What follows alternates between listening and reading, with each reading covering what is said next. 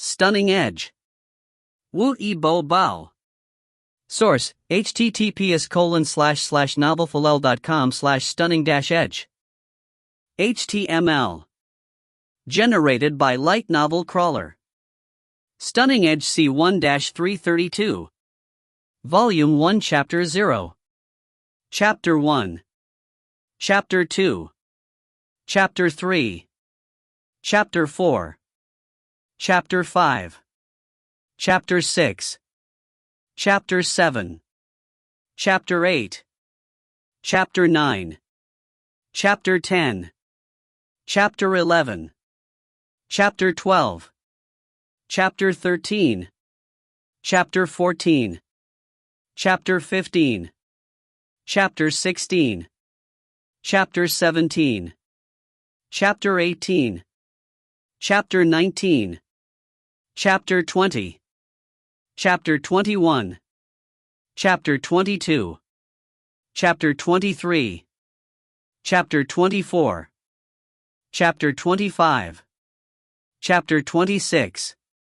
Chapter 27. Chapter 28. Chapter 29. Chapter 30. Chapter 31. Chapter 32. Chapter 33. Chapter 34. Chapter 35. Chapter 36. Chapter 37. Chapter 38. Chapter 39. Chapter 40. Chapter 41. Chapter 42. Chapter 43. Chapter 44. Chapter 45. Chapter 46. Chapter 47. Chapter 48. Chapter 49. Chapter 50. Chapter 51. Chapter 52. Chapter 53. Chapter 54. Chapter 55. Chapter 56. Chapter 57. Chapter 58. Chapter 59. Chapter 60. Chapter 61. Chapter 62. Chapter 63. Chapter 64. Chapter 65. Chapter 66. Chapter 67. Chapter 68. Chapter 69. Chapter 70. Chapter 71. Chapter 72. Chapter 73. Chapter 74. Chapter 75. Chapter 76. Chapter 77. Chapter 78. Chapter 79. Chapter 80. Chapter 81. Chapter 82. Chapter 83. Chapter 84. Chapter 85. Chapter 86. Chapter 87. Chapter 88. Chapter 89. Chapter 90. Chapter 91. Chapter 92. Chapter 93. Chapter 94. Chapter 95. Chapter 96. Chapter 97. Chapter 98. Chapter 99. Volume 2 Chapter 100. Chapter 101. Chapter 102. Chapter 103. Chapter 104. Chapter 105. Chapter 106. Chapter 107. Chapter 108. Chapter 109. Chapter 110. Chapter 111. Chapter 112. Chapter 113. Chapter 114. Chapter 115. Chapter 116. Chapter 117. Chapter 118. Chapter 119. Chapter 120. Chapter 121. Chapter 122. Chapter 123. Chapter 124. Chapter 125. Chapter 126. Chapter 127. Chapter 128. Chapter 129. Chapter 130. Chapter 131. Chapter 132. Chapter 133. Chapter 134. Chapter 135. Chapter 136. Chapter 137. Chapter 138. Chapter 139. Chapter 140. Chapter 141. Chapter 142. Chapter 143. Chapter 144. Chapter 145. Chapter 146. Chapter 147. Chapter 148. Chapter 149. Chapter 150. Chapter 151. Chapter 152. Chapter 153. Chapter 154. Chapter 155. Chapter 156. Chapter 157. Chapter 158. Chapter 159. Chapter 160. Chapter 161. Chapter 162. Chapter 163. Chapter 164. Chapter 165. Chapter 166. Chapter 167. Chapter 168. Chapter 169. Chapter 170. Chapter 171. Chapter 172. Chapter 173. Chapter 174. Chapter 175. Chapter 176. Chapter 177. Chapter 178. Chapter 179. Chapter 180-181. Chapter 182. Chapter 183. Chapter 184. Chapter 185. Chapter 186. Chapter 187. Chapter 188. Chapter 189. Chapter 190. Chapter 191. Chapter 192. Chapter 193. Chapter 194. Chapter 195. Chapter 196. Chapter 197. Chapter 198. Chapter 199. Chapter 200. Volume 3, Chapter 201. Chapter 202. Chapter 203. Chapter 204. Chapter 205. Chapter 206. Chapter 207. Chapter 208. Chapter 209. Chapter 210. Chapter 211. Chapter 212. Chapter 213. Chapter 214. Chapter 215. Chapter 216. Chapter 217. Chapter 218. Chapter 219. Chapter 220. Chapter 221. Chapter 222. Chapter 223. Chapter 224. Chapter 225. Chapter 226. Chapter 227. Chapter 228. Chapter 229. Chapter 230. Chapter 231. Chapter 232. Chapter 233. Chapter 234. Chapter 235. Chapter 236. Chapter 237. Chapter 238. Chapter 239. Chapter 240.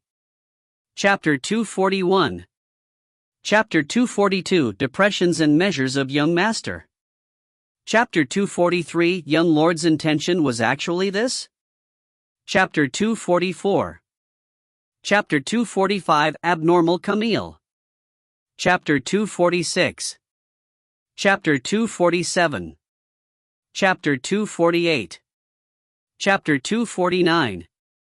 Chapter 250. Chapter 251. Chapter 252. Chapter 253. Chapter 254. Chapter 255. Chapter 256. Chapter 257. Chapter 258. Chapter 259. Chapter 260. Chapter 261. Chapter 262. Chapter 263. Chapter 264. Chapter 265. Chapter 266. Chapter 267. Chapter 268. Chapter 269. Chapter 270. Chapter 271. Chapter 272. Chapter 273. Chapter 274. Chapter 275. Chapter 276. Chapter 277. Chapter 278. Chapter 279. Chapter 280. Chapter 281. Chapter 282. Chapter 283. Chapter 284. Chapter 285. Chapter 286. Chapter 287. Chapter 288. Chapter 289. Chapter 290. Chapter 291. Chapter 292. Chapter 293. Chapter 294. Chapter 295.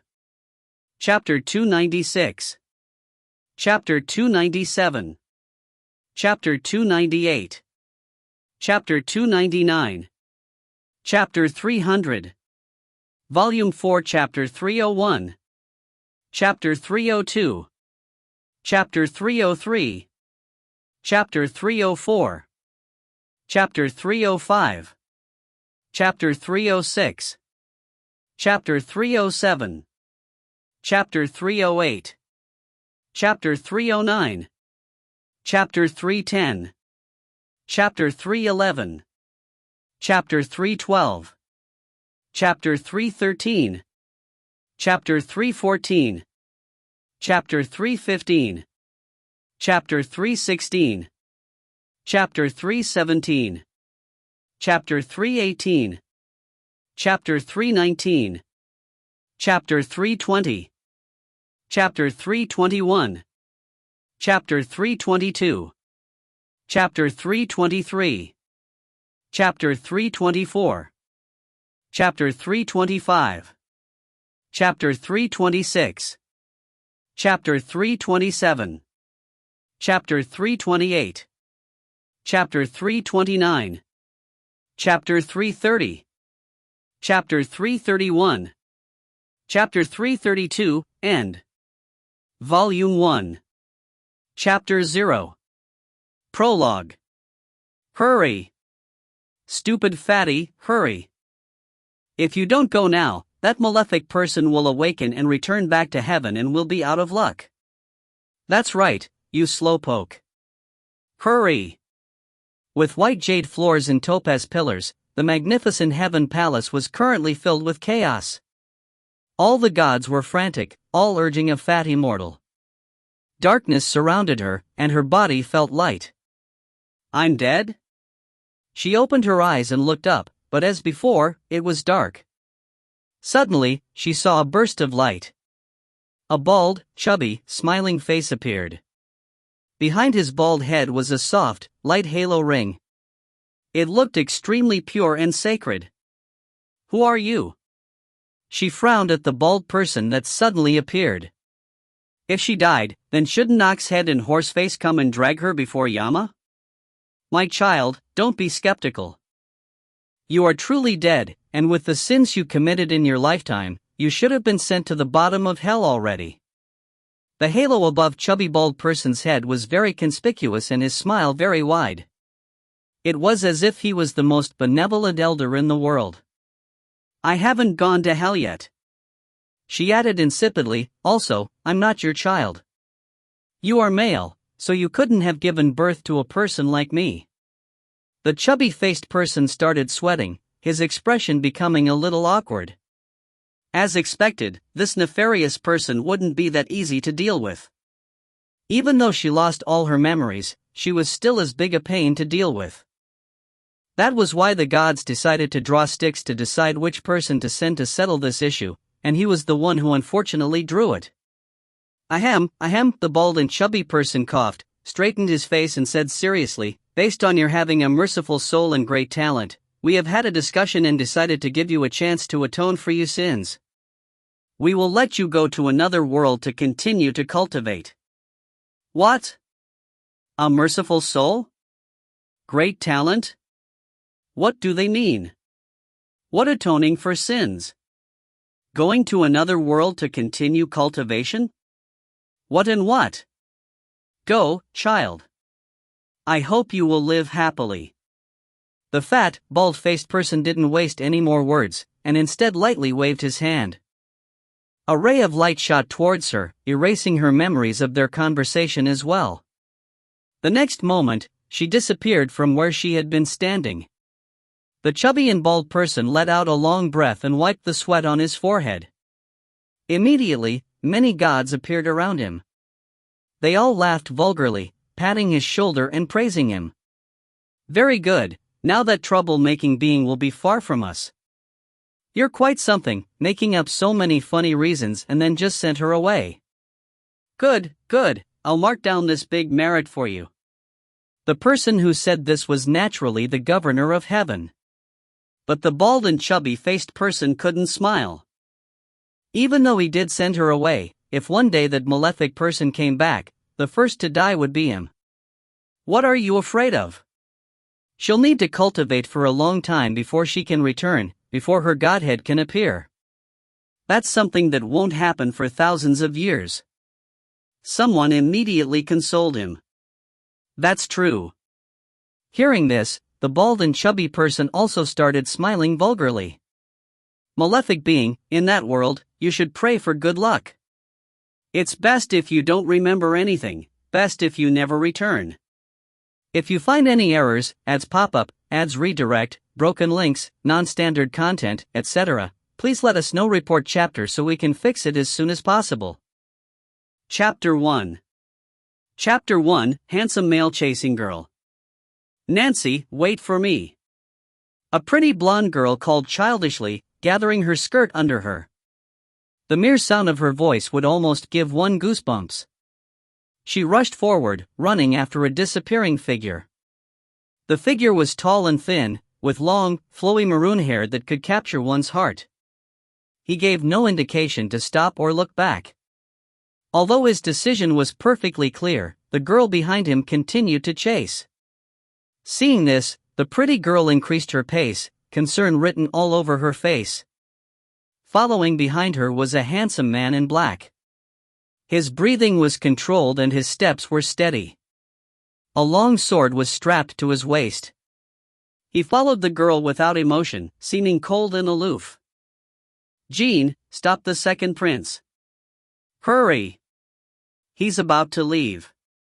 The pretty girl stopped walking, livid, and stamped her feet at the young man behind her. "Are you blind? Can't you see he's about to leave?" "Miss, my duty is only to protect you," the handsome young man replied quietly with an attitude that was neither respectful nor overbearing. In the depths of his eyes were loathing and disdain, but of course the girl didn't see it. His meaning was very clear: my job is to protect you, not to help you chase men. You. The girl's complexion darkened with fury and she stamped her foot while shouting angrily, "You dare disobey my order? Just wait until I tell grandfather. You're supposed to be my knight, but you actually have such an arrogant attitude." After spitting out these words, the girl lifted up her skirt hem to run after the second prince again. Jean followed coldly without a word. This kind of farce happened often. Every time the foolish young girl met a handsome man, she would buzz around them like a bee seeing fresh flowers, always buzzing and never stopping, annoying the men so much it became unbearable. The second prince had already been bothered many times. This time, he was only trying to visit the duke, but tragically, he bumped into the lady. Seeing the hurriedly escaping second prince, Jean felt sympathy. The second prince rushed out the entrance, jumped in the carriage and told the coachman to return to the palace. The coachman was confused by the second prince's haste, but then he saw the blonde girl giving chase and understood immediately. So it was the Hill family's male chaser. Although this male-loving lady from the Hill family was not favored, she was still the granddaughter of Duke Hill. The coachman understood that naturally, the second prince would not be impolite to the lady for fear of offending the Duke Hill, so he quickly whipped the horses for the carriage to start moving. The pretty girl ran to the entrance, only to see the carriage already leaving. She got so mad, her face was red and her whole body was shaking. As a chamberlain who happened to be leading a horse passed by, she grabbed the whip out of his hands, got on the horse, and cracked the whip to pursue. "Miss!" Jean's expressionless face flickered. This obstinate, male-chasing lady, did she forget that she doesn't know how to ride? Can chasing men unlock hidden talents? Jean humped coldly. Although he looked down on her, he still had to ensure her safety, so he prepared to run after her. He looked for a horse, but there were no more at the entrance. Meanwhile, the lady's figure became smaller and smaller. The servants at the gate watched, stunned. Who knew that this male-chasing, incapable miss could release such potential for the sake of chasing men? As a member of the Hill family, she had completely shamed her family name. With absolutely no horsemanship and a great hatred of studying, in short, she knew nothing that she should. This was also why Duke Hill disliked her. Just when Jean frowned and was about to use Dochi to catch up, the male-chasing, headstrong young girl was thrown off the horse. As she cried out, her petite frame fell onto the ground. By now, the second prince's carriage already had been long gone. Jean frowned and caught up to the girl on the ground. Looking at the unconscious miss, Jean frowned even more. This time, it was his mistake. Never would he have even imagined that the lady would make such a senseless decision. After the miss was escorted back to the castle, everything became chaotic. Her grandfather, Duke Gordon Hill, wasn't at home, nor was her father. Her mother was the only one present. In a magnificent bedroom, on a huge gold-gilded, luxurious poster bed with soft, thick bedding, the young girl lay, still unconscious and pale. A golden-haired, beautiful woman sat next to the bed, worry etched on her face. The similar features of the two illustrated that the beautiful woman was the girl's mother, Catherine Hill. Contrary from her foolish, obstinate daughter, Catherine was a kind and virtuous woman instead. Anxious over the girl on the bed, she felt resigned. This daughter of hers, no one in the family liked her, not even her father, grandfather, or even her brother. They all didn't like her very much. It was all because of her personality. No one knew whose attitude hers resembled.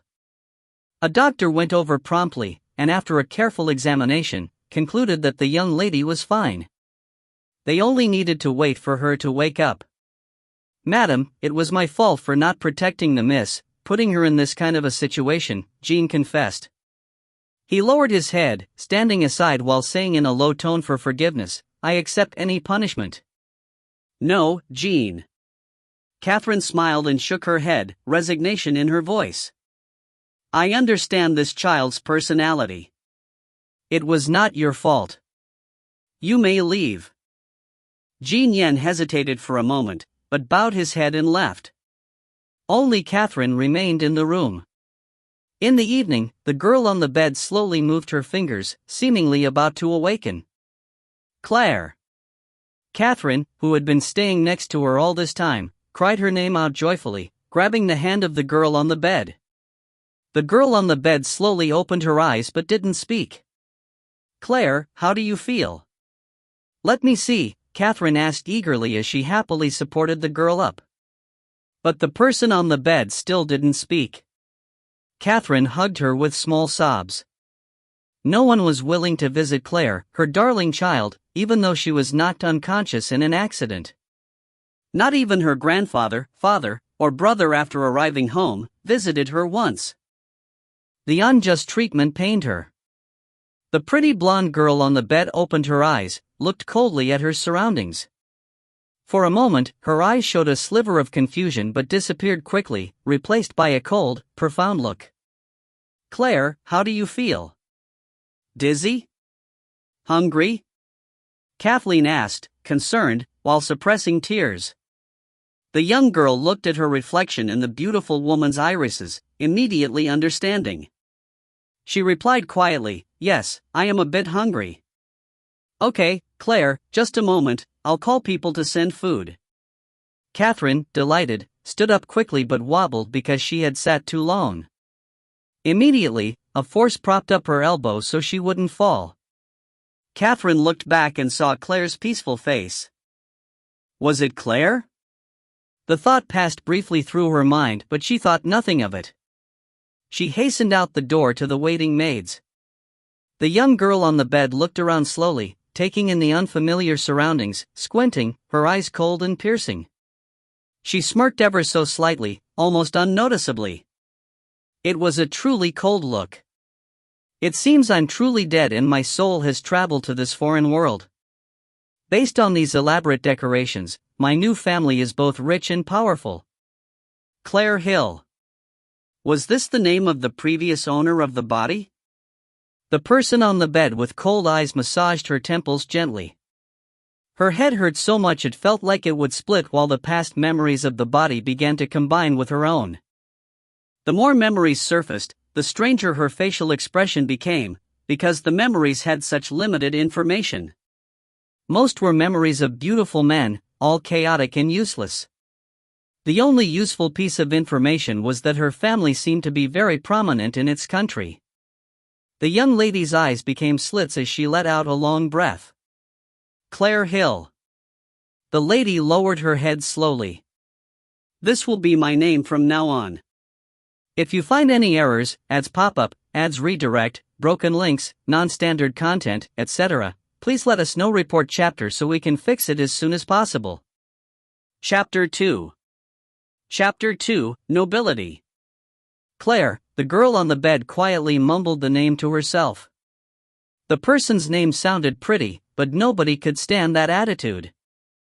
Her memories were full of being rejected by handsome men and looking foolish.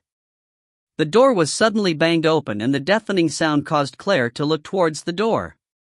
The girl at the door resembled the previous beautiful woman and seemed younger than Claire. However, her expression of disgust and condescending attitude did not match her young age. Claire squinted her eyes a little only, because in her memories, she was terribly afraid of the girl before her. It was her younger sister, Lashia, a talented magician. Although she was only 12 years old, she had already become an advanced magician. Because of her outstanding talent, she was selected by the principal of the Sunrise Institute when she was only 5 years old to become one of his few disciples. This made Gordon Hill incredibly happy. The talented young miss hated Claire because their mother spoiled her so much. This wasn't strange because Lashia, being a child prodigy, had the love of her grandfather, father, and brother. Thus, her mother spent more time with Claire, who was disliked. "Humph, you brought great shame to the Hill name, ending up in this state just because you fell off a horse to chase a man." Lashia held her head high and looked disdainfully at the person on the bed. She walked up to the bed, a sliver of malice glinting in her eyes, and stuck her face right up to Claire's. She whispered in a low, poisonous voice, "My dear elder sister, why didn't you die falling off that horse?" Claire looked silently at the pretty face before her. Who would have thought that someone who looked this innocent would say something so malicious? Lashia looked at Claire's placid face and was taken aback. Normally her stupid elder sister would be trembling by now, yet currently, she was so calm. Footsteps sounded outside and Lashia's expression changed to a frown. She muttered indistinctly under her breath and instantly, a tiny bolt of lightning appeared in her palm. Before Claire could react, Lashia had already pointed her finger at Claire's back. Claire felt a terrible pain surge through her body from her back. "You male-chasing idiot, next time you worry Mother I won't let you off as easily," Lashia whispered coldly into Claire's ear. "You know what will happen if you dare tell Mother."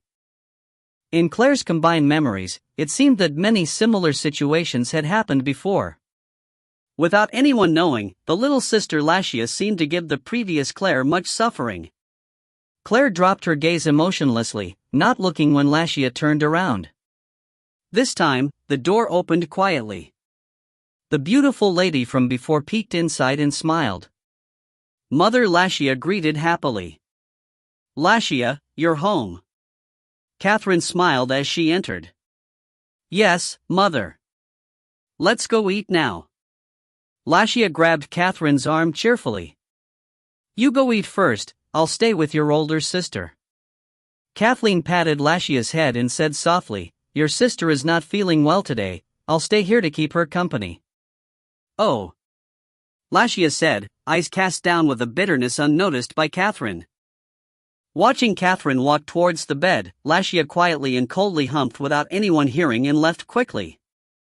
"Claire, the maids will serve dinner soon." Catherine sat near the bed and enclosed Claire's hands in her own. Claire gave a start. The warmth coming from her hand made her relax immediately. So soft, so warm. Just like how that person held her hand and told her to be happy. "Mother," Claire said softly. "What is it, dear?" Catherine smiled gently. Suddenly, her expression changed and she asked anxiously, "Do you feel hurt anywhere?" "No, Mother." Claire suddenly smiled. "Mother, you haven't eaten either. Are you hungry?" Catherine gave a start, and suddenly, tears came uncontrollably and silently. It was the first time Claire had asked a question like this, the first time Claire was kind to her. Seeing Catherine's tears of joy, Claire lowered her eyes. Her true feelings were hidden by her long lashes. "Claire. Claire, this will be my name in the future." A strange light glinted in the young girl's eyes. The previous Claire didn't dare report Lashia's bullying or have the power to strike back. But, in the future. Claire's eyes became icy as she remembered the burning sensation on her back once more. At this moment, a bright new star rose in the night sky of the Ceylon continent, but as for why, no one knew. The next morning, all the servants in Duke Hill's castle were gossiping among themselves and casting uncertain glances at the study. It was nothing big, just their Mrs.'s strange behavior. Usually, she would already be out searching for handsome men by now, at either the theater or the city center library, because young noble gentlemen normally hung out there. But today, she actually went to Duke Hill's study. When the Duke wasn't working inside, he would usually let his children inside his study.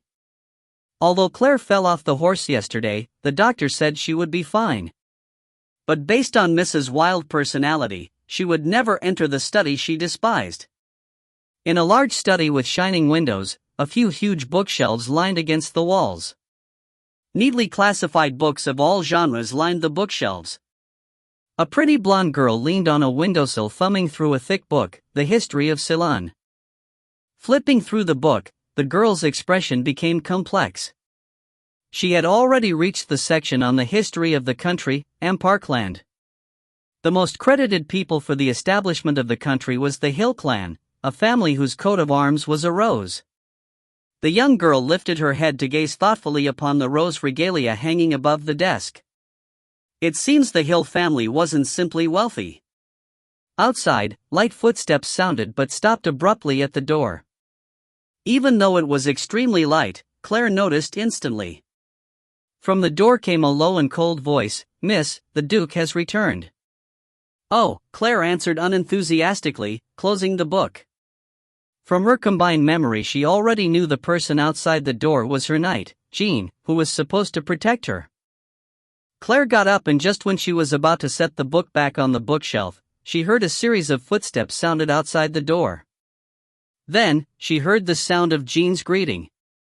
The door was pushed open and an austere, old man with luxurious clothes appeared. He looked to be more than 50 years old, but very energetic. His brows and Claire's were similar, letting her know that he was her grandfather.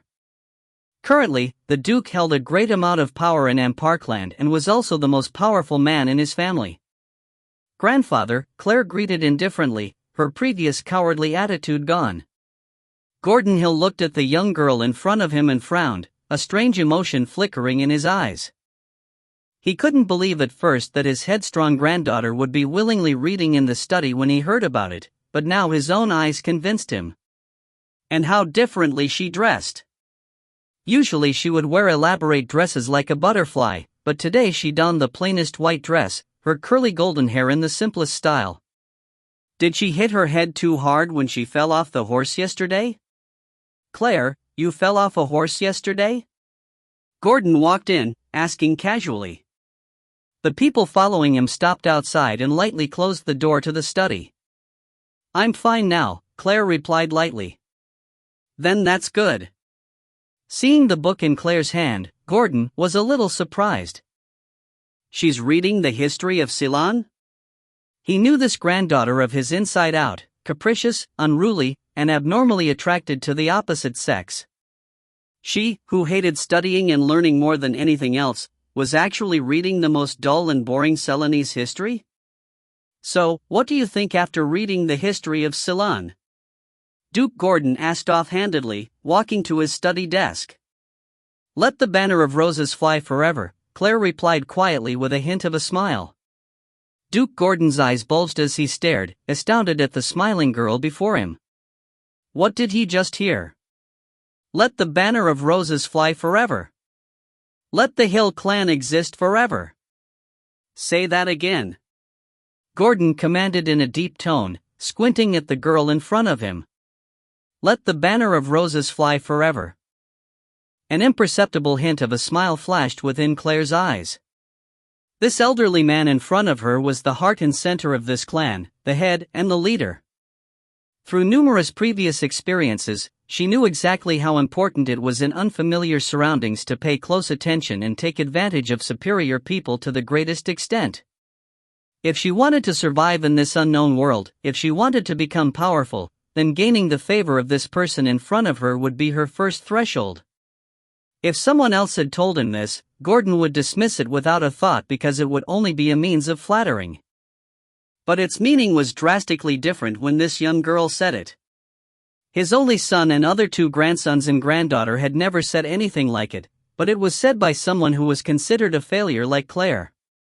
Duke Gordon was completely stunned. Grandfather, I have been acting out of line insensibly and it has been going on for too long. From now on, I will take my studies seriously and definitely not let down the Hill clan again. Claire stared at the stunned old man. Every word, every sentence had been said clearly, and her green eyes held a serious gaze. Amazed, Gordon looked blankly at this sincere young girl, unable to speak for a long time. Claire kept quiet, too, silently staring at her grandfather. Great!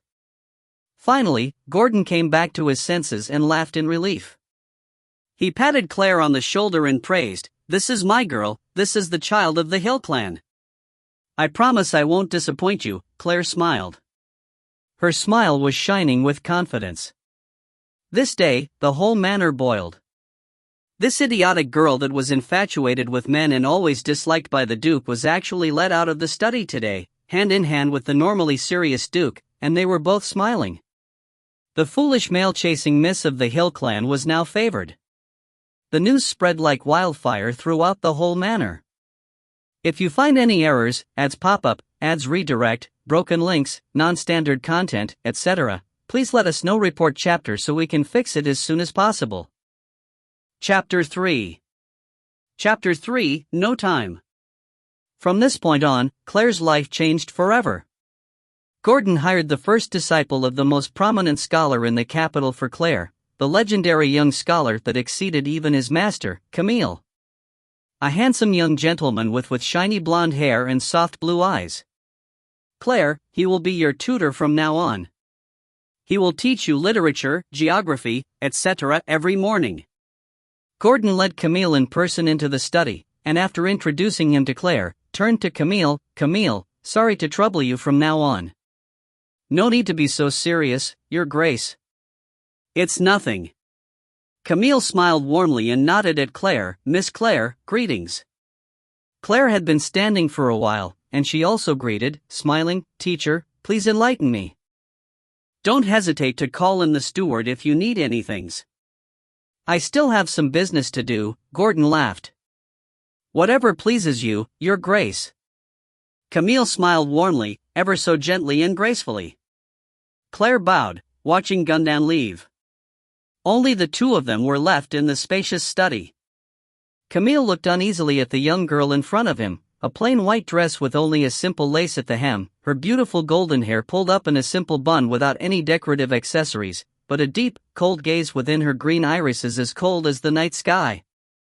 This pure girl was the infamous male-chasing idiot of the capital? Please have a seat, teacher. Claire smiled. Camille was a bit surprised at Claire's indifferent smile. The girl was different from what he heard. Rumors said she was extremely attracted to the other gender, so Camille came with much preparation and thought.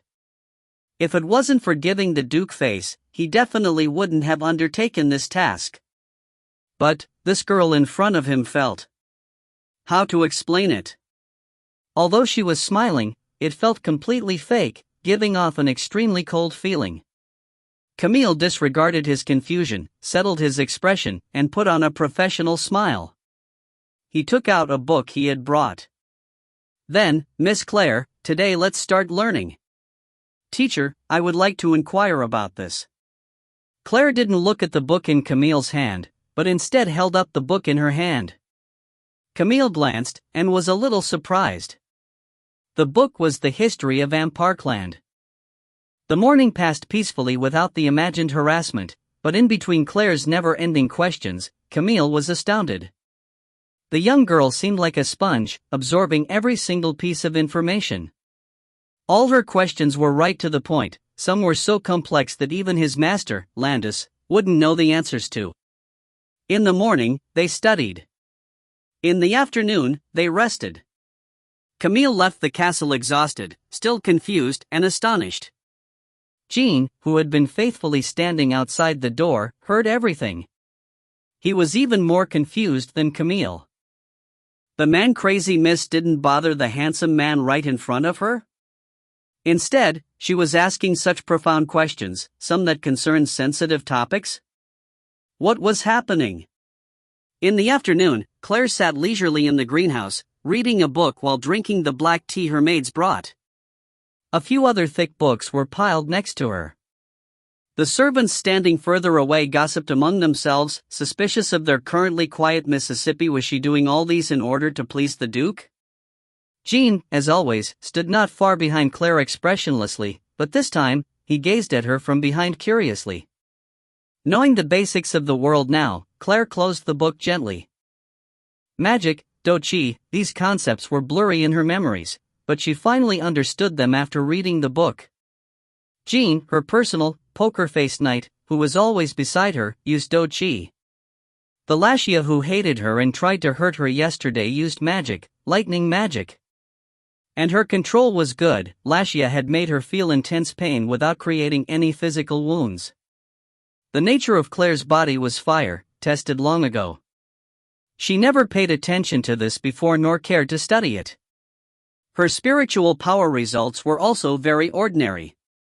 With Lashia the child prodigy around, all the glory and focus was on her, so Claire was destined to live in Lashia's shadow. No, it's more accurate to say the previous Claire wasn't interested in anything besides handsome men. The corner of her mouth lifted imperceptibly into a bitter smile. Why did I transmigrate into this kind of a person's body? At this moment, a maid came in, bowed, and reported, Miss, His Highness the Second Prince has come to visit you. He is waiting in the Grand Hall. Claire frowned slightly. His Highness, the Second Prince? Oh, right. The Claire from before fell off her horse trying to chase him, allowing her to enter Claire's body. I'm not seeing him. I'm busy right now. Claire said casually, setting down the teacup and picking up another book to read. The maid just stared, standing there, unable to move. Jean was also speechless.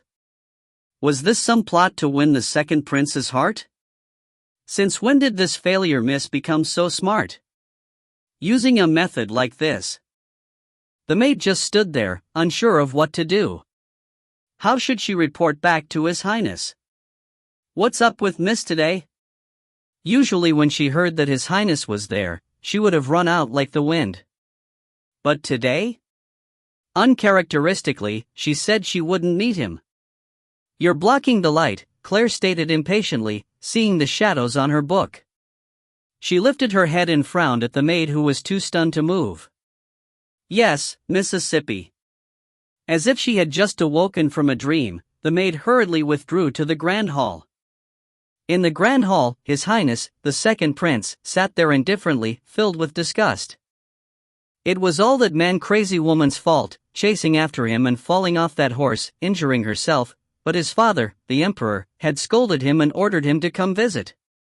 He understood why, no matter how annoying she was, no matter how disliked she was by Duke Hill, she still was the granddaughter of the Duke. In any case, she did fall off that horse because of him, so it was his duty to come visit. But just thinking of how man-crazy the woman was, Nancy shuddered. Whatever, he'll just pretend she's an annoying fly, wish her well, and leave immediately. Nancy sighed and forced his heart to settle down. He waited for Claire to fly out of the door like an elegant butterfly. Finally, there were some footsteps and Nancy looked up at the door. He saw a maid with a weird expression, but not the girl who was infatuated with men like he had expected. Nancy, puzzled, looked at the nervous maid who greeted him. Then she stuttered, "Your Highness, Miss." "Miss she. Is she hurt very seriously?"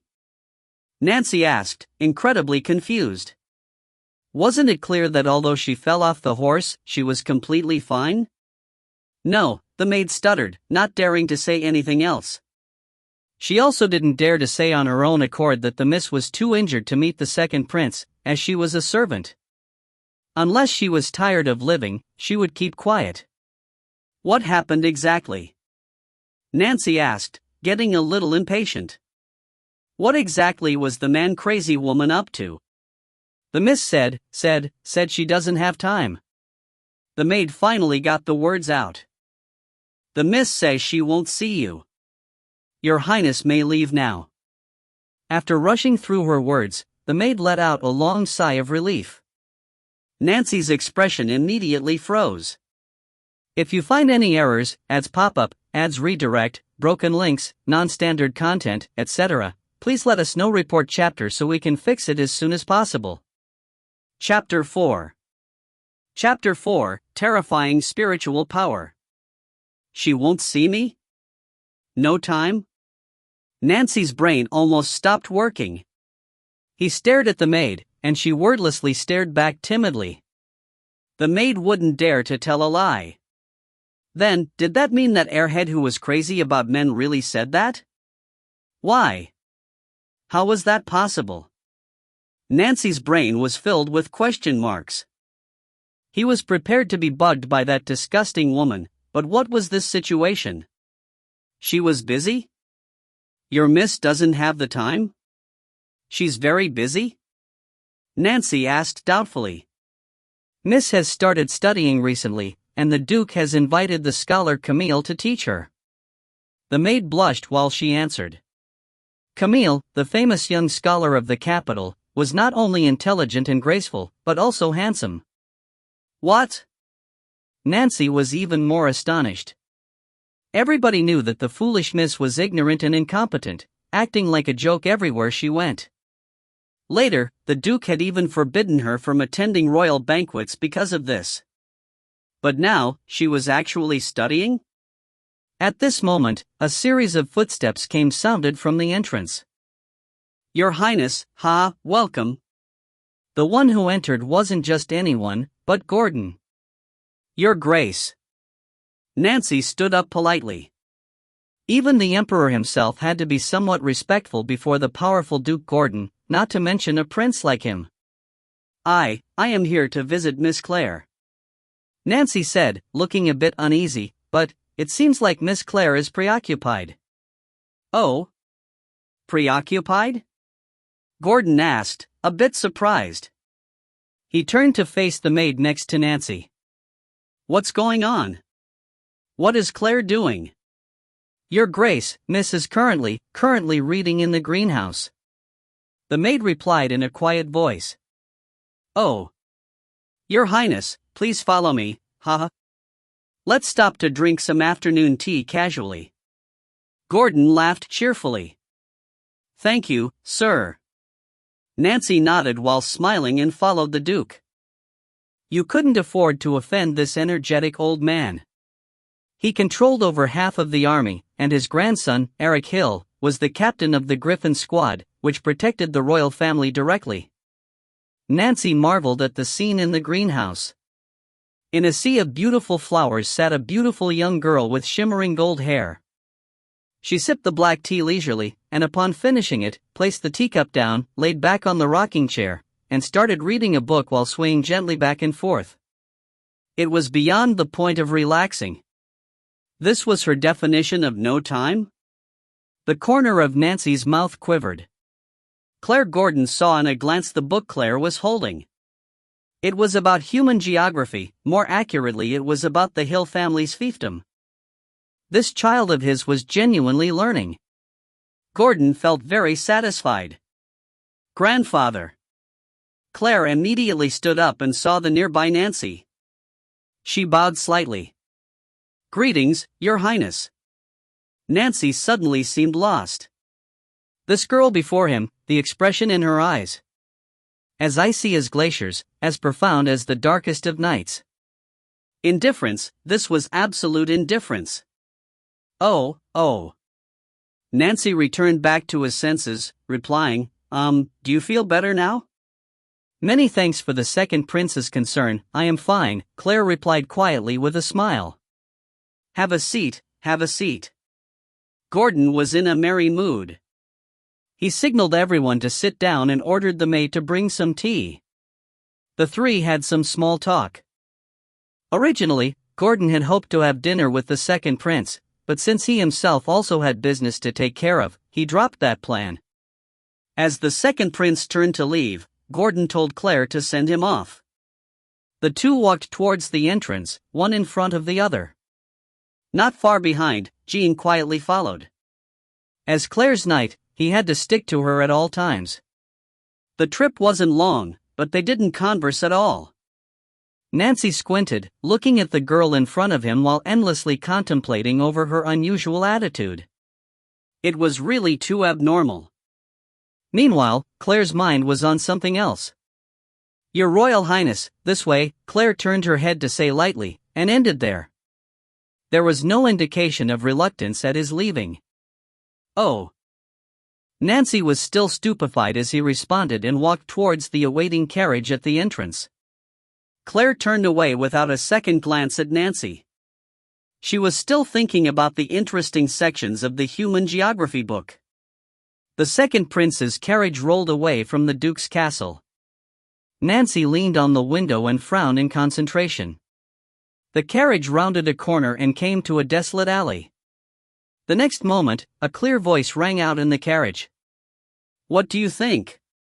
A person appeared out of nowhere in Nancy's empty carriage. "Very strange." Nancy frowned as he replied. "I don't understand." The cool voice had a hint of uncertainty. "All right, let's talk about something else. How's the situation?" Nancy asked, returning to normal.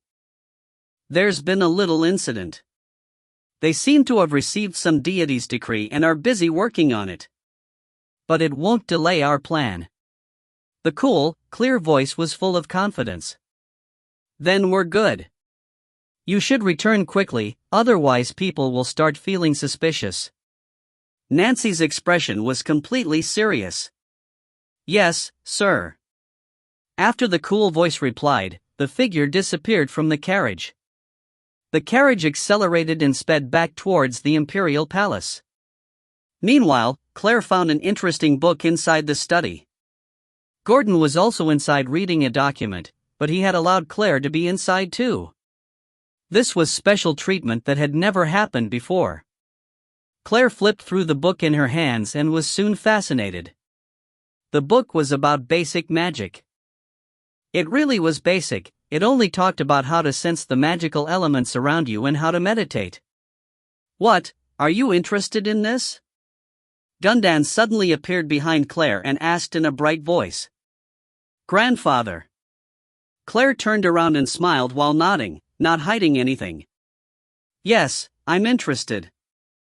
Throughout the whole Celanese continent, magicians were very rare, precious to every country. Powerful magicians were not just powerful, they were exceptionally formidable. They could blow up a whole army, or even a city. But magicians like that were extremely rare. A magician was a symbol of power, prominence, and wealth, so a child magician prodigy like Lashia was sure to be pampered. Well, you had your nature tested when you were younger and it came out as fire. Although your spiritual power is a little weak, I still have ways to help you learn magic. Duke Gordon smiled as he thought back to the younger Claire. Her spiritual power wasn't good, not half as powerful as Lashia's, but it wasn't too bad either. The only problem was that this child of his had no interest whatsoever in magic, refusing to learn no matter how hard they tried. It was great that she was willing to study now. Really? Claire smiled joyfully. Only by making herself stronger could she truly become powerful. From tomorrow on, you will study humanities and geography in the mornings and primary magic in the afternoons. As for entering Sunrise Institute, you have to pass a basic test. I can get you in without testing, but if you don't have what it takes to be a magician, it's no use even if you are accepted. Gordon patted Claire's head and smiled. But I know that a granddaughter of Gordon will definitely pass the exam. I definitely won't disappoint you, grandfather, Claire replied solemnly with a serious expression. Good. Gordon, pleased, nodded his head in approval. At night, Claire sat silently on her bed, going over in her head how the book taught her to go into meditation and sense the elements around her. She closed her eyes and tried to forget everything around her. Slowly, Claire realized that there were many bright specks around her. Although her eyes were closed, she could actually see these lights. Most of them were red. A few were other colors. Claire remembered that Gordon had said this body of hers was fire attributed, so the red specks must be the fire elements. The other elements that she couldn't really detect should be the other magic elements. What a magical realm, Claire marveled. She followed the book's instructions and started to capture the red elements. If any magician knew that Claire mastered meditation, sensing, and capturing in such a short amount of time, they would be astonished to death. It was beyond genius. The next morning went as usual as the refined Camille taught Claire literature and such. In the brightly lit study, Claire listened to Camille's lecture. The Temple of Light represents the existence of the gods. It serves the wishes of the gods by exterminating evil and advocating the light. It is a most sacred existence, the light and refuge of all people. Today, Camille had already gotten to talking about the Temple of Light, one of most powerful institutes on the whole continent. Claire watched the emotional Camille and kept silent. She noticed that even though Camille was practically preached about the Temple of Light, he didn't sound like he believed in it at all. Interesting, Claire mused to herself.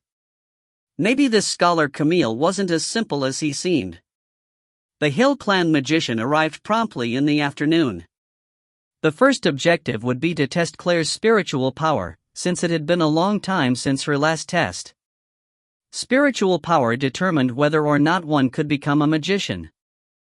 A person could not become a magician if their spiritual power was too weak, which meant that if Claire couldn't even pass this first challenge, then it was out of discussion for her to become a magician. The man responsible for testing Claire was middle-aged and wore a magical robe. Two small golden leaves decorating the left chest of the robe indicated that he was already a magician. These magicians were usually very rare, but it was no surprise for one to appear in the Hill Clan. Prominent as it is, the Hill Clan had obviously acquired many powerful forces like this.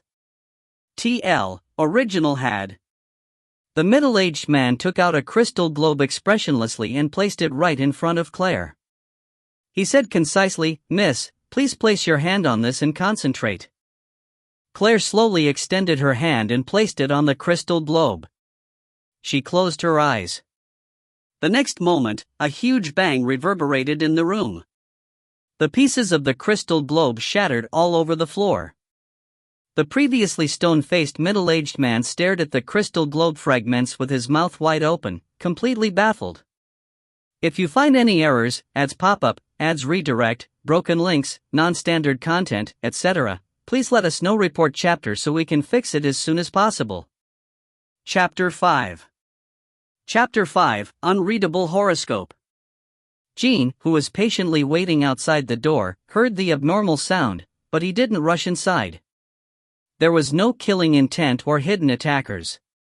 The magician inside served the Hill family, so he was loyal. It was normal for magicians to make strange sounds. It broke. Claire only said 2 words while looking at the crystal shards scattered on the floor. "Yes, it broke," the middle-aged man replied, still recovering from his shock. Claire didn't speak another word, and instead, she waited for the man to recover.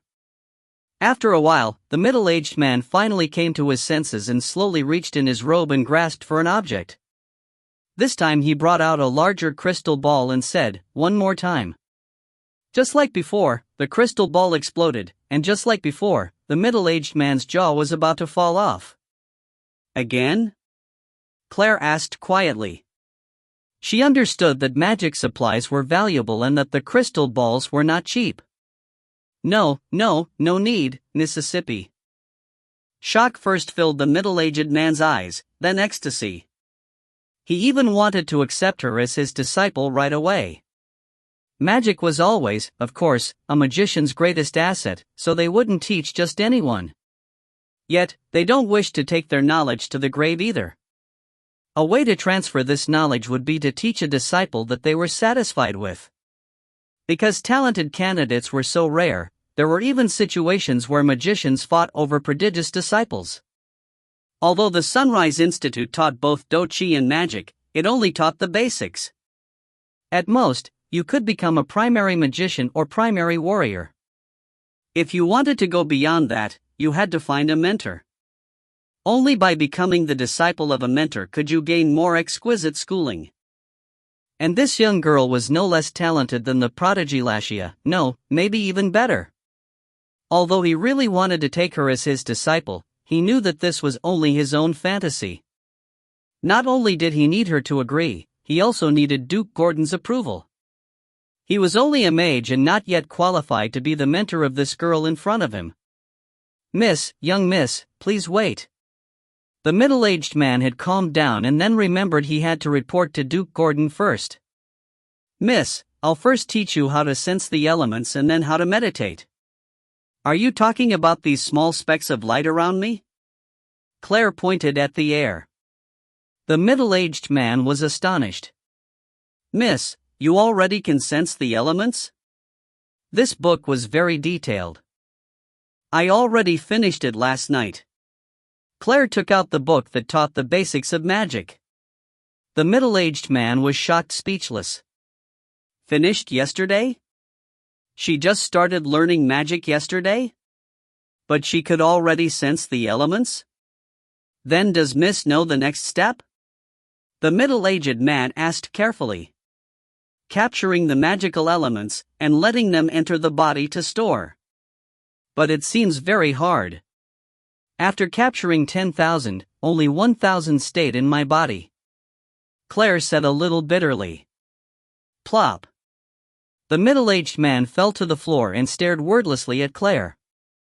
Capturing 10,000 and storing 1,000. And she's not satisfied?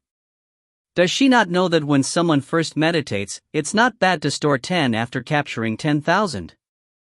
Lashia was called a genius because in her first meditation, she captured 10,000 and stored 100. This already shocked many people in the capital. But this girl in front of him performed 10 times better. Oh my God, how on earth? A long time passed before the middle-aged man was able to crawl up and warn her, "Miss, you must not tell anyone what happened today." Yes. Of course, Claire understood that the person before her had already thought it over. It seemed like her performance for the test had been over the top. She more than understood a tall tree attracts the wind. "Then, miss, I'll teach you the very basic primary fire spells. Tell me when you are able to master them." The middle-aged man couldn't wait to report to the Duke. Yes. Claire nodded. The fireball is the most basic technique. You must direct the elements inside your body to converge to a single point, and then chant the spell to let them erupt. The middle-aged man took pains to be thorough. "But miss, you must remember there are no shortcuts in magic. You must take one step at a time and follow the path firmly. No matter how talented you are, wanting immediate results will only be detrimental to yourself." "Yes, thank you, teacher." Claire saw the sincerity clearly in the middle-aged man's eyes. She bowed solemnly. "No, miss, I don't have the qualifications to be your teacher." The middle-aged man repeatedly waved his hand no. "You taught me, therefore you are my teacher. Whether you or anyone else admits it or not, as of this moment, you have become my teacher," Claire sincerely said. "Being my teacher one day means being my teacher forever." These words almost moved the middle-aged man to tears. "Miss, I don't qualify as your teacher. With your aptitude, even the most powerful magician of Parkland wouldn't be enough. But I, Emery, hereby swear to teach you absolutely everything I know with all my heart." The magician, Emery, emotionally made this oath. He foresaw that the young girl before him would shine brightly in the future. "Thank you, teacher." Claire bowed solemnly. "Miss, you can keep on practicing here, I will go report to the Duke." "Remember, you must not tell anyone what happened today," Emery warned Claire once again. If people knew of this talent, who knew whether it would be a blessing or curse? "Yes," Claire promised, nodding. When Emery walked out the door, the guard there, Jean, was a bit flabbergasted. This dead-faced magician never reacted to anything, but today his face was actually red and he seemed very emotional. "What is happening?" After Emery found Gordon in the military hall and finished his report in secret, Gordon's initial reaction was shock. "What did you say? Are you sure?" Then, he went happy beyond reason. If Lashia was a genius rarely seen in 100 years, then Claire was a prodigy rarely seen in a millennium. This is a gift from the heavens to the Hill family. After feeling delighted, Gordon immediately understood why Emery personally came to report this in secret. Because of the Temple of Light. If the Temple of Light found out about Claire's talent, they would definitely think of every possible way to recruit her to become one of them. She would then be brainwashed and become loyal to the Temple of Light. The relationship between the Temple of Light and the royal family was subtle and delicate. The Hill clan absolutely could not let this future power join the Temple of Light. Gordon did not want his own granddaughter to be used against him. "Your Grace, every word is true." Emery nodded seriously. "Very good, Emery, you did very well." Gordon happily patted Emery's shoulder. "Before Claire matures, this matter must not be spoken to anyone." "Yes, sir." Emery nodded. Gordon stroked his chin thoughtfully, pondered for a while, and then made a decision. "Emery, you may go for now." Gordon finally came back to his senses and laughed while saying, "I will send men to replace the crystal balls that Claire broke." "Oh, no, you shouldn't joke around, Your Grace." Emery waved his hand no, embarrassed. "All right, you can go now. Tell Claire to wait for me in my study when I return at night." Gordon was clearly in a good mood, and patted Emery on the shoulder while laughing. "Don't worry, I'll make sure you get rewarded fairly." On the east side of the capital in a magnificent building, a few people sat around a conference table made of white jade in a long and quiet room. Sitting at the head of the table was a kindly old man dressed in a white robe. Gold embroidery on the edges of the robe indicated that he was a member of the Temple of Light and also of high status too. How has it been coming along? Any new findings? The old man frowned slightly as he asked a person sitting close by. The person was in a white robe and with a beautiful womanly figure and had soft, straight, green hair that was so long it touched the floor. Her facial features were so fine they could make people gasp in admiration, but her eyes had no irises. Both of her entire eyes were ghostly white. Very strange. My holiness, there's been no progress. The strange green-haired woman shook her head no. How come? You are the most powerful clairvoyant, but you can't find the person that the deity is looking for? A person across the table asked impatiently. It's not that I'm not trying, but I can't seem to read the natal chart of the person. The strange green-haired woman said with bitterness. It was first time her horoscope didn't work. All right, stop arguing. The Pope sighed quietly. The person that deity is looking for must be unusual. We only need to send a decree to bring all the noteworthy people in the country here. There's no other way. Everybody agreed. If you find any errors, ads pop up, ads redirect, broken links, non-standard content, etc. Please let us know. Report chapter so we can fix it as soon as possible. Chapter 6. Chapter 6, Doubting, Probing. At nightfall, the Duke's castle was still bright, and it wasn't just the Duke's. All the houses of wealthy families of the capital had their homes brightly lit. At night, only the commoners who couldn't afford candles lived in darkness. In her bedroom, Claire lay on the bed. She played around with a fireball on her fingertips. Claire thought back to when Gordon warned her in the study. You must conceal this outrageous talent and not display your power in front of others unless it's truly an emergency. Especially the Temple of Light, you must definitely not let them know. When you test for the Institute, bear in mind you need to hold back. When Claire suggested couldn't she not go to the Institute and just learn from Emery, Gordon refused intensely. It was very obvious he didn't believe Emery was good enough to be Claire's teacher. The only person who can be your teacher is that person. But in order to find him, you must go to the Institute. Once you become his disciple, then you don't need to worry about the Temple of Light anymore. After saying these mysterious words, Gordon stopped talking. He didn't even mention who the person was. But it was evident that once Claire became that person's disciple, then the Temple of Light would have no chance at taking her away. Sure enough, there was always conflict between the royal and divine powers. Claire extinguished the small fireball in her hand. She remembered the spell that Emery taught her the night before, Fire Shield. Evidently, the spell wasn't widely known. It must be Emery's own magic, his cherished asset, but he had taught it to Claire selflessly. By making the fire elements cluster around the body, one would form a shield to protect from attacks. The only problem was that Claire didn't seem to be able to form a shield yet. Claire remembered very clearly that Emery said you could not be too impatient. After trying a few more times, Claire gave up temporarily. The difference between magicians and regular people were that regular people were unable to stay awake for too long without feeling fatigued, while magicians could recover both their magic power and body strength through meditating. Claire crossed her legs and sat up and started to meditate. She began to capture and store the element into her body unceasingly. 3 hours later, Claire opened her eyes feeling very refreshed. It was much better than sleeping for 3 hours. 3 days later, Claire passed the Institute's test while holding back some of her power. She could now study at the Sunrise Institute.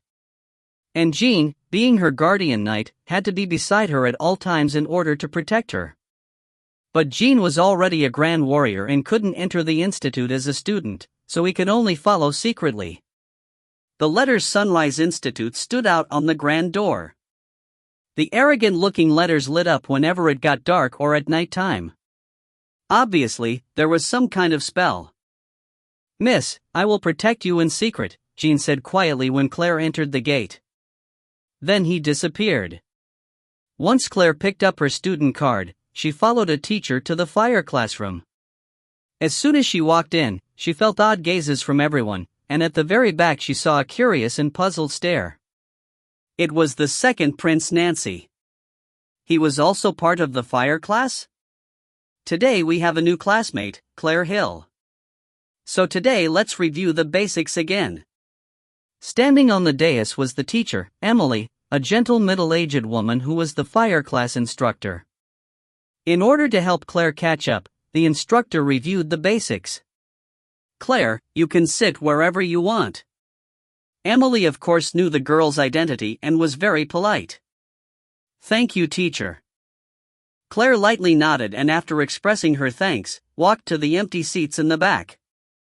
Although Claire felt their strange gazes, she ignored them and walked straight to the back and listened to Emily's teachings. It was pretty close to what the book wrote. Nancy, sitting nearby, occasionally sent probing looks. In only the time span of one class, the whole institute knew about Claire's arrival. The Hill family's idiotic girl who chased after men actually passed the Sunrise Institute's examination and was accepted into the institute.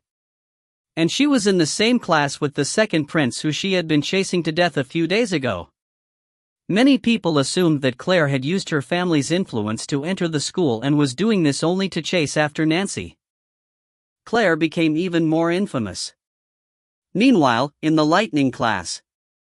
What? She entered the school? Lashia immediately became furious. The person who brought this news cowered a little. Lashia's beautiful, innocent face had distorted completely. Her hate had reached the skies. That moron. To go as far as to shame the family in school. Why did grandfather let the idiot come to school to lose face? Did he think that the Hill family's name had not been shamed enough? Humph. Claire, you man-crazy nitwit, I'll make you get the hell out of school by yourself. Lashia finalized this decision in her heart, clenching a fist in her sleeve. What are you going to do, Lashia? A girl nearby asked, feeling unease. No matter what, she's your older sister. You shouldn't be too. Shut up. Lashia thundered, her face full of anger. I don't have this kind of older sister. Shameful. That this kind of person was her, genius Lashia, older sister. How extremely shameful. People around Lashia shut up as they saw her furious look and dared not to say anything. Everyone knew that Lashia was not only the granddaughter of the powerful Duke Hill, but was also the prized disciple of the principal. Who would dare to offend her?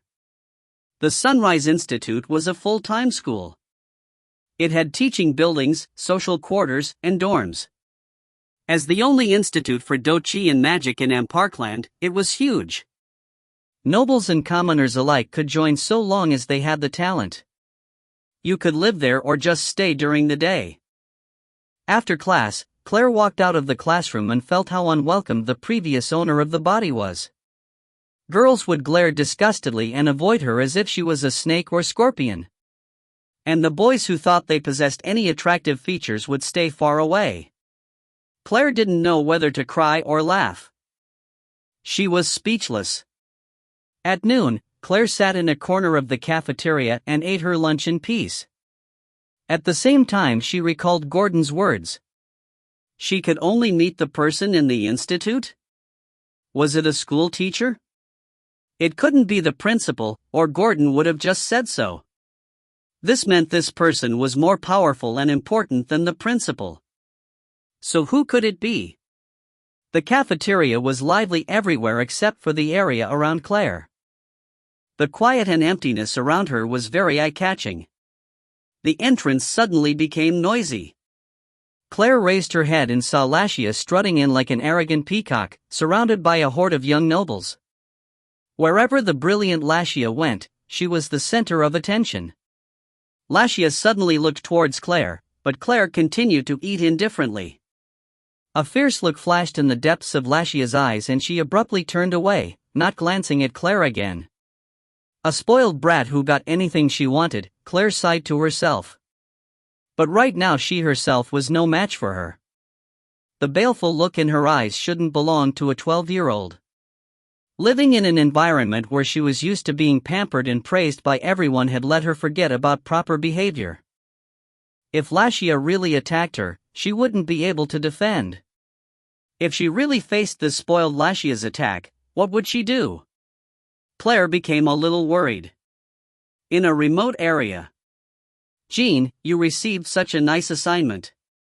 A person with chestnut-colored hair teased Jean, who was leaning against a tree. Please, Your Highness, stop enjoying my misfortune. Jean sighed quietly. Haha, I can't help it. The person who spoke was the second prince, Nancy. But really, who would have thought the Duke would actually send her to school? Can she become a magician? In his words, there was a hidden scorn. That's hard to say. Jean slightly frowned and suddenly said seriously, Did you know? She entered the institute by truly passing the exam, not by the Duke's care. What? This time it was Nancy's turn to be shocked. The moronic girl had actually passed the examination herself? Don't doubt me, it's true. Jean's face was completely serious. Suddenly, I found myself unable to see through her. That is a little strange. The Claire right now compared to the Claire from before seemed like two different people. Nancy frowned while thinking. At first, I thought she was letting you go on purpose to catch you unaware later, but now it seems that's not the case.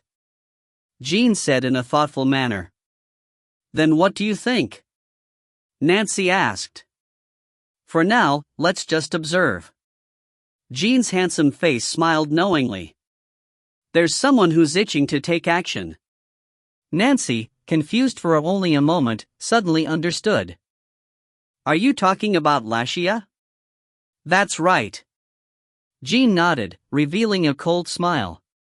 Whatever my idiotic master who chases after men plans to do, I think someone will quickly help us to probe it out. Isn't your job to protect her? Nancy curled up his lip coldly. Letting her suffer a bit is fine, I'll just be a bit late. As for protecting her, of course I won't let her die. It's only two sisters playing around, right? Jean shrugged as he said jokingly, a glint of jest appeared in his eyes as he prepared to watch a good show. Nancy nodded laughing but somehow had a strange feeling in his heart, a faint feeling of unease.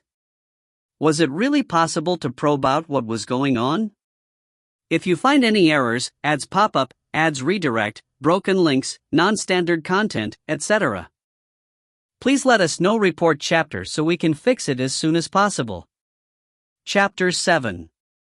Chapter 7, Get the hell out of school. Claire didn't have any classes in the afternoon, so she walked around the peaceful campus.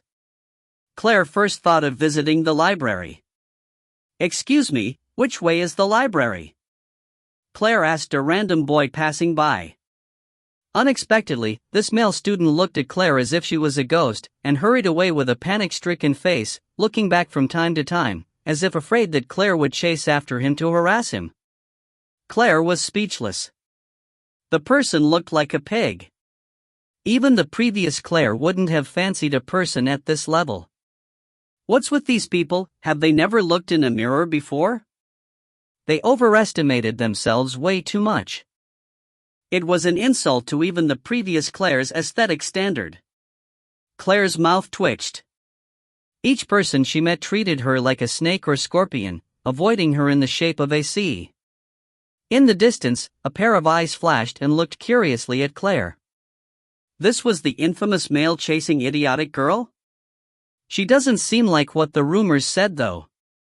On the contrary, she seemed steady and more mature than her actual age. Especially to those who excluded her, her indifference made her seem much older than she was. Just when Claire was deciding whether to look for the library herself or find a teacher and ask for directions, a sweet voice floated into her ear. Hi, are you looking for the library? If it's okay with you, I can show you the way. Claire turned her head, amazed because the voice was neither satirical nor hypocritical, but very sincere instead. Who would be nice enough to talk to her? When she saw the girl standing behind her, Claire felt slightly surprised. Although this girl wore a simple, elegant lavender dress, her whole being exuded grandeur. The embroidered golden bohemia on her collar revealed her identity, the one and only princess of Parkland, Maurice Adeline. With long maroon curls, blue irises, delicate lips, she was absolutely beautiful. "Your Highness." Claire was just about to bow, but Maurice stopped her. "This is the Institute, not the court. We are classmates, so there's no need to bow." Maurice smiled while preventing Claire from bowing. The small act of kindness created a favorable impression in Claire's heart. Such a princess, neither arrogant nor sumptuous, naturally made one like her. "Thank you, Your Highness." Claire smiled. "No need to be so distant. I'll take you to the library." Maurice also smiled. The girl made her very curious and interested. She felt that the girl before her was not so simple. There was no particular reason, she just felt that way. Princess Maurice brought Claire all the way to the library. On the way, many people sent puzzled looks. How could the noble princess hang out with the man-chasing idiot?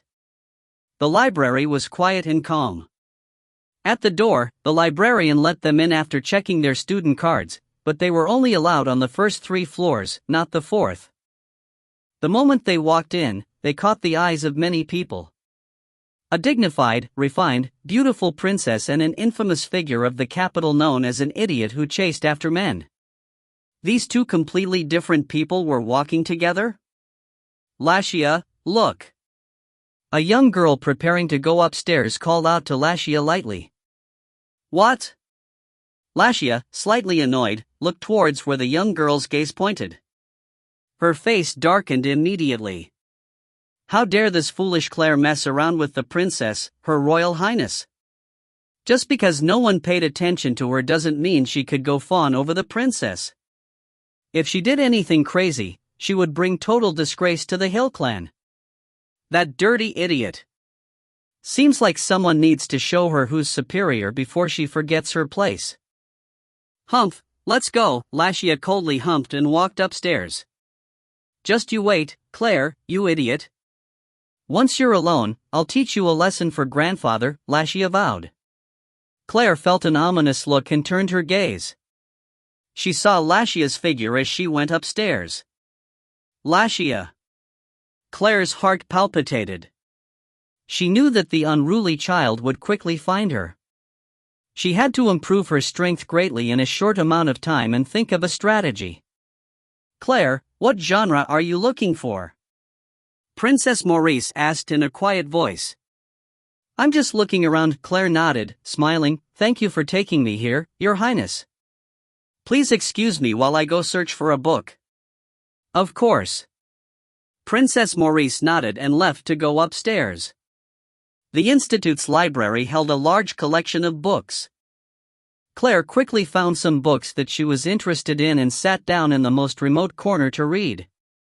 She was so focused on the books that she forgot about the time until the library was closing and the librarian came to remind her. Judging by the color of the sky, it was probably later than 9 o'clock. Claire's stomach started protesting. Because she was too focused on the books, she had forgotten to eat. Claire borrowed 2 books and left.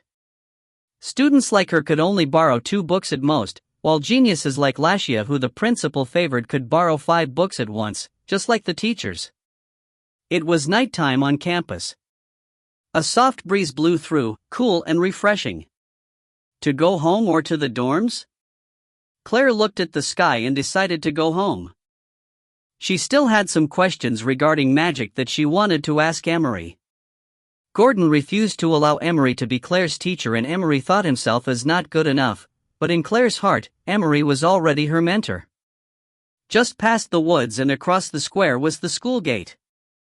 As she entered the woods, a breeze stirred. Claire stopped, her gaze flitting behind her. Coldly, she said, "Come out." Her only answer was the wind and the rustling of leaves. Claire's eyes were cold and hard. How unfortunate the young genius had to wait for so long, Claire thought sarcastically. "Humph! You idiot!" The next moment, a cold voice sounded in the woods.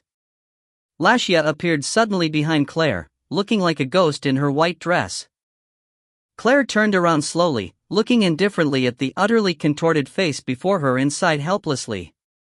This willful and impatient child, carrying out her plan so soon. Get the hell out of school and stay at home obediently. Don't come out to disgrace our family. Lashia gritted her teeth furiously. I don't know what grandfather is thinking, letting a moron like you in school. Perhaps you haven't shamed us enough? What if I refuse? A strange smile flitted across Claire's face. She didn't have time to argue with this brat. In Lashia's eyes, the smile was insolent taunting. Then I will show you what happens if you refuse. Lashia stretched out her hand abruptly, her eyes filled with hostility, already chanting. If you find any errors, ads pop-up, ads redirect, broken links, non-standard content, etc., please let us know. Report chapter so we can fix it as soon as possible. Chapter 8. Chapter 8, The Sisters Fight. While Lashia was chanting furiously, two people were watching peacefully from the depths of the woods. Worthy of her name, Lashia the genius, the magical ripple was very strong. The two glanced at each other, raising their brows. They were sure to find out what had happened to man-crazy Claire now. Claire watched coldly as Lashia, her face full of hatred, chanted quickly. She humped and rushed up. Waiting for Lashia to finish her spell? Did she, Claire, look like an obedient rabbit waiting to be beaten? Lashia's heart skipped a beat when she saw Claire rushing at her, but the spell was short and she was already finished. She waved her hand, and a bolt of lightning flew towards Claire. The lightning bolt was much stronger than the one before from when she had taught Claire a lesson. This time, Lashia was serious. Just as the bolt of lightning was about to hit Claire, Claire mumbled something quickly. In that moment, a red shield appeared in front of her. With a bang, the lightning struck the shield. The shield blinked, became transparent, then disappeared. Lashia was taken aback. It didn't hit Claire? What was that shield? Magic? The moron who always chased after men knew how to use magic? Fire shield. In the woods, both Jean and Nancy exclaimed, quiet enough so that only they could hear. Then, they glanced at each other and saw disbelief in each other's eyes. Who would have thought that the useless male crazy idiot learned magic in such a short time and knew how to use fire shield? Claire was agile and fast, but Lashia wasn't called a genius for nothing. She recovered quickly. Watching Claire draw near, Lashia backed away swiftly and suddenly floated up into the air, staying there. Wind magic? Claire knitted her brow. No. That wasn't it. Lashia was lightning attributed, and the floating technique of the wind attribute was very complex and advanced. Even if Lashia had outstanding talent, she still couldn't be so proficient in using magic that wasn't her attribute and without chanting a spell. The only possibility was that she had magic item with her, and a very valuable one at that. One that allowed her to use float instantly. Lashia looked at Claire below her, feeling astonished and scared at the same time. She had overlooked the idiot who could actually use magic. But even so, she couldn't let this embarrassment continue in the institute, because even just the presence of the man-chaser was a disgrace. The breeze bracelet, Jean and Nancy said quietly. The reason why Lashia was able to float up instantly wasn't because of the wind magic, but because of the breeze bracelet on her wrist. The principal had given her the valuable item upon her becoming his disciple. Inside the breeze bracelet was a floating spell loop, or upon infusing magic power in it, it could make you float in the air for a period of time. Although it was only for a brief moment, it was already very precious. In a battle, floating up suddenly could give you an opportunity to deal a fatal blow or escape. Lashia started chanting without hesitation, clear sky without clouds, combination of the late and the fast. Comply with the age-old contract between lightning and fire. Thunderstorm. Claire frowned and immediately opened up the fire shield. Boom. A lightning ball exploded on Claire's shield and the shield shattered immediately. Claire hit the ground with a roll, dodging the other oncoming lightning balls. Flashing lightning balls exploded around Claire. Her hair and clothes were a mess, making her a sorry figure. In the air, Lashia frowned deeply, because not a single lightning ball hit Claire. Claire's expression slowly darkened, chanting as she dodged. A tiny fireball shot towards Lashia, who was still floating in midair. Lashia sneered. Did Claire really expect to hit her at her trashy level? Lashia dodged the fireball easily. But when she turned her head, she was surprised to find more little fireballs aimed at her, coming from all directions. Claire was continuously releasing fireballs to attack Lashia. Lashia became even more scornful. Did Claire think that numbers would matter when her level was so low? Lashia avoided all the fireballs agilely and easily. But the number of fireballs didn't decrease. In fact, there were even more of them. Lashia frowned. Since when did this idiot have so much magic power to release such dense waves of fireballs? Lashia didn't pay enough attention while she was deep in thought and a tiny fireball hit the edge of her dress, setting it aflame. Lashia looked at the burning dress and her face darkened completely. She was actually hit by that fool. What a disgrace! Go die, you moron! Half-wit! Vermin! Lashia vented out all of her hatred of Claire now. She started chanting spells faster. This time, it wasn't just to teach Claire a lesson. Killing intent, Lashia's eyes now contained a killing intent. The two people hiding deep in the forest gave a start. The magical undulations were so intense. Jean gripped the sword at his waist, seemingly about to take action. Wait. At least they are sisters. Lashia wouldn't kill Claire. Nancy whispered into Jean's ear while pulling him back. Jean hesitated, but let go of the sword and stayed. However, they didn't understand that Lashia, who was always honored as the genius young girl, who was used to being praised and thought of herself as one of a kind, when wounded by what she thought of as trash, had lost her mind. This time Lashia produced lightning arrows. A sky of terrifying arrows rained toward Claire's direction. Claire frowned, quickly chanted a spell and produced the fire shield. Her gaze was ice cold. Lashia, in a fury, wanted to kill her. The terrifying lightning arrows bombarded Claire's fire shield, immediately breaking it. The next moment, Claire felt a piercing pain, like her body was ripping itself apart. The aura of death lingered around Claire. Deep craters of varying sizes were on the ground from the lightning arrows. A viscous, warm fluid flowed down Claire's arm. Blood soaked through Claire's clothes. Cough, Claire started hacking, her lungs feeling like they were burning.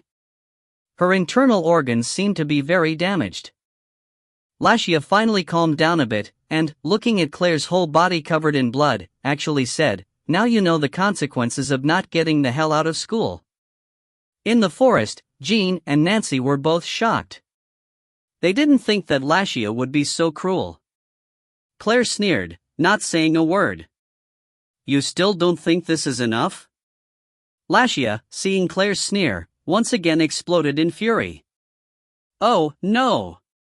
Jean exclaimed in a low voice, about to draw his sword and rush to Claire's side. If Lashia attacked again, Claire might really die. "Grandfather! Why are you here?" Suddenly, Claire asked in a surprised voice, lifting her head to stare at the space behind Lashia. "What? Grandfather?" Lashia turned around, alarmed. Both Jean and Nancy stared blankly. Where was Duke Gordon? Claire had already sprinted towards Lashia, abruptly kicking the back of Lashia's knee forcefully. As a magician, Lashia was physically weak. A magician's greatest fear was close combat, because there would be no time at all to chant spells before they lost. Lashia plopped to the ground, kneeling. But it wasn't over. Claire yanked Lashia's hand and flipped her over, then slammed her knee onto Lashia's stomach. Lashia curled up in pain. She didn't even get time to cry out before a hard object knocked into her throat. Her throat felt a fiery pain as if it would split open. It was impossible for her to speak or chant spells and even harder to breathe. I'm about to die. This was Lashia's only thought. Lashia fearfully opened her eyes, and only saw Claire's cruel eyes, like that of a death god. Claire's elbow was pressed deadly on Lashia's throat. She started to suffocate. If that elbow pressed down even harder, then the god of death would definitely descend. Lashia trembled in fear. At this moment, death's aura was so close that it could almost make people break down. Although Lashia was a genius magician, since the principal cared very specially for her, she had little battle experience. Even while hunting magic beasts for training, her seniors did most of the work. Finally, this girl, whose world revolved around her, suffered for the first time. The surrounding air seemed like it had frozen over. The wind lightly blew, lifting up Claire's blonde hair. A beauty that could take one's breath away pervaded the air. Claire looked coldly at Lashia underneath her. If she pressed down her elbow more, the headstrong child would say goodbye to the world. Jean and Nancy looked at each other, speechless. Claire's movements were so cold-blooded, like that of an assassin. First she tricked Lashia into thinking that Duke Gordon had come, then, when Lashia was still startled, she accurately attacked Lashia's weak points. Was this something that the man-chasing idiot miss could do? Claire stared coldly at the trembling Lashia beneath her, whose eyes were full of fear. She suffocated her more and more. If you find any errors, ads pop up, ads redirect, broken links, non-standard content, etc., please let us know. Report chapter so we can fix it as soon as possible. Chapter 9. Chapter 9, Forever Guarding. Claire stared coldly at the trembling Lashia beneath her, whose eyes were full of fear. She suffocated more and more. Yes, the current Claire could kill Lashia, who had intended to kill her. She was not just simply willful anymore. She was so spoiled, she didn't understand going out of bounds. It was deathly silent around them, an atmosphere so bleak, Lashia was almost about to completely break down. Suddenly, a smack sound broke the silence in the air, ringing out loud and clear. Claire had slapped Lashia heavily in the face. At that moment, Lashia couldn't see straight and nearly fainted. A handprint carved itself out of Lashia's beautiful cheek, and a stream of blood trickled out the corner of her lip. You must thank Mother. If it wasn't for Mother, I would have killed you today. Claire whispered the icy and cruel words into Lashia's ear. She sounded like a demon from the underworld, making one tremble. Lashia saw Claire's eyes that were as cold as glaciers and felt a spasm of fear. She knew Claire was serious. If she did anything that displeased Claire right now, she would be murdered brutally. Absolutely, it would absolutely happen. Jean and Nancy, still hidden in the woods, were utterly astonished. The young girl was covered in blood with golden locks floating with the wind and had a coldly resolute expression, emitting boldness that couldn't be measured. This person, was she really the man-crazy failure Claire from before? Claire let go of the still trembling Lashia scornfully, and looked up to sneer deliberately into the woods. My loyal knight, how long are you going to keep watching? Jean and Nancy felt a chilling air rise slowly about them, making them tremble. It gave off a strange feeling, as if their souls were being seen through, making them breathless. With losses on both sides, Claire had only bitterly won. Not long after, in the Hill clan's large study, Gordon's expression was heavy. Nancy and Jean stood aside, keeping quiet. Standing before him was Lashia, who was already treated in Claire. Lashia. Starting today, you are grounded for 1 month and not allowed to go anywhere. It was obvious that Gordon was truly mad now. He had never scolded Lashia with such rage, nor punished her like this before. Being grounded in the Hill clan wasn't as simple as staying home, but as for how it was like, only those who had experienced it before knew. But the only thing certain was that it was definitely not anything relaxing.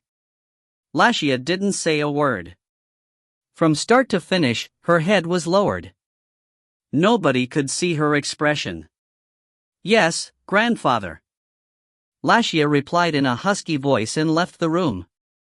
Her voice was almost permanently destroyed by Claire. The healer had spent all of his magical power on preserving it. Only after Lashia left did Gordon stand up and walk towards Claire, sighing, eyes full of tenderness. "Claire, Lashia has always been too spoiled by us, therefore leading to what happened today. But she is, after all, your younger sister. I hope you don't mind it too much."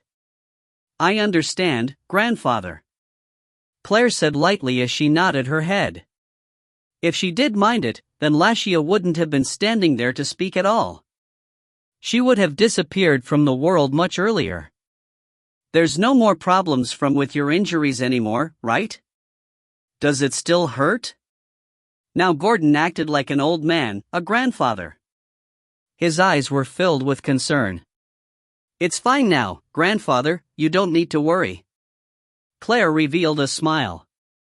It was the truth, the healer was very effective at treating superficial wounds. Good. Gordon was finally relieved. "But, grandfather, some things cannot be let off whether or not I mind it," Claire said lightly, suddenly smiling icily. "Oh?" Gordon looked at Claire, both surprised and confused. Claire turned around, lifted her chin, and looked down at Jean with scorn. She said sharply, "I, Claire Hill, hereby declare that I have no more need of a guardian knight. From now on, Jean Raymond is no longer the guardian knight of me, Claire Hill. Our relationship is over." In that split second, everyone froze. Even the air felt completely frozen. Claire's radiant face was full of resolution and pride. Jean's face immediately paled. Gordon's complexion changed rapidly. Nancy was so shocked he couldn't even think. Knights, the symbol of loyalty. Every knight followed the code of knights, using it to guide his or her actions. They were the embodiments of a hero. Loyalty, of faith, glory, courage. Claire stared fiercely at Jean, stating each word strongly and clearly. Each word felt like a hammer to Jean's heart. "What part of the code of knights did you fulfill? When my life was in danger, what were you doing? You and His Highness, the second prince, were standing by, doing nothing. Loyalty? The whole thing was a joke." In that instant, Claire released a threatening demeanor that caused them to lose their ability to think. "I do not need such an unloyal, unfaithful knight." Claire's eyes shot out a frightening glare. To a knight, exile was the greatest disgrace. Exile meant that Jean no longer qualified as a knight. He wouldn't be accepted again no matter where he went. "Miss Claire," Nancy finally opened his mouth to speak. How did things progress to this degree, a situation he didn't want to see? And he was the one that stopped Jean from rescuing Claire. "Your Royal Highness, Honorable Second Prince, I do believe this is our family's business. You don't have the right to interfere, do you?" Claire raised her head regally, not showing any mercy. Nancy faltered, unable to speak. He had never seen such an aggressive Claire before. Her whole being seemed to shine, so bright one wouldn't be able to open their eyes. Gordon's complexion finally returned to normal and he coughed slightly. "Indeed, Claire, this time was Jean's misstep, and you can punish him however you want. But you can't sever your relationship. This relationship was established since you were born. Not only will he guard over you now, but he will also do so in the future. It was only a careless error and I'm sure this won't happen again." "Yes, Miss Claire," Nancy hurriedly said. "It was completely my fault. In the beginning when Jean was about to rescue you, it was I who stopped him. I swear everything I said was the truth and definitely not biased towards him." Claire was silent and didn't say a thing. Gordon frowned at Jean and gave a meaningful glance. "Miss, everything that happened was completely due to my neglect, and I'm willing to accept my punishment." Jean abruptly pulled out the sword at his waist, and without blinking, thrusted the sword into his right leg. The sharp, long sword immediately pierced all the way through his thigh. Fresh blood flooded out. It was clear how much force he used. But Jean acted like he didn't feel it at all, his expression unchanged. Claire watched the happenings coldly. Gordon Hill looked at her, and Nancy glanced at Jean worriedly. There really wasn't any need to be concerned about the state of Jean's injury. It was nothing to a grand warrior. Besides, there were always healers who could treat him. What Nancy was actually worried about was that Claire still wanted to sever their relationship. Claire stayed silent. I, Jean Raymond, hereby swear to loyally and faithfully guard Claire Hill for the rest of my life. Never to change, and never to abandon. Abruptly, Jean knelt down on one knee, clenched his right hand into a fist, and struck his chest. He looked at Claire, unusually solemn. Claire just stared at Jean coldly, and Jean just continued kneeling on one knee. He stared back resolutely at the aloof, young girl, his eyes full of determination. The atmosphere in the study was so dense, it felt suffocating. No one spoke. All that existed was the sound of breathing. If you find any errors, ads pop up, ads redirect, broken links, non-standard content, etc., please let us know. Report chapter so we can fix it as soon as possible. Chapter 10. Chapter 10, The Valuable Space Teleportation Scroll. The atmosphere in the study was so dense it felt suffocating. No one spoke. All that existed was the sound of breathing. I hope you uphold your promise, Claire said indifferent and coldly. Gordon and Nancy both let out a quiet sigh of relief. Not bad, not bad. Claire forgave her guardian knight. Grandfather, I'll be going first back to my room to rest. Claire curtsied towards Gordon. Yes, you should rest properly. Gordon nodded affectionately. After curtsying to Nancy, she left. Nobody saw the profound look in her eyes after she exited. After the study's door closed, Gordon let out a long sigh.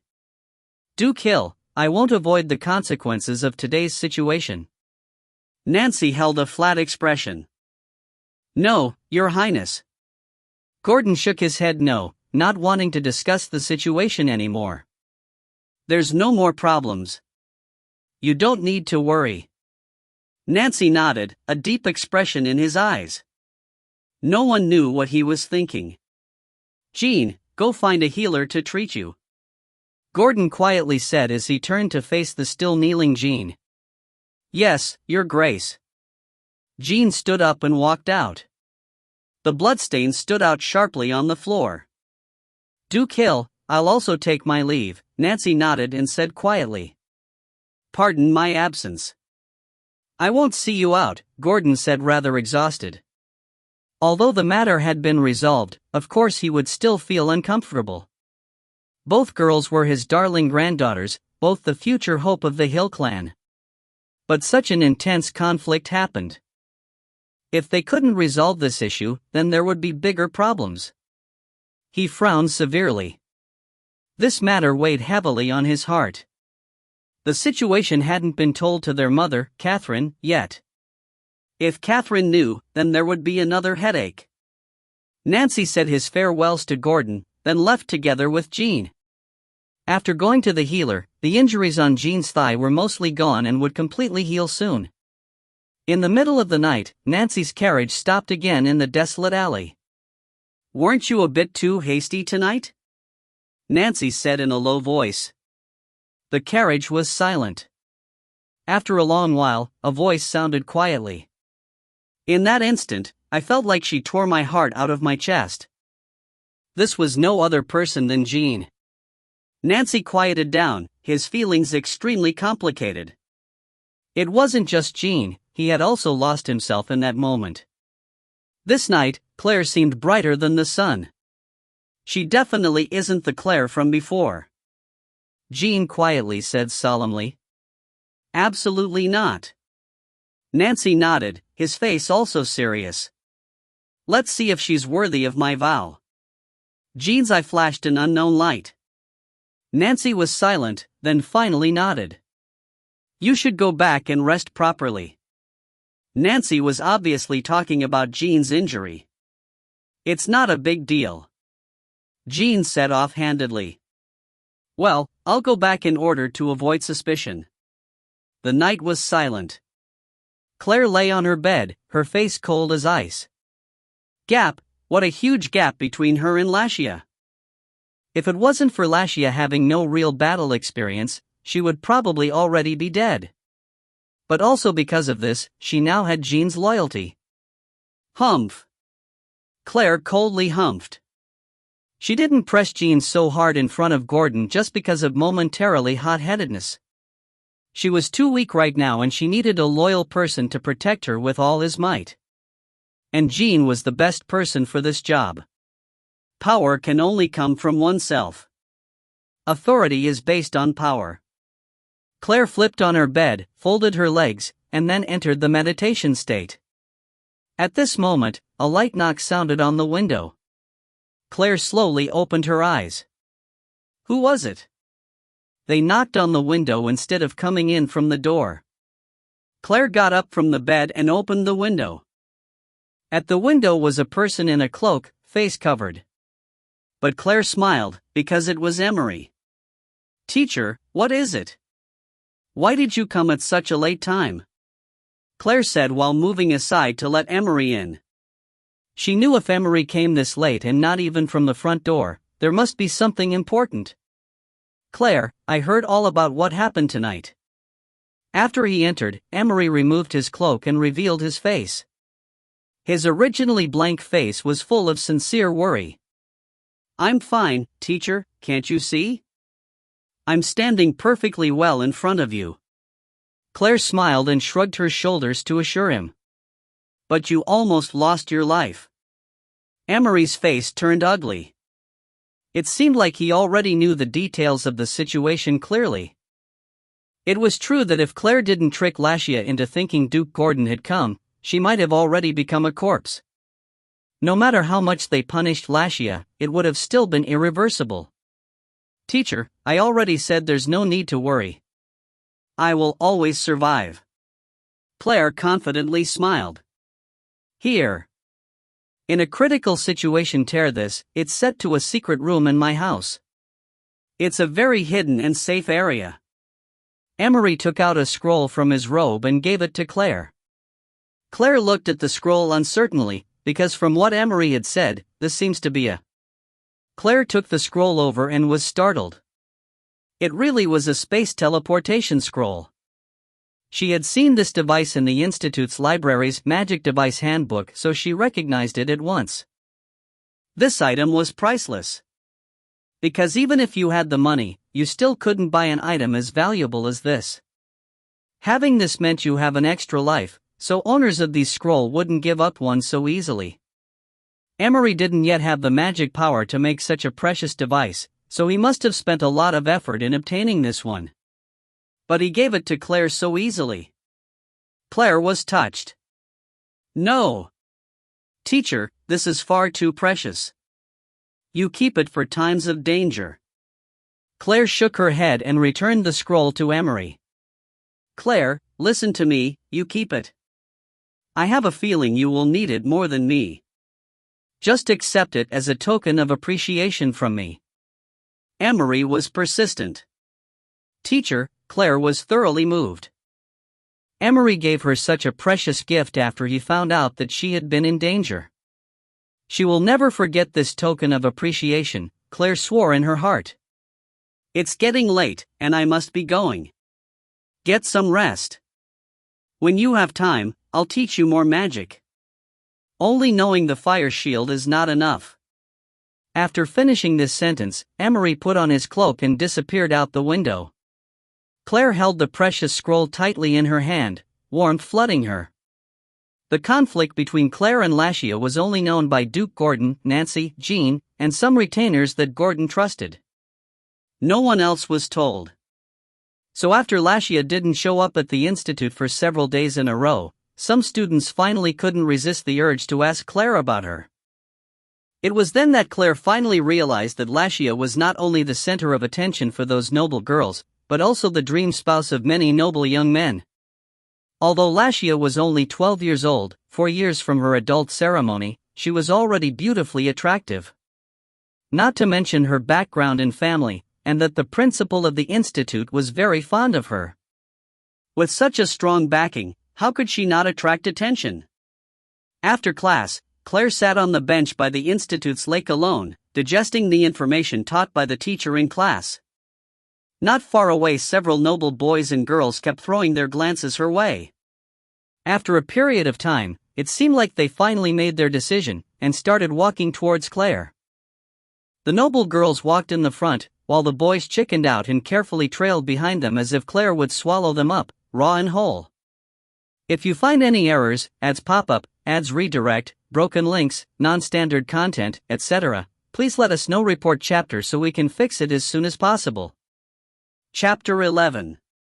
Chapter 11, Arcanum. A small group of people carefully walked over. Their eyes were full of loathing and disgust, not bothering to hide it.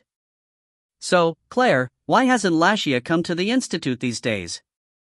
A noble lady who was Lashia's best friend asked in a low voice while suppressing her hate. Claire rose and coldly looked at the group of adolescents. She didn't want to have anything to do with them. Claire knew their intentions clearly. If it wasn't for Lashia, these people would have never talked to her. The group of people saw the cold look in her eyes and started to get nervous. I don't know. Claire turned to leave, paying no attention to the group. Right now, she wanted to find a peaceful place to absorb the day's lesson, not waste time on responding to these senseless people. What kind of attitude is that? You don't know? You're Lashia's older sister, how could you not know? The most impulsive boy of the group finally couldn't hold back and blurted out. Lashia had not appeared for many days. As one of Lashia's most faithful fans, he was naturally anxious to know. Claire didn't respond to their shouts and continued on her way. Talking to these conceited and foolish nobles was a complete waste of time. Stop right there. What kind of attitude is that? You man chaser. Finally, that impulsive noble made some lousy word choices and spoke out rudely. The leading girl glared at the person who just spoke. Obviously, even if he was telling the truth, it was still very rude. Claire looked back a little and indifferently cast a gaze at them. Just this indifferent look made them feel so cold it was as if they were in an ice house. That kind of icy coldness pierced through their bones, pierced through their soul and made them shiver. What kind of look was that, without any emotion? There was only coldness, cruelty, and bloodlust. The small crowd just stood there, stunned, their minds blank. Claire turned her head back around and kept on walking, leaving the people who were too stunned to move where they were. Not until when Claire disappeared from their eyesight, did the students come back to their senses. Who is she? The boy that was rude before opened his mouth nervously. The crowd kept silent. That definitely was the infamous man-crazy Claire, but why was she totally not like herself? So ruthless, so frightening. For 1 month, Lashia didn't show up. And 1 month later there was no school because of summer break. During this 1 month, Emery was astonished to find that he had totally no idea how much Claire had improved. Claire always brought him surprises. The Hill Castle. Claire, what do you plan on doing during the 2 months of summer break? Emery asked as he watched Claire play with 5 fireballs on her 5 fingers. To control so many fireballs at the same time with such precision would come to him as a shock if someone else did it. But for Claire it wasn't strange. In only a month, Claire had given him too many surprises. Teacher, I keep feeling like I'm missing something, but I don't know what it is. Claire extinguished the fireballs in her hand, a little distressed. Do not be impatient, Claire, there's still much to learn. You can't learn everything in just a short period of time. Remember, never be impatient. Emery misunderstood Claire and thought that Claire wanted to learn more. No, teacher, I'm not talking about this. Claire shook her head slightly. I have always kept teachers' words in my heart. Learning magic is a slow process and you can't be impatient. Then what are you talking about? Amory was confused. I'm not sure either. It's just that a few times I seem to have grasped something, but the next moment it disappears. Claire said, a bit troubled. Amory frowned, thinking. Since enrolling in school, Claire had not been tested again. Is she on the verge of a breakthrough? I keep feeling that magic is too simple and bare, but I don't know why. Claire said in a low tone. Maybe, perhaps, Amory hesitated. What? Teacher? It was Claire's turn to be confused. Maybe your mental power is strong enough to study that arcanum. Amory still hesitated to tell Claire to go search for that arcanum. It was dangerous to study arcanum, because if your mental power was not strong enough, there would only be two outcomes: die slowly or die quickly. Teacher, what is it? Claire became interested. Well, you know that all magic has forms. It doesn't matter if it's a magician or warrior, all their attacks are tangible. For magic, the longer the chant, the more powerful the spell. At those times, a warrior is needed to protect the magician. Of course, the dochi of warriors also has forms. Amory cleared his throat and said seriously, but there is a kind of attack that is invisible and very hard to detect and defend against. Really? Claire was even more interested. That's right, Amory nodded, then added seriously, but the learning risk is also higher. Teacher, what is it? Claire urged. Amory didn't speak, but looked around, took out a magic wand and waved it lightly in the air. A light blue circle rippled out and covered the entire room. Claire knew that this magic hood blocked all magic so no one could eavesdrop. After finishing all these, Amory put away his wand and said in a low tone, mental assault. Claire was dumbfounded. Mental assault. Attacking a person's mind directly has no tangible form and no way to detect beforehand. Amory was very solemn. Of course, it doesn't affect those who are truly powerful, but to a normal person it is very effective.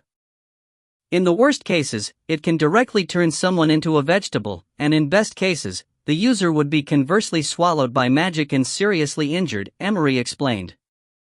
Of course, this kind of arcanum is looked down by many people because they can't grasp, use, or defend against this magic. So, I understand, teacher. A cold smile emerged from Claire's lips. Humans are always afraid of uncontrollable, foreign things. They then try to destroy them with all their might. This time Amory was dumbfounded. Such a philosophical thought came from this young girl who was only 13. Teacher, how would I be able to learn such an arcanum? Tell me please. Claire's eyes were filled with excitement and challenge. Okay. Amory nodded. He didn't think of Claire as a child now anymore, but as an adult. I once had a friend who learned the arcanum, but unfortunately, he didn't comprehend the essence. So, Amory's expression became heavy. Sorry, teacher, for reminding you of such a heartbreaking matter, Claire guiltily apologized. No, Claire. I had urged him not to do so, but he didn't listen. Amory organized his emotions and continued on. He hid the arcanum in his secret chamber where he lives in seclusion, wishing I would go get it someday. But for me, I never want to touch it. Claire didn't speak, listening intently. I will give you a map of his secluded retreat. It's right in the middle of Gale Gorge. Use the summer break to go develop your skills there. Real-life combat always overrules theories. The magical beasts at the mouth of Gale Gorge are all pretty low level, and you have Jean as a companion, so I'm sure you'll be fine. But remember, do not go deep into Gale Gorge. This, you must promise me, and only then will I give you the map. Amory spoke to Claire in a solemn tone. Claire felt very touched. She knew Amory had said this because he was worried for her. Only after Claire nodded and solemnly promised to Amory did he pull out a map from his bosom and give it to Claire. You must be careful. When you come across a dangerous situation that you are unable to cope with, get Jean to shield you and immediately use the space teleportation scroll, okay? Amory warned again. Although he wouldn't admit Claire was his disciple, he still treated her as if she were his only disciple. Teacher, don't worry. I will definitely safely return, Claire replied while smiling. Good. Amory smiled and nodded. When Claire suggested to use the summer break to go to Gale Gorge to train, Duke Gordon was extremely happy. The Hill family never had a pampered child. Only Catherine was really worried. Duke Gordon had to spend a lot of effort comforting her in order to make her concede. Claire's two older brothers weren't at home yet. One was still in his legions, and the other was in the Imperial Palace acting as the captain of the Griffin Squad. Her father was getting rid of problems at the frontier. Without any ceremony, Duke Gordon gave Claire enough money and sent her and Jean off riding their horses, keeping everything low-key. So, on this refreshing morning, the two left on their horses. Nobody would believe that just outside the city gates, Claire would meet a person that would influence her greatly for the rest of her life. If you find any errors, ads pop up, ads redirect, broken links, non-standard content, etc., please let us know. Report chapter so we can fix it as soon as possible. Chapter 12. Chapter 12, Strange Old Man. In the early morning, the capital city, Bert, was not quiet at all. Guards were patrolling the city, and merchants were diligently preparing their shops for business. On the West City entrance it was more noisy because this was where the headquarters of the biggest mercenary guild of Parkland was located. This was a paradise for mercenaries and adventurers. Also, a road not far away already had heavy traffic of bustling horses and carriages. A variety of shops lined the road, purchasing items from mercenaries and then selling them. The west part of Bert also housed the biggest auction house and slave market, so of course it was the most lively part of the city. Naturally, there were many powerful people hidden in the crowd as well. Miss, why did you come here? Jean asked, looking confusedly at Claire walking toward the mercenary guild. To register as a mercenary. Claire didn't bother to explain. By becoming a mercenary, you could complete tasks that suited your level and in turn, get gold coins. As a magician, magic supplies were always exceptionally expensive and their materials were even more rare. Just because you had money doesn't mean you could go to any magic shop and get the supplies you wanted. Magic materials that mercenaries risked their lives for would be auctioned off at the auction house. Those prices would naturally be off the charts. Claire didn't want to ask for money in order to buy these expensive materials. Jean looked at Claire's aloof face, stopped talking, and walked towards the mercenary registry. Claire quietly waited in the mercenary guild's hallway and looked at a wall filled with lists of tasks. From commissions to finding common medicinal herbs, to killing formidable magic beasts, the tasks' difficulty levels were from F to A. Even higher were S and even SS, they were posted there too. But the highest level of difficulty on the list, SSS, was blank. Up until now, the most difficult mission had never appeared. In the hall, mercenaries of all classes clustered into various small groups and were discussing something. This was a world that Claire was unfamiliar with. Looking for heartbreak grass? F class, the lowest level task. This type of herb grows just beyond the entrance of Gale Gorge. Newly registered mercenaries can only accept this kind of task.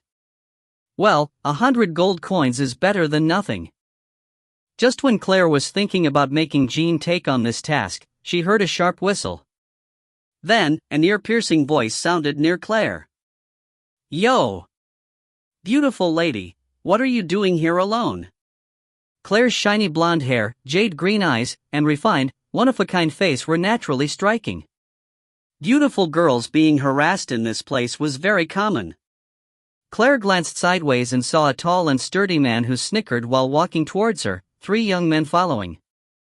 The sturdy man in the front was obviously a warrior, and the 3 young men behind him were archers and magicians. The surrounding people carried on what they were doing without so much as a glance. Obviously this kind of situation had happened before. Female mercenaries, especially pretty ones, generally came with fellow mercenaries. It was unwise for female mercenaries to come alone to this place where the good and bad were mixed together. The tall and sturdy man looked Claire up and down unscrupulously. As for the younger men behind him, some looked helpless, some looked indifferent, and some treated it as if it was normal. Accepting tasks, Claire concisely said. Aha, so you're also a mercenary. After hearing that, the tall and sturdy man became a little excited. Which mercenary group was this petite beauty from? Pretty little lady, why not join our mercenary group, Iron Blood? We distribute fairly, and if there is equipment that fits your class, we will prioritize and give it to you first. No thanks. Claire icily declined. But it was apparent the tall and sturdy man had no plans on giving up. Instead, he continued to say, our Iron Blood mercenary group is the second biggest mercenary group in the country. If you join, you will definitely not be mistreated. Oh yeah, I haven't even asked, what is your profession? Claire turned her head to look at Jean, who had finished registering, and she walked over with no hesitation. When the tall and sturdy man saw Claire had ignored him, his eyes followed where she was looking and he saw a handsome young man walking over. His face immediately steamed red. The men behind him roared with laughter. Jackson, you made this stupid mistake again. The meaning of these words were obvious. The man called Jackson kept hitting on girls who already had a partner. Although he was angry, the tall and sturdy man didn't really do much, and only said embarrassedly, since you have company, I won't bother you anymore. Claire indifferently nodded and the man and his group left to take up a mission. Jean, also go take on that task, Claire said while pointing at the F-level task of finding medicinal herbs. That task was easy and had no time or quantity limit. In other words, the person who gave out the mission would accept any number of the herbs at any time. 1 breakhard grass for 100 gold coins, meaning the more herbs you found, the more gold coins you earned. Miss, what were those people doing? Jean asked, frowning at the people who just left Claire. Nothing. They were just mercenaries receiving tasks. Also, when we're outside, don't call me miss, call me by my name. Claire replied in a low voice. Although the leading mercenary was frivolous, he didn't really do anything rude. Although his gaze was a bit lecherous, he didn't take action, so his nature was not wicked. There was no need to fuss or bother. Also, the mercenary guild did not allow fighting here. Yes, Claire. Jean was surprisingly flexible. After receiving the mission, Claire and Jean walked to the city gates. The city gates were already bustling with activity. People continuously entered, but everyone was orderly to pay the entrance tax. As Claire and Jean walked out the gates, Claire suddenly felt a shift in the air behind her. She instinctively moved back her right foot.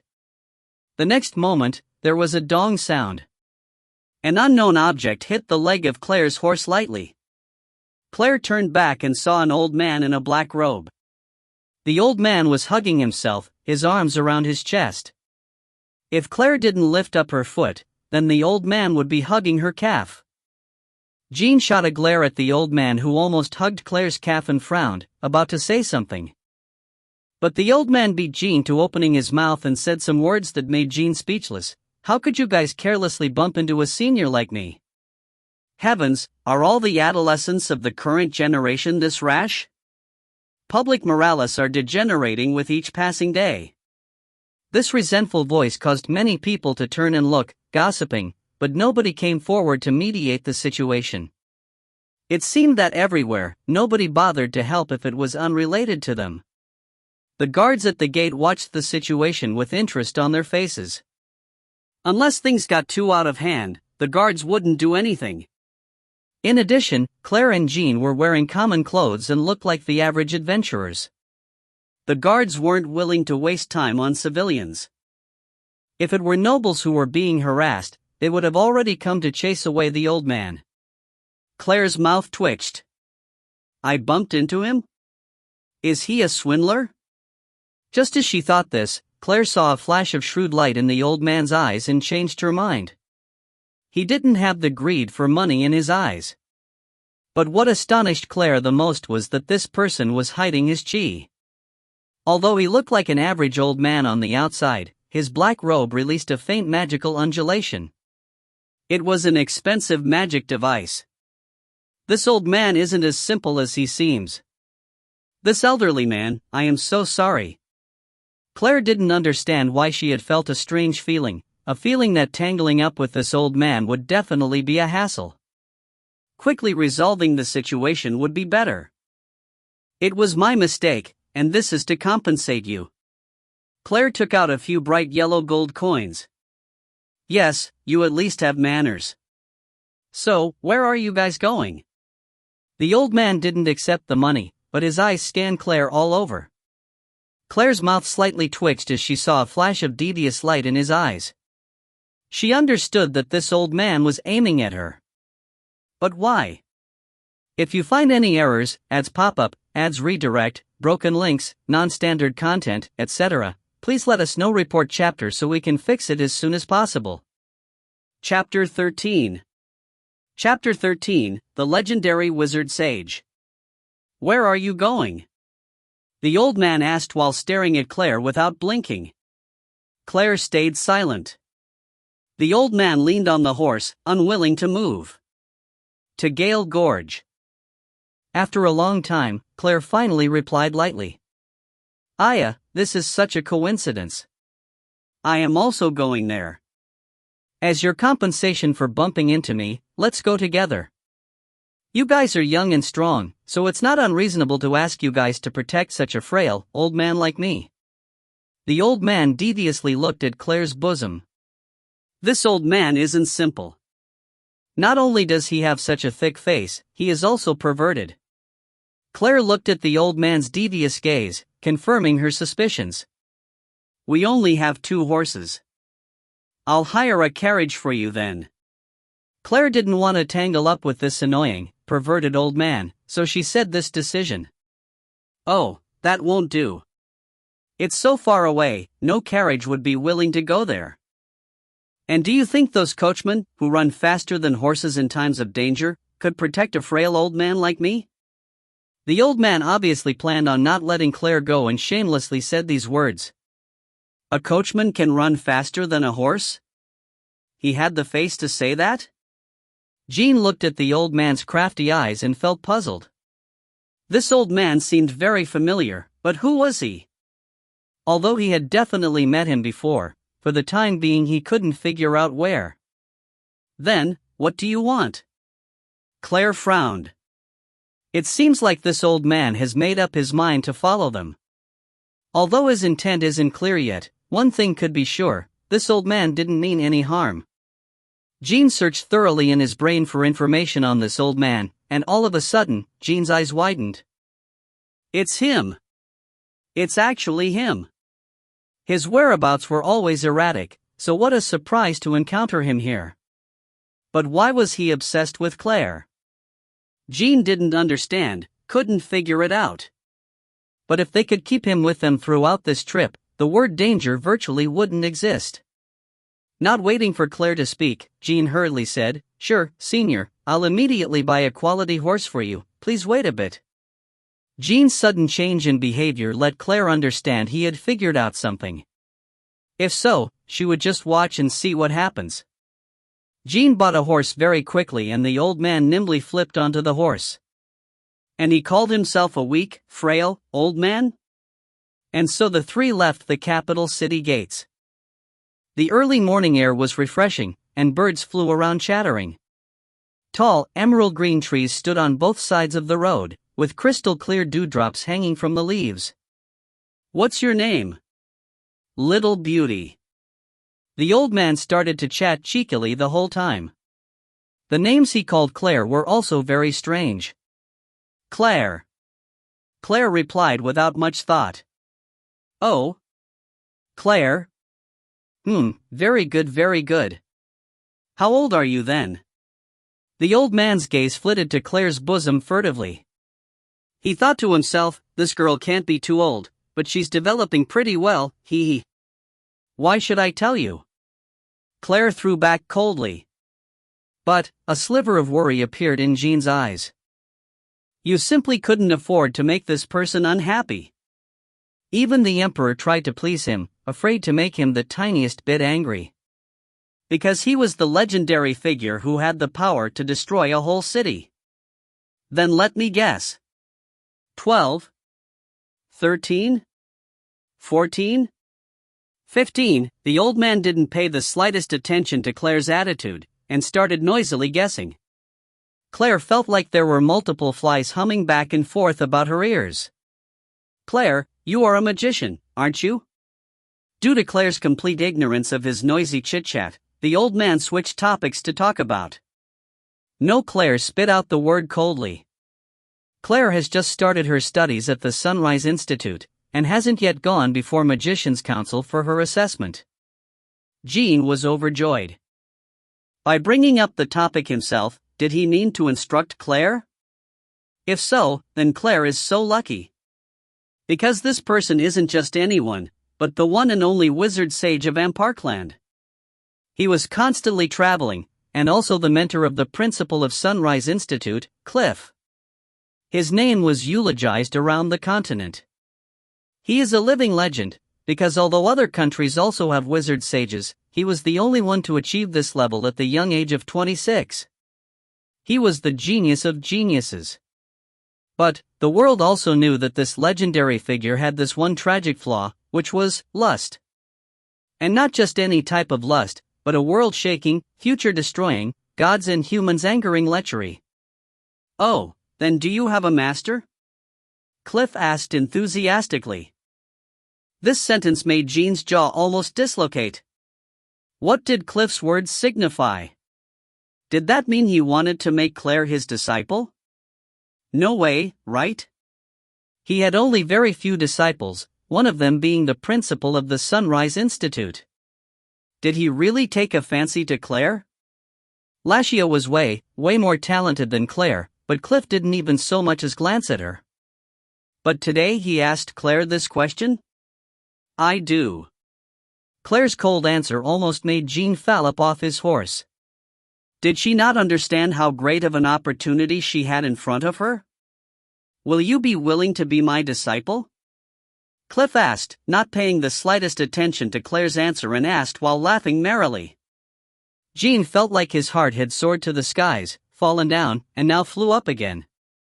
No. Claire rejected indifferently. She knew clearly that one person could have only one master. Jean's heart plummeted. He felt as if his heart had been on an overexciting roller coaster. Do you know who I am?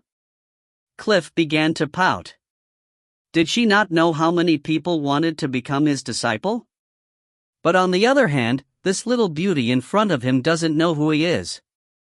This must be the reason for her attitude. An obscene and perverted old man. Claire's mouth started to become poisonous. Jean's expression instantly changed. Even though what Claire said was the undeniable truth, this person was Cliff. Ahem, Cliff coughed slightly, but he didn't get embarrassed or angry. Instead, he opened up a new topic. I'm Cliff. Great Master Cliff, so it's you. As our country's only wizard sage, you were always a legendary figure. What brings you here today? Jean immediately pointed out Cliff's identity, obviously to let Claire know that this perverted old man could not be offended. It would be best if she could become his disciple. Claire raised her eyebrows slightly. Cliff? That legendary person who was a genius among geniuses? The master of the Sunrise Institute's principal? Amparkland's only wizard sage? Actually had this kind of disgusting behavior. Thick-skinned, lust that reached the skies, and extremely vulgar. But Jean felt extremely puzzled. Why did the legendary Cliff take a fancy to Claire? And wanted to accept her as a disciple? It would be too far-fetched to say he only wanted to recruit her based on her beauty, because beautiful female magicians were everywhere. The only reason would be that Claire had something special that he and others didn't know, but it was discovered by Cliff. Claire thought back to Gordon's counsel, telling her not to reveal to any outsiders her over-the-top talent before she met that person. Never before. And only that person could be her master. Was it this person whom grandfather was talking about? Claire guessed. From his status and identity, 9 out of 10 it was him. If it was like that. An imperceivable, crafty grin appeared in Claire's eyes. You want to be my master? Claire asked as she turned to look at the lascivious old man, Cliff, who was closely following on his horse and still looking at her bosom vulgarly. Cliff came back to his senses, looked at Claire with raised brows, and released a strange ripple of magic from his body. Cliff's voice sounded directly in Claire's head without Jean hearing. Little beauty, your talent is rarely seen in a millennium. Be my disciple and I promise you will be treated more than fairly. That vulgar voice sounded exactly like a child trafficker tricking a little girl. Claire understood this must be a very high-level magic, to go so far as to directly talk into the mind and not let anyone else hear. By showing her this move, the old man was indicating that he was very powerful. Well, Claire frowned, seemingly thinking very deeply, unable to decide. Her hesitant appearance made Cliff a little worried. At the city gates he had seen the pretty Claire at once, and then was amazed as he discovered Claire's hidden talent. How could he give up on such a treasure? He must make her his disciple. If it was this girl, his legacy could definitely be passed on. And she could definitely rival that old man's disciple. Humph! That despicable, loathsome, shameless, vulgar, pretentious, and deserved a beating old man. Just wait and see, old man. If you find any errors, ads pop up, ads redirect, broken links, non-standard content, etc. Please let us know. Report chapter so we can fix it as soon as possible. Chapter 14. Chapter 14, Precious Gifts. Claire definitely wasn't a kind-hearted person. That old man Cliff currently wanted Claire so much that his eyes turned red. It was a pity that he didn't discover this point. Jean slowed down, waited until the two were in front, and then followed behind. Why would I want to become your disciple? Claire frowned in a reluctant manner. If you become my disciple, you could walk sideways. Cliff stuck out his chest ostentatiously, looking like an upstart. Well, of course this was true. Not only was Cliff perverted, but he was also very protective. Even if his disciples were in the wrong first, he would still side with them and protect them like a mother hen would to her chicks from the eagle whenever they needed it. Of course, becoming his disciple wasn't easy, it was actually very hard. So far, he had only 2 disciples. Claire was going to be his third. What's so good about this? Claire looked disdainful. I don't see anything good. Get something more realistic. Cliff opened and closed his mouth and rolled his eyes, but he was actually very happy. The little beauty saying those words meant there was a chance. Here you go, little beauty. Once you crush this, you can summon the spirit of a 2-winged angel to protect you. Out of nowhere, a necklace appeared in Cliff's hand. The pendant was translucent, shaped like a teardrop, glittering in the sun. He had gotten this when he won a bet with that disgraceful, despicable, vulgar geezer. He had won so much in that bet that it made up for the fact that none of his disciples were as good as the geezer's disciples. Claire grabbed it with one hand without the slightest trace of modesty. Looking at Cliff, who didn't look pained at all, Claire knew this valuable item was probably nothing to him. Now can you call me master? Cliff asked, with a little hee-hee. But Claire swung the necklace about and said, you can only use this once, and it disappears after you crush it, right? What happens if the other person is very strong and insta-kills the thing that I summon? Then wouldn't I be dead anyways? Your disciple, the principal of the Sunrise Institute, gave his disciple the breeze bracelet. Claire swung the necklace around in the air disdainfully. But to herself she thought, this guy is a wizard sage, so he should have a lot more good stuff. And he wants to fool me with this? Cliff blinked his eyes, not looking guilty at all, and suddenly started laughing craftily. What's good about that? Here, I'll give you this and this. With a wave of his hand, more items appeared out of thin air. Claire knew that Cliff must have the legendary space storage to pull things out of nowhere. But whether it was a space ring or a space bag she couldn't know for sure. What are those? Claire asked, staring, baffled at the inconspicuous items in Cliff's hands. This is an invisibility cape. It can make you invisible, but only for 10 minutes.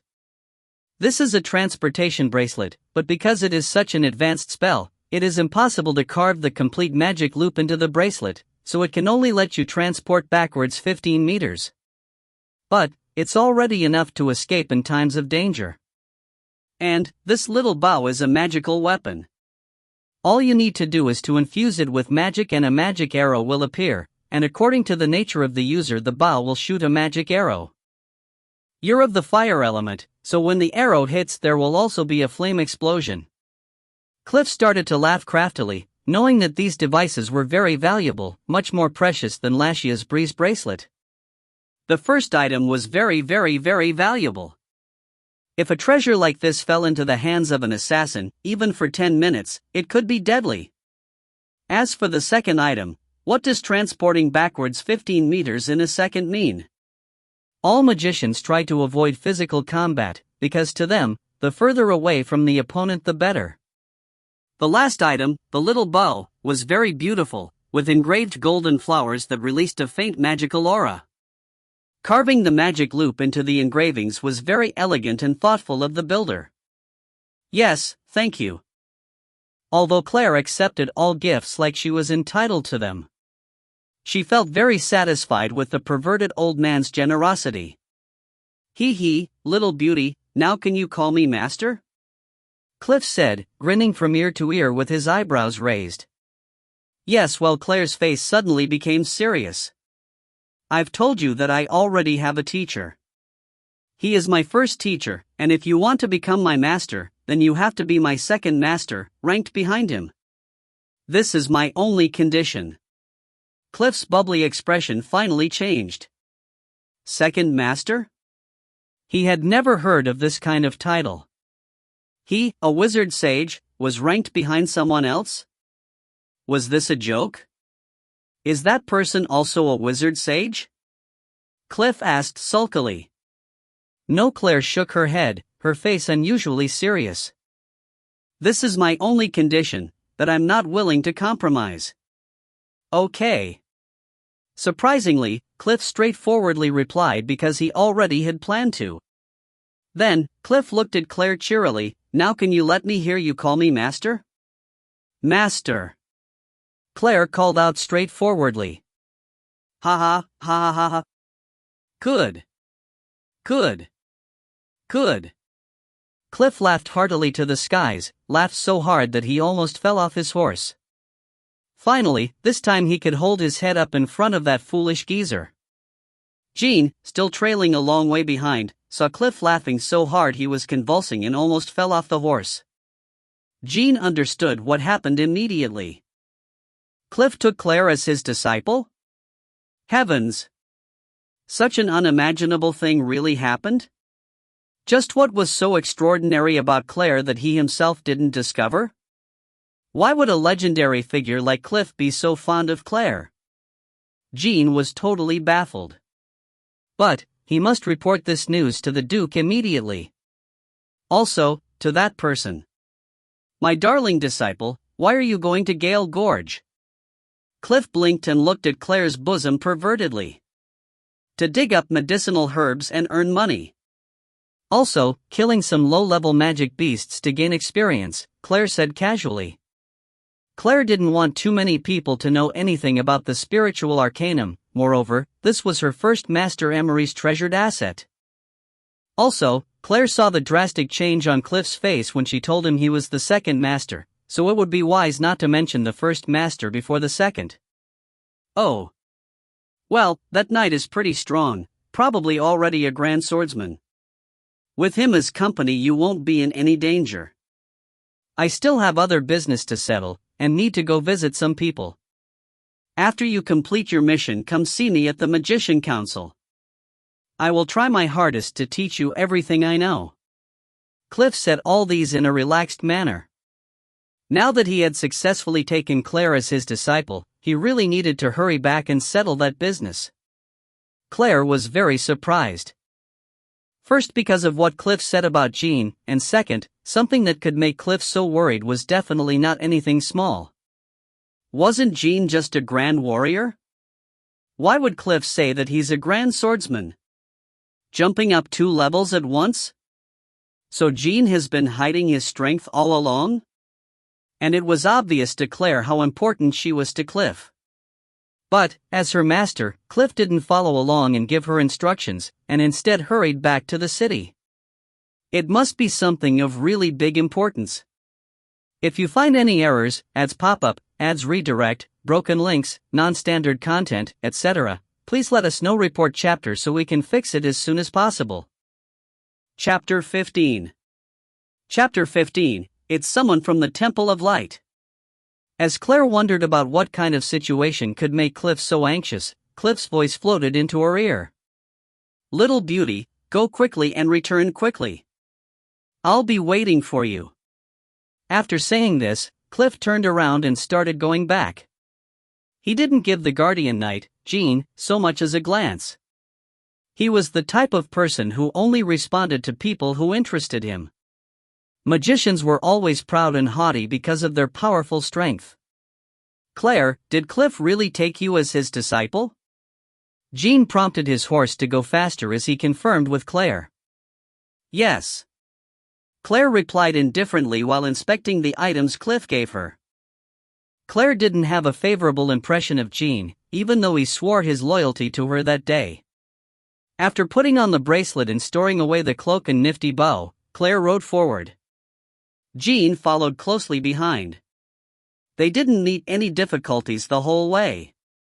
Because if a group of just 2 people, 1 magician and 1 warrior, was setting out for Gale Gorge, they were either novices or a group that was very strong.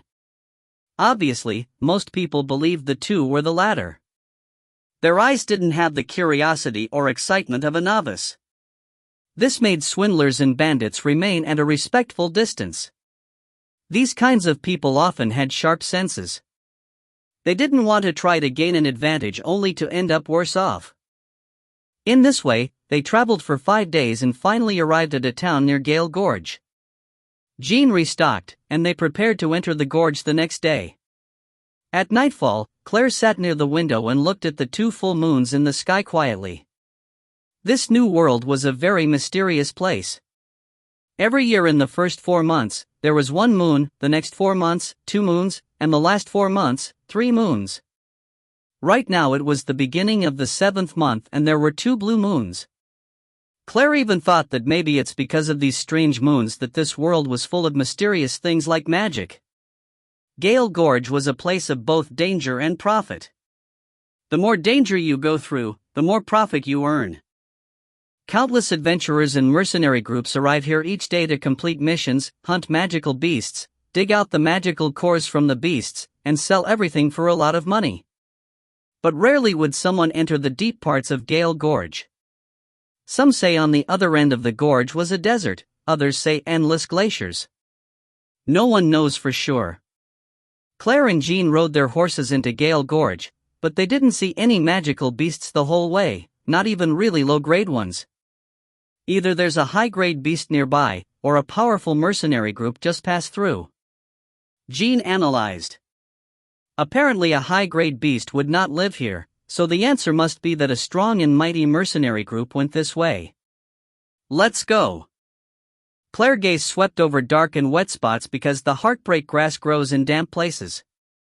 But even after searching they didn't find anything. The depth and width of Gale Gorge was beyond imagination. Further in, the path had become too narrow for horses to enter, so the 2 of them had to leave their steeds and travel on foot. After traveling for a long time, it was gradually getting dark, and they had only found 3 heartbreak grass. Let's set up camp right up front. There's a clearing. Evidently, Jean had come here before. Claire nodded but didn't say anything. As the 2 made their way forward, they heard strange noises, as if someone was fighting. The smell of blood floated in the air, accompanied by men shouting and wolves howling. It's a wind wolf pack. Jean frowned. Someone was obviously attacked by the wind wolves and struggling hard. Wind wolves were only third-grade beasts, but they were especially bothersome because they could spit out wind blades that were very damaging, and they lived in packs. Ruthless and cold-blooded, and also possessing enough intelligence, wind wolves were annoying animals that lived on revenge. "Damn it, Dadini is gonna fight you to death." A familiar bold voice sounded out in rage. Immediately another voice rebuked him worriedly, "Jackson, don't do anything impulsive." Oh, Claire realized. This is the voice she heard at the mercenary guild.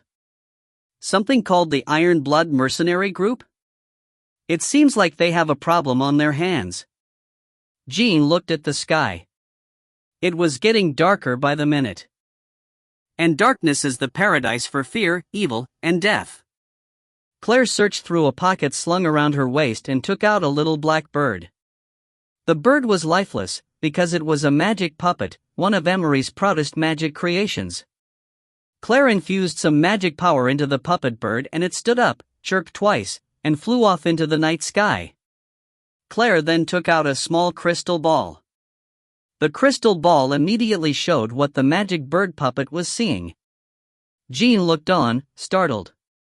That poker-faced Emery, old-fashioned and stingy, actually taught his special skill to Claire. The tiny crystal globe showed that the group of mercenaries seemed to be in a difficult predicament, with still more wind wolves waiting around. They seemed to be waiting for darkness and night. Wheel formation, both the simplest and most efficient.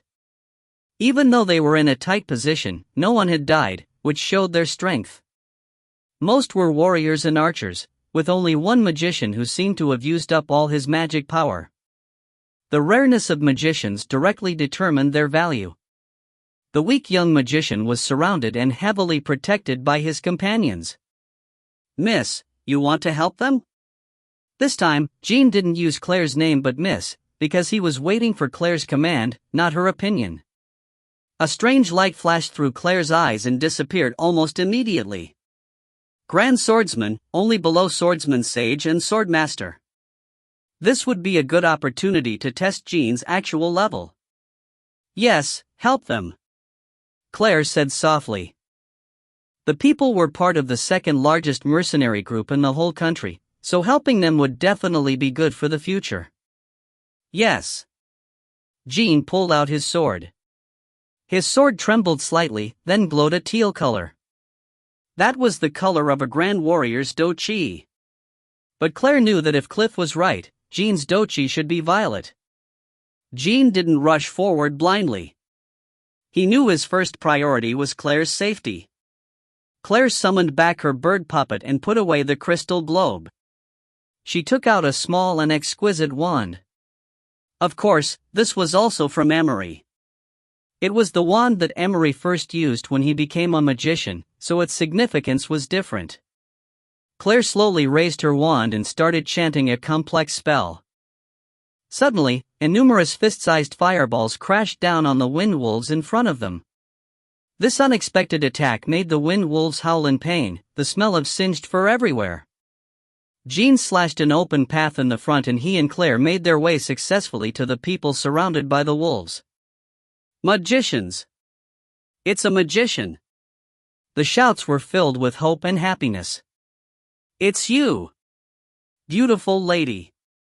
The man with a few bloodstains on his clothes was the same man who tried to strike up a conversation with Claire at the mercenary guild. Claire didn't reply, and instead focused her attention in front of her to be fully aware of any danger. Night had already come, and the wind wolves suddenly quieted down. But they didn't go away and just collectively lay down to hide themselves in the bushes, as if preparing for the next attack. "Light the bonfire first." The burly man named Jackson seemed to be the squad leader, and right now he finally calmed down, starting to order around the injured but still able people to do some small tasks they could complete. The others continued to be on guard. Wind. At that moment, a strange wind blew. Suddenly, a pure streak of white light appeared in mid-air far away. The crowd all looked towards the origin of the light, stunned. The dazzling light came closer and closer, and a human form stood in the middle of it. "It's someone from the Temple of Light." The relief in Jackson's voice was even stronger. Anyone able to fly in mid-air and have such pure white light must be from the Temple of Light and have unordinary strength. If Claire's showing up made them feel the hope of salvation, then the appearance of someone from the Temple of Light absolutely reassured them. The pure white light came closer and closer, and the human figure in the light also became more and more clear. It was clearly a male. If you find any errors, ads pop up, ads redirect, broken links, non-standard content, etc., please let us know. Report chapter so we can fix it as soon as possible. Chapter 16. Chapter 16, Destined Encounter. The white light gradually dissipated and the floating person slowly descended right in front of their eyes. His robe was snow white without a speck of dirt. If he was not bothered the least in Gale Gorge, then he must be really powerful. Claire sized up the person who just landed. The young man looked to be about only 20 years of age, but the delicate pattern on the corner of his snow-white robe showed his high position in the Temple of Light. His long silver hair flowed in the wind and his perfect features only showed indifference. His rare violet irises especially caught attention. His whole being gave off a pure stateliness that couldn't be violated. The young man glanced at everyone impassively, but when his gaze passed over Claire, a strange light glinted in his eyes. However, he moved his gaze on without a word. Then, he slowly lifted his hand and an indescribable pressure flooded out. All the wind wolves dropped to the ground, whimpering, as if they were afraid. Shortly, they started backing away slowly, creeping away until the whole wolf pack was gone. At the same time, when the pressure reached the crowd, everyone's breathing became difficult and they all felt an urge to kneel down and worship. If they were normal people, they probably would already have, but because they were not normal people, and naturally everybody forced the urge down. The young man in white seemed to notice the situation on this side. He lightly pointed and removed the pressure. Everyone let out a breath of relief. But Claire's face dropped. Was this one of the strong? This was power. This was the difference between her and the truly strong. When could she surpass this person? The white-robed, absolutely handsome man waved his hand again. A pure white light surrounded all the wounded people in the center of the crowd. Their wounds healed so quickly it was visible. Gasps and shouts resounded continuously. Healer, this white-robed man was a healer. And with a wave of his hand, he could heal a group of people at once. The beautiful man with violet eyes didn't even wait for anyone to thank him before he floated off the ground, disappearing from their sight. Once he disappeared, they came back to their senses and realized how impolite they were. All of them were too busy awing at his strength and forgot to say thanks to their life savior. Claire looked at the night sky, not saying a word for a long time. Jean kept quiet, seemingly understanding Claire's strange, fluctuating emotions. Beautiful young lady, why are you here? And just the two of you? Jackson, after making sure that no one was around, asked Claire curiously. Yes, to complete a task. Claire answered shortly. Thank you so much for your aid. Jackson smiled, thanking them from the bottom of his heart. I still haven't asked for your name yet, miss. No need, we didn't do anything. Claire said lightly. Don't say that, Mississippi. We will all remember your assistance at heart. Jackson replied earnestly. There isn't any danger anymore, Claire said coldly, obviously not in a good mood. We shall thus leave. Come on, Jean. Wait, miss, if you don't mind, camp out with us here. The more people the safer. We discovered that Gale Gorge seems abnormal today, as if something went wrong. That's why we met the wind wolves. Jackson said, sincerity written all over his face. He really cared about the safety of this beautiful young girl. How pitiful would it be if such a beauty lost her life by the hands of those ugly beasts? Claire, what he said makes some sense. It is unusual here. Jean whispered to Claire, maybe we should camp here right now, and split up when we reach that place tomorrow. Claire thought about it and nodded her head. Indeed, an unspeakable strangeness floated in the air. In the night, the lit bonfires shone over the clearing, and every tent hung up their own lights. Claire sat alone in the tent meditating, absorbing the elements. The density of elements in Gale Gorge was evidently higher than inside the city. Jean sat beside the bonfire, not far from the tent, chatting casually with the others. "Brother, thank you for today. I'm Jackson, squad leader of the 17th Squad of the Iron Blood Mercenary Group." "And you?" Jackson drank from his wineskin, celebrating their survival. Of course, they knew their limits and priorities and wouldn't get drunk. "Jean." Jean replied lightly. "And the young Mrs. Claire."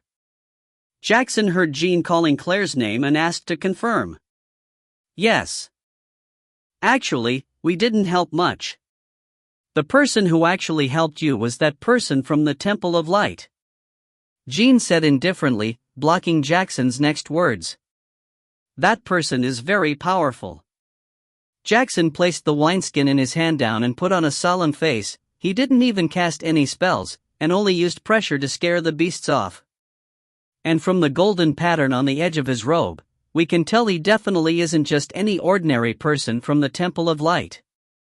Although the wind wolves scared off were only third-grade beasts, to force them off by only using pressure showed that this person was very strong." Jean pondered, his mind filling with thoughts about the beautiful man whose violet eyes were extremely rare. "He's the holy divine prince of the Temple of Light," Jean suddenly said, certain. Jackson and everyone else were shocked. After a long time, Jackson came back to his senses and said as if in a trance, "Rumors say that the holy divine prince has the purest power of light, and is not only a powerful magician, but also a rare healer. He's the next in line for the seat of the Pope. Legend even has it that his violet irises can see into the future." Jean was silent. He believed the first things Jackson said. They weren't exaggerated. He saw the power of that person just a moment ago. But the violet irises that could see into the future might be exaggerated. Rumors often become far-fetched. In the tent, Claire slowly opened her tightly closed eyes, coldness and unwillingness evident. The strong. So this what the strong were like in this world. She must become powerful, must. The holy divine prince of the Temple of Light? Claire closed her eyes slowly. One day, she would become a person as powerful as that. No. Even more powerful than him. This was Claire's first contact with him and definitely not the last. In the night sky, the brightest star seemed to go off its path a bit. In the Temple of Light in the city of Bert. In a damp, dark room, a woman with silky green hair knitted her brows together tightly. She was the best clairvoyant in the Temple of Light. In front of her, on an ancient wooden rack, the originally clear and bright crystal ball now had a faint streak of black. Why did she have an ominous feeling? It seemed as if a powerful force was going to change something, and related to the Temple of Light's future. What is it? She was only sure that this wasn't a good feeling. If you find any errors, ads pop up, ads redirect, broken links, non-standard content, etc., please let us know. Report chapter so we can fix it as soon as possible. Chapter 17. Chapter 17, Landing in a Dangerous Predicament. The next morning, Jackson tried very hard to convince Claire to join them, only because everyone felt that there was something amiss in Gale Gorge. The air gave off an indescribable, strange feeling. Occasionally, a bird would let out a mournful squawk. Magic beasts continuously ran out of Gale Gorge, but none attempted to attack them and acted as if they didn't even see them, directly running away. It seemed like they were afraid of something. Very strange. Jackson stroked his chin, puzzled over the situation. Jean slightly frowned, also pondering. Wind wolves had suddenly appeared along with the holy divine prince of the Temple of Light. What did this mean? Jackson, I think we shouldn't go any deeper. I have a bad feeling about this," a refined young man standing behind Jackson said. He was the only magician of the group and also their advisor. Jackson's face became serious. Many situations had proven that their magician had been correct every time. "Okay, then for the time being we'll leave." Jackson made an accurate decision. He then turned to Claire. "Miss Claire, you should leave with us too. It's too dangerous to go forward." "Thanks for your concern, but I have an unavoidable reason, so I must keep going. We will depart ways here." After Claire modestly thanked them, she went forward. Jean nodded at them, following behind Claire. As Jackson watched the two leave from behind, he still wanted to say something, but the magician behind him pulled his clothes. "Don't try to persuade them anymore," that miss had an unusually resolute look in her eyes. She must really have an unavoidable reason to go. If you try to persuade them, it would be a waste of effort. Also, she's a magician, so there's no need to worry. Jackson quietly sighed, and inwardly prayed, hoping that this beautiful, young miss wouldn't meet any danger. Jean and Claire continued to walk, but they didn't see any indications magic beasts the whole way. A strange feeling pervaded the air. The more they went forward, the more Claire could feel two types of essence in the air. One was the familiar purifying power, the other a dark power. Suddenly, there was a wide expanse of open land. Jean slightly squinted, looking at the mess before them. Broken trees littered the ground, and huge boulders smashed holes everywhere. This place wasn't always an expanse of vacant land, but was a lush forest. Obviously a violent battle had occurred here. Claire also was pondering. Looks like the pure essence in the air was left behind by the holy sun they had met yesterday, while the faint dark essence was left by his opponent. From the neat robe the holy sun wore, it seems like he must have won by a landslide. Is it the two essences left behind that made the magic beasts restless? These two opposing essences left behind really made people uncomfortable. From the state of the land before them, it seemed like there was an issue, but it had already been resolved. There must have been a dark force, but the holy sun exterminated it. "Let's go." Claire indifferently said these words and just continued forward. Jean followed suit. Nobody noticed that in a dark, damp corner, a shiny black stone gave off a strange glare. It was very faint, but definitely there. Claire took out the map from her bag and studied it carefully, then looked in front of her. The map says it was here, but there wasn't any secret room as far as she could see. Only a huge lake and a waterfall flowing down vigorously. "Miss, is it this place?" Jean was also confused. Claire didn't speak but closed her eyes, sensing the magical elements around her. Maybe the secret room would be where there was a cluster of magical elements. But to Claire's disappointment, the magical elements were spread out evenly without any disturbance. "Miss, did Emery give you the wrong map?" Jean couldn't help asking. As soon as he finished the sentence, the calm surface of the lake suddenly rippled. Jean frowned and quickly stood in front of Claire. But Claire just raised her eyebrows, because she sensed the magical elements in the ripples of the lake clearly. The lake rippled right after Jean said the word Emery. Claire now understood that Emery's friend must have set some kind of device. She squatted down and said to the lake softly, "Emery Clark Dubai." This was Emery's full name. The ripples on the lake suddenly became violent, forming an arrow that pointed at the waterfall. "The secret room is behind the waterfall?" Jean's gaze followed the arrow, then turned his head and offered his hand to Claire. "Come." Claire gave her hand to Jean without any hesitation. Jean pulled Claire over and instantly an aura of teal dochi surrounded them. Jean pushed off on his toes and skimmed over the lake quickly. When they came to the waterfall, Jean plunged in without hesitation. As they passed under the waterfall, not a single drop of water splashed on either of them. Claire now believed more than ever that Jean was much higher level than a grand warrior, maybe even higher than a grand swordsman. The dimness behind the waterfall was hard getting used to, and Claire popped out a fireball to light their surroundings. It was rocky, with a man-made path leading into the dark. Jean didn't speak but walked in the front. The path led deep into the hill, and their surroundings became dry rather than wet. After a long walk, they came to a door carved in stone. There was a small hole in the door. Claire took out a tilestone Emery gave her and fitted into the hole. A perfect fit. Instantly, a strange magical ripple appeared. Jean pulled out his sword and stood in front of Claire.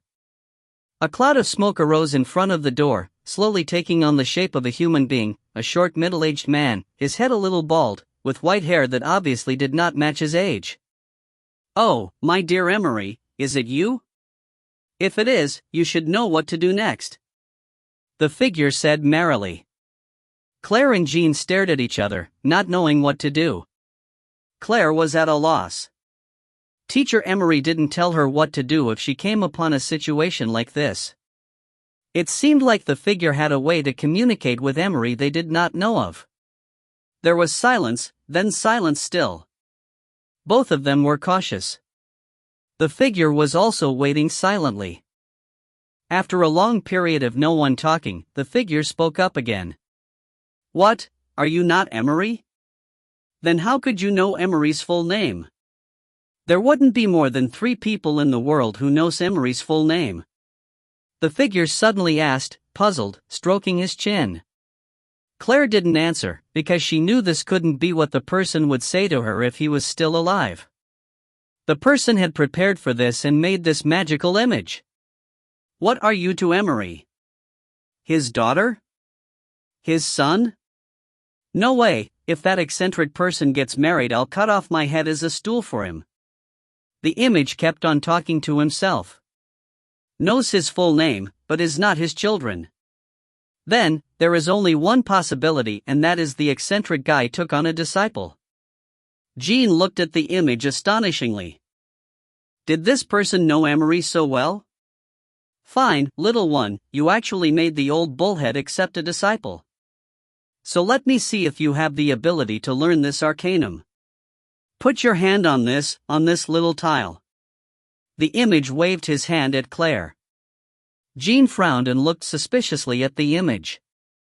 He looked at Claire questioningly. This was much too easy. Claire only hesitated for a moment before she put her hand on the tile. In that instant, light flooded the room. The glaring white light enveloped Claire. But while Jean could see clearly that in the light, Claire's eyebrows were knitted tightly together, her face white as a sheet, visibly in pain. Was it because she was inheriting magic that Claire was like this? Jean pushed down his worry and waited for Claire to finish inheriting. But after what seemed like a long time, the bright light still didn't disappear. Claire frowned even more, and her face was even more paler. All the blood had drained from her face. Jean was extremely worried, but he dared not to interrupt, because he didn't know if that would put Claire in an even more dangerous position. He only knew that Claire had landed in a very dangerous predicament. What could he do to help her out? But what Jean didn't know was that it wasn't the figure that put Claire in such a dangerous situation, but Claire herself. If you find any errors, ads pop up, ads redirect, broken links, non-standard content, etc., please let us know. Report chapter so we can fix it as soon as possible. Chapter 18. Chapter 18, Dark Magician. Darkness, chaos, confusion, bewilderment, anger, unwillingness, regret.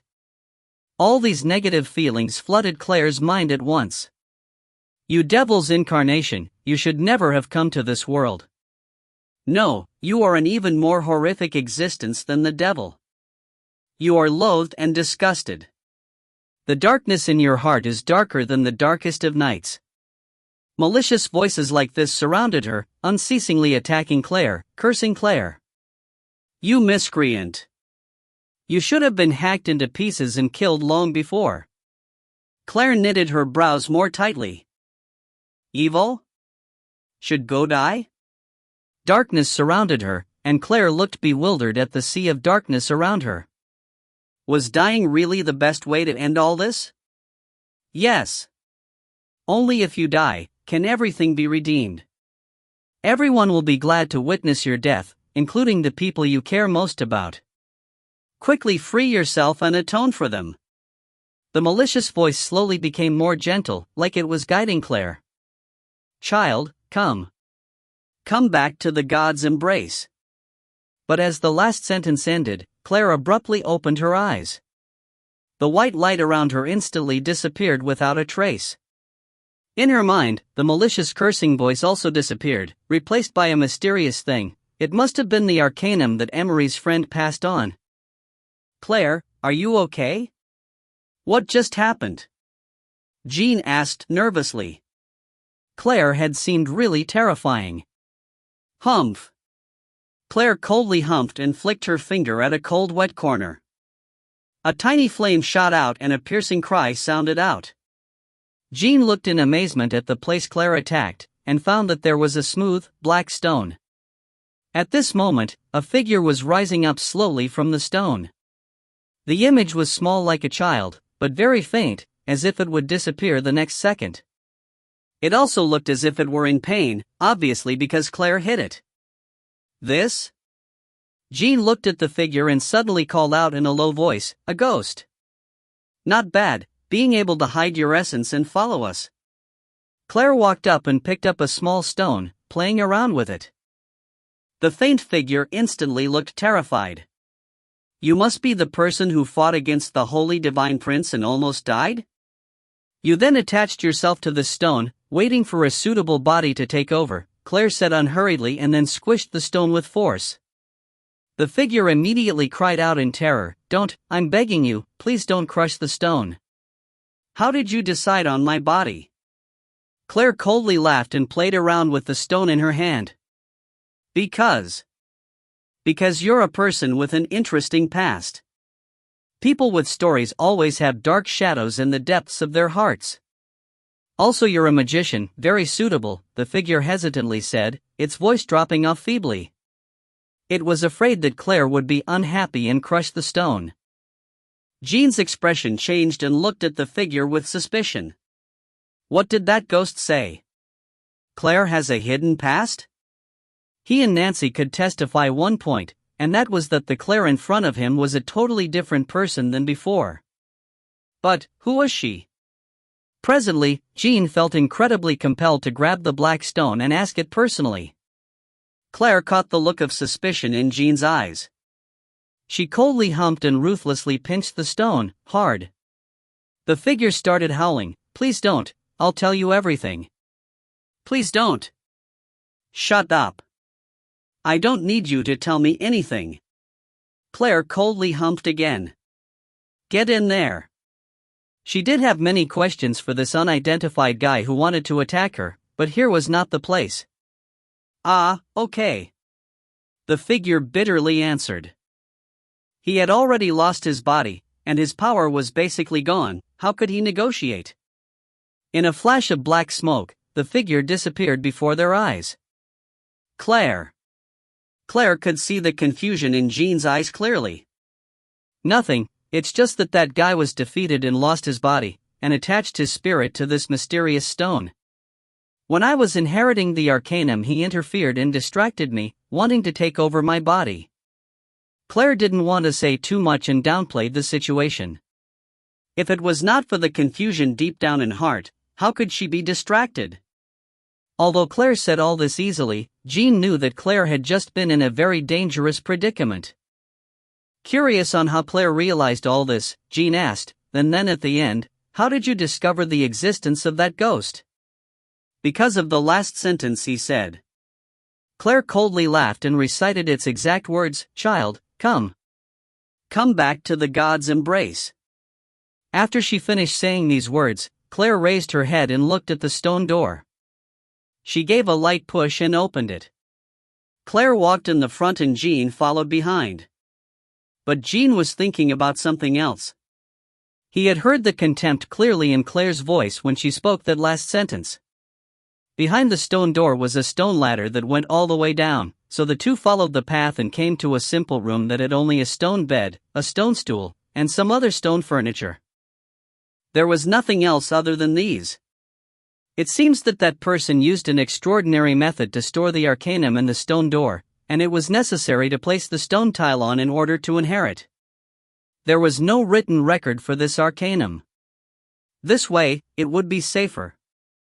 The secret room was completely empty. The two retraced their steps, and like before, Jean brought Claire out of the waterfall. The two light and dark essences faded as they returned back, and the magic beasts acted normal again. Along the way, they killed some 3rd grade and 4th grade magic beasts while Claire looked for heartbreak grass. She didn't notice that Jean looked at her with a sliver of confusion when she acted. Jean was confused about nothing other than Claire's mettle and efficient moves. This didn't seem like a novice coming to train, but a massacre of everything in Claire's way. This beast core would make a great ring for Mother. Claire used a dagger to dig up the beast core from the head of a 4th grade beast. This core was different from the others. The dark blue core's center was the bluest, surrounded by different shades of blue. Jean felt confused about this young girl in front of him. Who was she? He couldn't see through her. The dainty dagger came alive, dancing in her hands as she cut open the head of beasts easily and dug up their cores. Nobody would believe that she was the man-crazy Miss like before if they saw this. Only after a few battles, she could now use magic like she owned it. On many occasions, she didn't even need his help before slaughtering the magical beasts. Let's go. Claire stood up and collected all the beast cores. She stuck the dagger back in her boot expertly. They only found 2 heartbreak grass on their way out, but it was enough to complete the task. Exiting Gale Gorge, the two decided to rest a night in the nearest town and leave the next day. Night came. After eating, Claire went into her room and locked the door. Then, she tore a scroll and magic rippled out across the room, forming a magic hood, blocking all magic so no one could hear her conversation. Only after doing these did Claire pull the little black stone out from her bag. "Come out," Claire commanded, staring at the black stone on the table coldly. Nothing happened. The stone was still. All was quiet.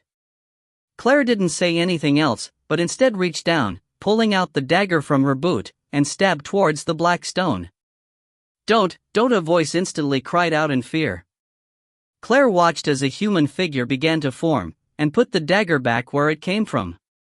Just when the figure thought it had escaped this disaster, Claire extended her finger to flick the stone hard. The figure immediately curled up in pain, trembling. This stone, it seems to be very closely related to your spirit, and it can actually make you, a spirit, feel pain. Claire interestedly observed this black stone in front of her, which glowed faintly. The figure shivered internally. This seemingly beautiful and innocent young girl is definitely not the angel depicted by her appearances, but instead a little devil. All right, tell me. Who are you? How did you get into a fight with the Holy Divine Prince? And what is this stone? Claire asked, playing with the little stone. The figure kept silent and didn't speak, when really it was trying to make up some speech to fool Claire. Still thinking about how to trick me, huh? Claire's voice floated through the room. The next moment, a sharp pain struck the figure. Claire's fingernail was deeply embedded in the little stone, her indifference making the figure shiver greatly. Why would this young girl give him a feeling similar to that? Tell me, you are a dark magician, right? What were you going to do in Gale Gorge? Don't tell me you were on a date with the Holy Divine Prince. The coldness in Claire's voice flatly pointed out this figure's job. But, the cold joke after that terrified the figure. He now understood that he had met his match today. A person he definitely could not fool. If you find any errors, ads pop up, ads redirect, broken links, non-standard content, etc., please let us know. Report chapter so we can fix it as soon as possible. Chapter 19. Chapter 19, Conspiracy. Claire coldly gazed at the humanoid figure. To the figure, she looked like a poisonous evil serpent coiled around his neck, like she could kill him any second. Yes, I'm a dark magician. The figure finally started talking. My name is Walter Simon, and I was looking for a rare herb. That herb only appears on specific nights, so I was waiting there, but that damn holy sun from the temple came by. That animal destroyed my body. He thought my spirit was also destroyed, but I attached myself to this spiritual stone. The figure was clenching his teeth while he spoke, his hatred for the holy sun evident. Walter Simon? The name sounded unfamiliar to Claire, and after some thought she confirmed she really hadn't heard it before. The figure saw Claire quiet down in thought and secretly breathed a sigh of relief. It seems like this answer satisfied the little devil. After all, he was telling the truth, but there was something more important that he was not going to tell this little devil. While Walter let down his guard, Claire suddenly had his precious stone gripped tightly in her hand. Her face was cold and she eerily spit out a sentence that almost frightened Walter to death. Lad, there's something you still haven't told me. You should know the consequences of not telling the truth. Do you want me to grind this stone into powder for you? After she finished speaking, Claire squatted down and started rubbing the stone on the ground. The ear-piercing sound and friction almost made Walter cry out loud. Don't, everything I said was true. Walter was almost wailing. What you said was true, but you didn't say everything. Claire started grinding the stone again. The crunching sound scared Walter so much his soul almost flew away. Don't, miss, I'll tell you everything. Walter's face grimaced. If someone could see his face. Say it then, boy, if you act naughty I'll grind you to pieces. Claire stood and put the stone on the table again. I accepted a high-paying task to ambush a group of people at the entrance of Gale Gorge. The time hadn't come yet, so I thought I'd go inside Gale Gorge by myself to go find some herbs when I met that damn holy sun, and now I'm like this. You know everything after that. This time Walter was honest. Ambush a group of people? Who? Claire asked lightly. I don't know either. I wanted to buy stuff and I needed the money. When taking on missions, I don't ask who set the mission or who they want to kill. Walter was very cooperative. He really didn't know who he was supposed to assassinate. At first he thought the little devil wouldn't be satisfied with such an answer, but instead the little devil was silent. Walter was puzzled. How could he know that Claire inherited a mental arcanum behind the waterfall? When he first held information back, Claire detected the ripple of his thoughts, so she knew that he wasn't fully telling the truth. Is your spiritual stone only usable once or can it be used multiple times? Claire coldly looked at Walter. As Walter was stared at, his hair stood up, and he blurted, one time only. After one use it's useless. Oh. Claire was a bit disappointed. Walter was a bit confused. He didn't understand why Claire asked this question. If he knew that Claire wanted to use his spiritual stone, then he would have been so scared that he might have died again. Walter didn't dare to say any more, and only waited for Claire to speak. He was now truly a sheep waiting for slaughter. He already lost all his power, and his most important possession, the spiritual stone, was in this little devil's hand. Okay, bedtime. The lazy words were the only thing Walter got after waiting for so long. Claire took off her jacket and walked towards the bed. Walter's eyes almost popped out. Oh, God, the figure of this little devil is pretty good. Walter stared as Claire stripped all the way down to her undergarments, exclaiming inwardly.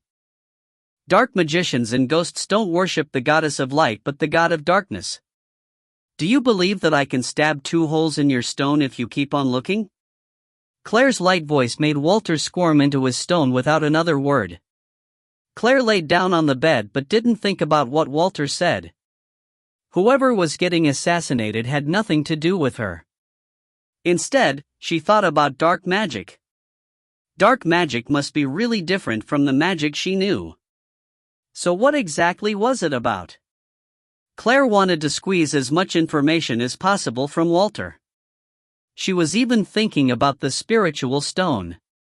If she was defeated in battle and lost her body, would she be able to attach her spirit to the spiritual stone and gain a new life? the night was silent. The next morning, Claire and Jean bought 2 horses to go back. At noon, the 2 stopped in a forest to eat. The 2 silently ate, their surroundings peaceful. Suddenly, there was the sound of horses galloping. Some people were coming. Jean said in a low voice, "There are 5 people." Claire didn't doubt Jean's hearing abilities. As expected, shortly a group of 5 came from the distance, all riding horses. But these people they knew. It was His Royal Highness the Second Prince Nancy and Princess Maurice. Behind them were 3 powerful warriors, probably some from the Tempest warriors of the royal family. Nancy and Maurice were both dressed like adventurers. Maurice's rugged clothes made her look majestic. "Your Highnesses." Jean and Claire stood up to salute and curtsy. Confusion flashed through Nancy's eyes for only a second before he understood. Of course, based on Duke Hill's personality, it wouldn't be strange for Claire to be here. "Claire, how come you're here?" Maurice dismounted from her horse skillfully, seeming very happy to see Claire here. Using the summer break to gain some experience in Gale Gorge, Claire answered smiling. This enthusiastic princess was the only person willing to talk to her in school. "Really? Then did you hunt anything?" Maurice asked excitedly.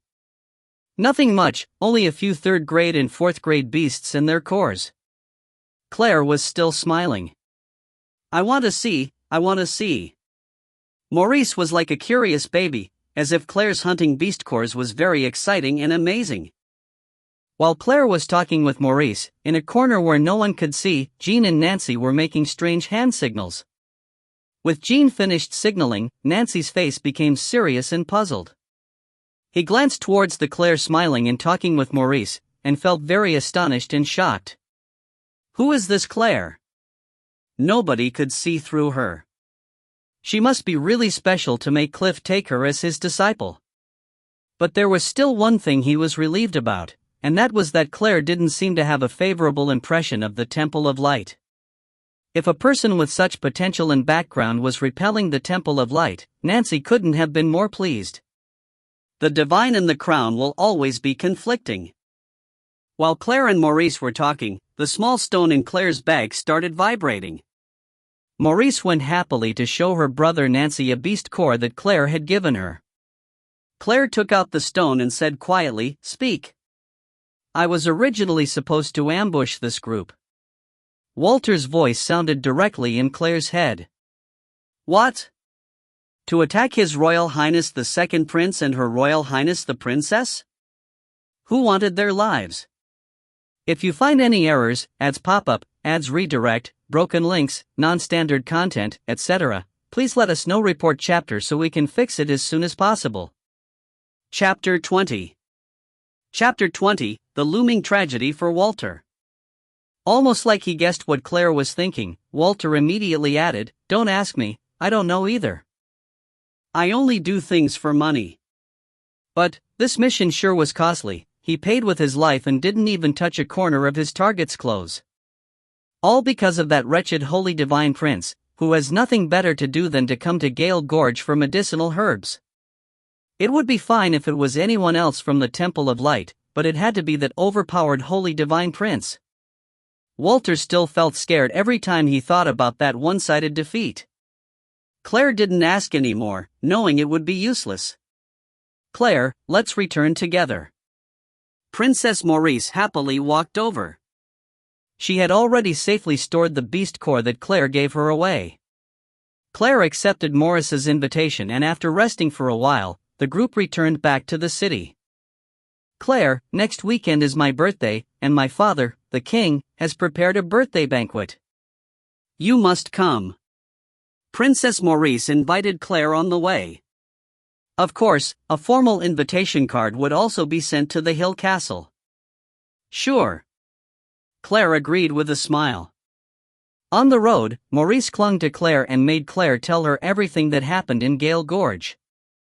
Jean and Nancy walked in the front, Maurice and Claire were in the middle, and the 3 warriors walked in the back.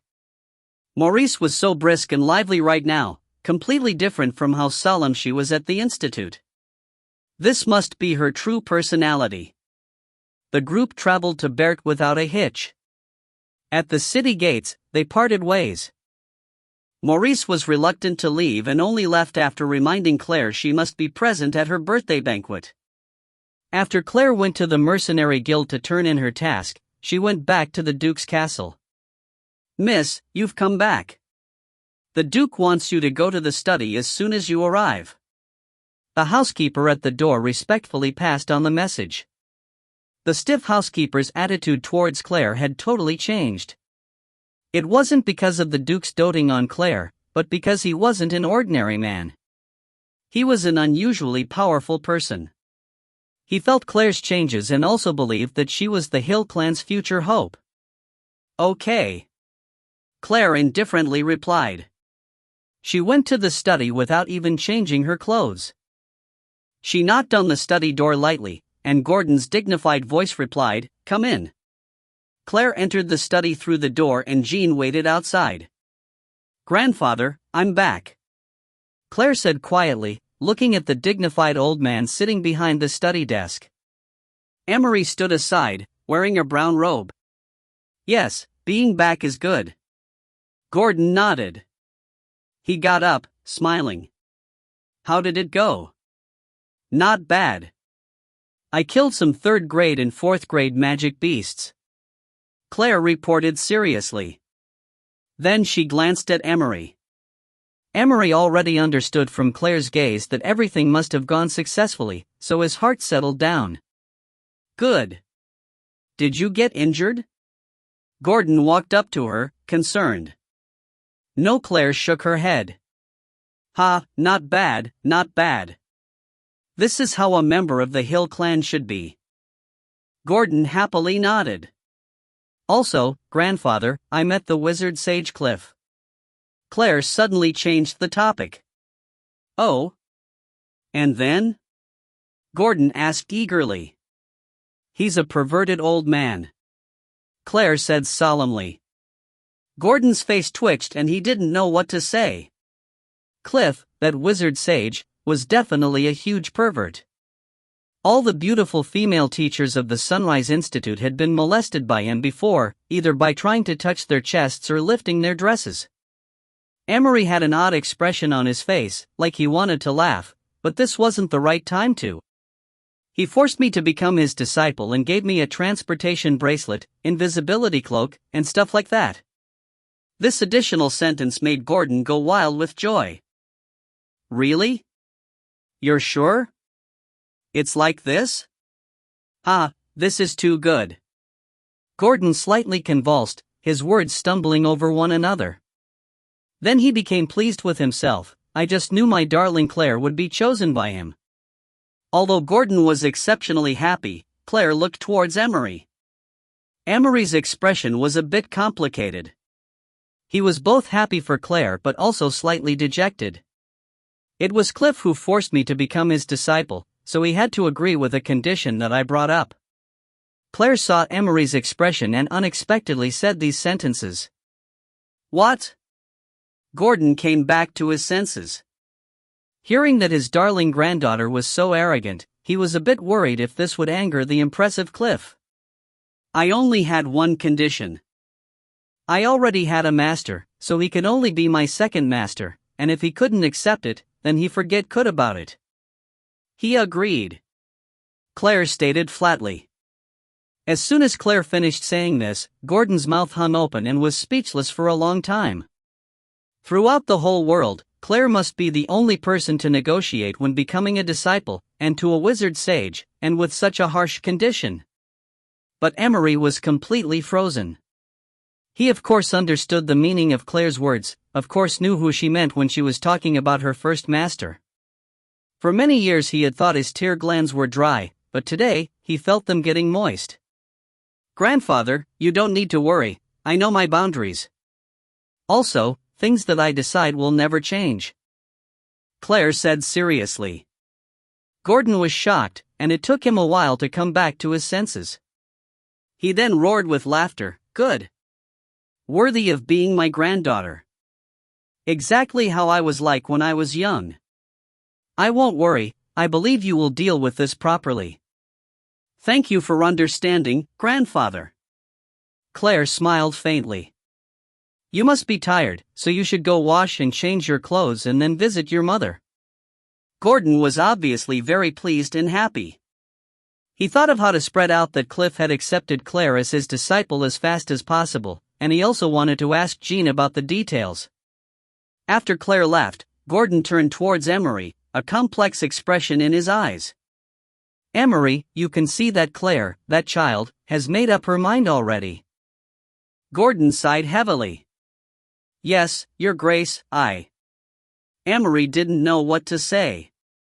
His heart was so warmed and touched that it was about to melt completely.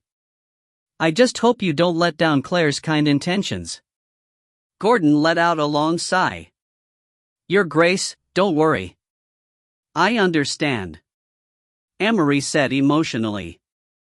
At this moment, he had already fully given his heart to Claire. Then that's good. You can go now. I imagine you have a lot of things to say to that child. I need to find Jean to learn about some things, you can leave. Gordon nodded his head with a smile. Yes. Emery bowed and also left. That night, no one knew what Gordon and Jean discussed in the study. After showering and changing clothes, Claire went to meet Catherine. Seeing Claire return safe and sound, Catherine was extremely happy. Only after eating dinner with Catherine did Claire go rest. Lashia never showed up. Catherine said Lashia went to the principal's to study. Not long after Claire returned to her room did she hear a tap on her window. Claire naturally knew who it was, opening the window and moving out of the way for Emery to enter. Teacher, you came just at the right time. I have some things to consult with you. When Claire saw Emery, her mood was quite happy. Emery smiled while looking at the girl in front of him profoundly.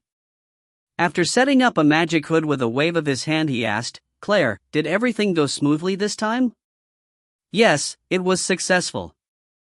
I learned the arcanum, it's just that there's a lot of information to digest. I wanted to ask teacher about this. Claire brought out the spiritual stone she had been carrying. Spiritual stone. Emery was hugely surprised. Looking at the valuable treasure in Claire's hand, he couldn't help but exclaim. Claire handed the stone over to Emery and Emery inspected it carefully. Ah! There's something inside. An idiot couldn't win against someone and lost his body, then attached his soul to this. It's a dark magician called Walter Simon, Claire replied indifferently. Walter Simon? Emery exclaimed again. What is it? Teacher, is this guy famous? Claire was doubtful. He's a genius, the genius of dark magicians. Sinister, crafty, cunning, and shameless, he's wanted by the Temple of Light. But he escapes safely every time. But this time. Emery looked at the spiritual stone in his hand curiously, as if doubting if the soul inside was the Walter he knew. Is he really that clever? Claire smirked and then said lightly, he met the holy divine prince of the Temple of Light. Ah! Then it's not strange at all. Now Emery didn't find the situation weird anymore. Walter, come out. Otherwise I'll make you wish you were dead. Claire coldly commanded. The next moment, smoke spiraled out from the small stone in Emery's hand and a human image instantly formed. It really is the dark magician genius Walter Simon. Emery looked at the figure and stated certainly. That's me, Walter said haughtily.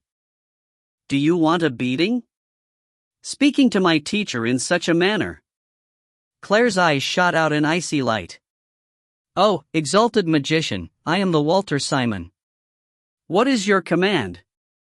Walter immediately switched to a flattering tone.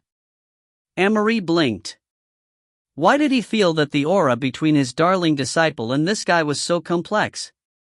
Hey, I know. Emery raised his eyebrows, a bold idea forming in his head. This was the first time Claire saw the normally expressionless Emery grinning evilly. For no reason at all, Walter's whole body suddenly felt cold. Something bad was going to happen. If you find any errors, ads pop up, ads redirect, broken links, non-standard content, etc., please let us know. Report chapter so we can fix it as soon as possible. Chapter 21. Chapter 21, Claire's Perception. What do you want to do? Walter asked, shaking. Come on, genius magician, form a contract with my darling disciple. Become Claire's second pair of eyes. Emery chuckled. A spirit's senses were far better than the senses of a normal person. What can I do? Right now I don't have even the slightest bit of energy. After hearing this, Walter was a bit relieved. No, I can let you gain some energy. But you must become my disciple's second pair of eyes and help her detect and survive dangers. Emery said. What contract? Walter asked doubtfully, then frowned. I'm telling you, don't even think about restricting me forever. And not the master-servant's soul contract either. Emery shook his head and said gently, no, I only need an equal contract where you and Claire can communicate mentally within a certain radius. Claire will probably meet a lot of danger in the future. I hope you can help dispel those dangers with all your effort. As compensation, I'll help you recover some of your power and find a suitable body for you. That good? Once he heard this, Walter was delighted, but then asked in suspicion, are you trying to deceive to me? Definitely not. I swear upon my honor as a magician. Emery said seriously. Then that's good, no problem. Walter was happy again. In the days that followed, when Walter met those unusually annoying problems, he would realize how tragic it was that he agreed to Emery's proposal. If Claire was a little devil, then Emery was a big devil. Claire looked at the two negotiating, confused. Emery then made Claire put her hand on top of the spiritual stone and started chanting some strange incantation. A faint white light covered Claire and the spiritual stone. The white light dissipated after a short while, but Claire felt something different in her head. She could now communicate directly with Walter telepathically. Walter should be more sensitive to dark magic, so with Walter by your side, things will be much easier. This was what Emery said, but Claire didn't really understand what he meant. She only felt that Emery was planning for something. All right, Claire, you just came back today, so you must be tired. You should rest early. Emery pushed open the window and jumped out. Claire looked thoughtfully at the spiritual stone in her hand while stroking her chin. She knitted her brows, thinking. Walter, is this spiritual stone very valuable? Can you conceal your dark aura? Claire frowned as she asked. Of course it's very valuable. By attaching myself to this stone, I can hide my dark aura. If I don't expose myself on purpose, then everyone would think this was a normal stone. Walter said, very pleased with himself. This meant that when Emery found out there was something in the stone, it was Walter himself who purposely exposed himself. Valuable? Claire played around with the small stone, and said casually, it's disposable, only able to be used once before becoming trash. This thing is valuable? Of course, this could count as a sub-artifact. You can store a spirit inside. There are very few people who can recognize this as a spiritual stone. Your master is remarkable. Even the Divine Prince couldn't identify it. The last sentence was completely unnecessary. If the Divine Prince recognized this stone, Walter wouldn't be here talking to Claire right now. At least with Walter around her, it would be easier to sense dark auras. Claire thought about it, then let it go. Today she was too tired. She would ask this guy about dark magic another day. Sleep. Walter was waiting for Claire to respond, only to hear this lazy word again. Walter again stared at Claire when she calmly took off her clothes.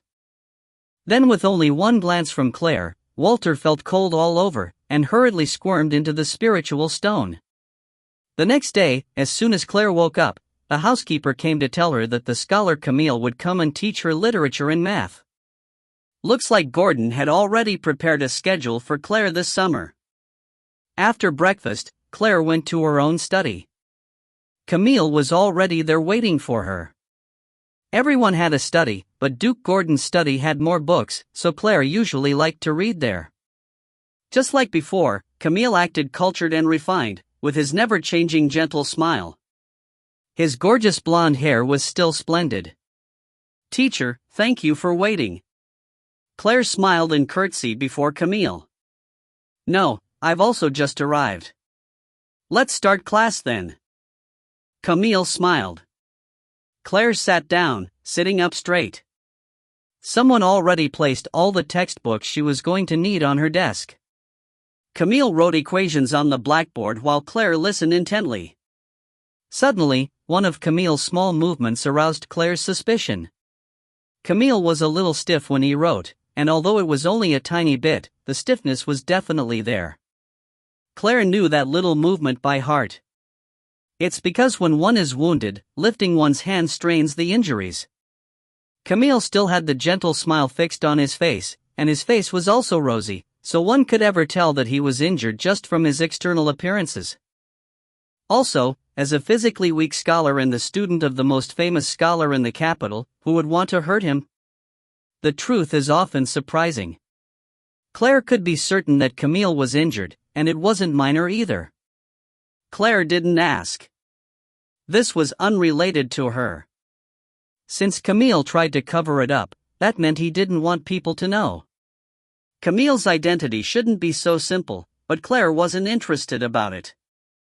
A whole morning's teaching passed by peacefully.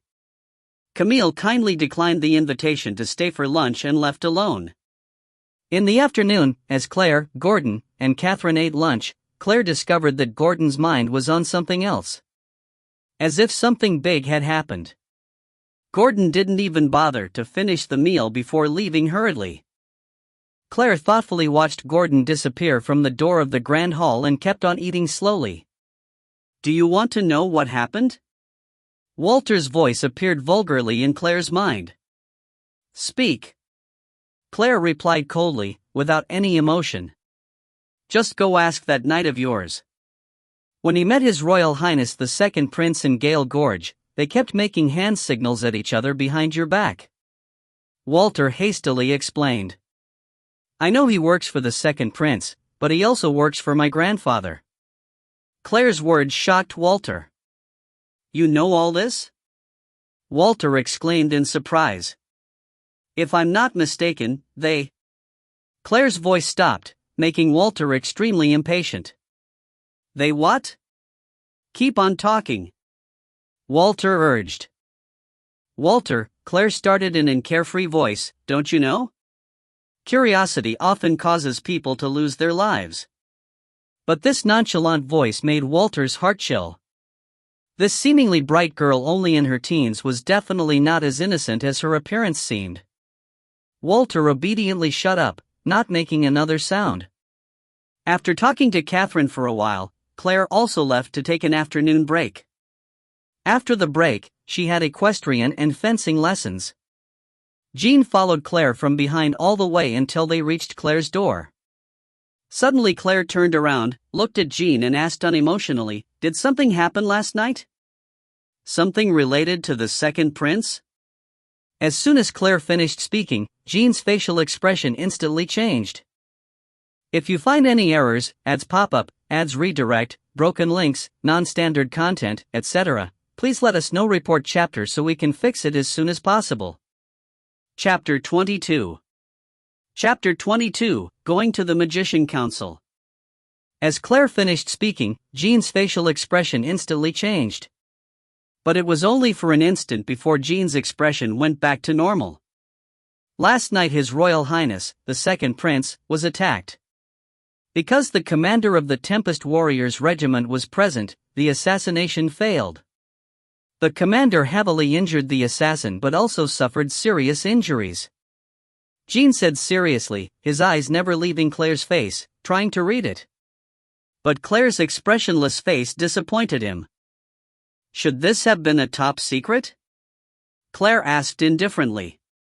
Jean didn't say anything but only slightly nodded his head. Then why did you tell me? The corner of Claire's mouth lifted into a smirk. Even Gordon didn't tell her. Firstly, because he didn't want this matter of the second prince being attacked spreading, and secondly, because he didn't want Claire to be involved. But Jean had told her plainly just now. What did that mean? You're not the Claire from before. Jean's low voice was certain. Humph. Claire coldly laughed, and disdainfully lifted her head at Jean.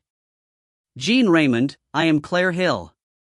The Claire Hill who was reborn. And the person you vowed to guard forever. Yes. Jean lowered his head, his left hand in a fist, heavily striking his chest once, making the most formal warrior salutation. His eyes were free of confusion. Now tell me, what was your purpose for letting me know all this? Although Claire already knew the answer, she still asked indifferently. I wanted to see Mrs.'s reaction. Jean didn't try to hide it. You and grandfather both support the second prince. Although grandfather hasn't stated his official support, he sent you to secretly help the second prince. Besides being my warrior, what other jobs do you have? Claire looked mockingly at Jean's changing expression. Although the successor of the royal family was supposed to be the crown prince, it seemed this wasn't really the case. Miss, your insight and perception has already surpassed Duke Gordon's. Jean's face and tone were unusually solemn and serious. I do not need your flattering. Claire replied coldly, even though Jean's words were definitely not for flattering. There was a flash of awkwardness in Jean's eyes. Of course he knew what Claire wanted to know, but now was not the time. Miss, I cannot tell my other job right now. I hope you understand that when it is necessary, I will definitely tell you everything. It's just that right now isn't the time. Jean solemnly promised. Good. Then tell me when it's time. Claire didn't linger on this question. She now knew for sure that Jean's identity definitely wasn't as simple as it seemed. Jean felt incredibly complex as he looked at this young girl with clear eyes. This miss was the one he pledged to guard for the rest of his life. She had given him surprises again and again. Inside her small body, it seemed like she had limitless power. She had incredible insight, mettle before death, grew at an incredible pace, and had a powerful background. He couldn't even imagine what heights she would grow to. If she was their enemy. It was good she was no other than Duke Gordon's precious granddaughter. What are you looking at? Prepare a carriage in the afternoon. I want to go to the best jewelry store. I'm going to first take my afternoon break now. Claire's ice-cold voice brought Jean back to his senses. Jean nodded lightly in response. He understood Claire wanted to make a ring out of the magic beast core and give it to her mother. Looking at Claire's silhouette disappear at the door, Jean's feelings were extremely complex. He regretted, yes, he deeply regretted. He regretted not stepping forward bravely that night to protect Claire, now losing her trust. After closing the door, Claire lay on the bed and flipped over. Suddenly an annoying voice sounded in her head. Don't you think you're too cold toward your guardian knight? I can feel that he is quite loyal towards you. Then what do you think I should do? Face him while smiling and say, my dear knight, don't forget to prepare my horse carriage in the afternoon, I'm going out. Claire answered in a ridiculing manner. Letting Jean stay by her side was already breaking her principle. One time disloyal, always useless. But in this world, she was still too insignificant. Walter shivered. He couldn't imagine what it would be like for this little devil to whine. Even if the waterfalls flowed backwards and the skies fell down, this little devil would still not pretend to be cute. If this little devil did whine to someone, then that person would suffer 100, 1,000 times more than falling into a bottomless hell. Walter quieted down. Even though he had no idea what happened between that night and Claire, he could tell that Claire did not like that night. Go to sleep. One more word and I'll throw you into the pot for a hot bath. Such a casual threat already made Walter get rid of all thoughts of talking. In the afternoon, Claire and Jean left for the jewelry store in a carriage. The store's sign, simple but charming, illustrated the characteristic taste of this store. The antiquity of the sign showed that it had long been established. Once the carriage stopped, people came out of the store to welcome them. Everyone in the capital knew what a carriage with a rose symbol meant. "Miss Claire, you haven't visited in a long time." The clerk that came out to welcome them had a big smile on his face, an absolutely sordid merchant. The man Crazy Claire Hill was a frequent customer of theirs, but she hadn't shown up in a long time. Claire just merely nodded her head and didn't speak. This made the clerk slightly uneasy. If it was before, Claire would be hastily asking about new collections. Her reaction today really is weird. But it doesn't matter, the clerk thought as he solicitously led Claire into the store. After Claire explained what she came for, the clerk led her towards the VIP room on the second floor. He would arrange for the jeweler to discuss the details with Claire. However, just upon reaching the top of the stairs, they met someone that surprised Jean greatly. "Your Highness," Jean said in a low voice, just about to salute. "No need for these courtesies. I'm also currently a guest here." The prince curbed Jean's salute, smiling. His gaze fell on Claire, followed by astonishment. "Your Highness." Claire slightly curtsied, without a single extra word. In her blurry memory, all Claire remembered of this prince was him being handsome. And it certainly was true, this young man before her was like Nancy, both possessing handsome appearances. But this man seemed more mature. The sharp light in his eyes were totally different from unruliness in Nancy's. One look and Claire knew that he was a calm and collected person. The Crown Prince, Euler, looked at Claire, a little shocked. Is that really the Claire who gave him the impression of being a man-chasing idiot? It's been so long since he last saw her, and now she gave him a totally different impression. That cold look in her eyes discouraged anyone who wanted to talk to her. She gave everyone a feeling of purity that couldn't be profaned. "Oh, Miss Claire, then I'll be taking my leave." Euler smiled and moved out of the way for her. Claire gracefully but unemotionally curtsied, then left. Jean followed from behind. As Euler watched Claire's figure disappear, he frowned, puzzled, but didn't give it much thought and also left. Claire sat quietly in the VIP room.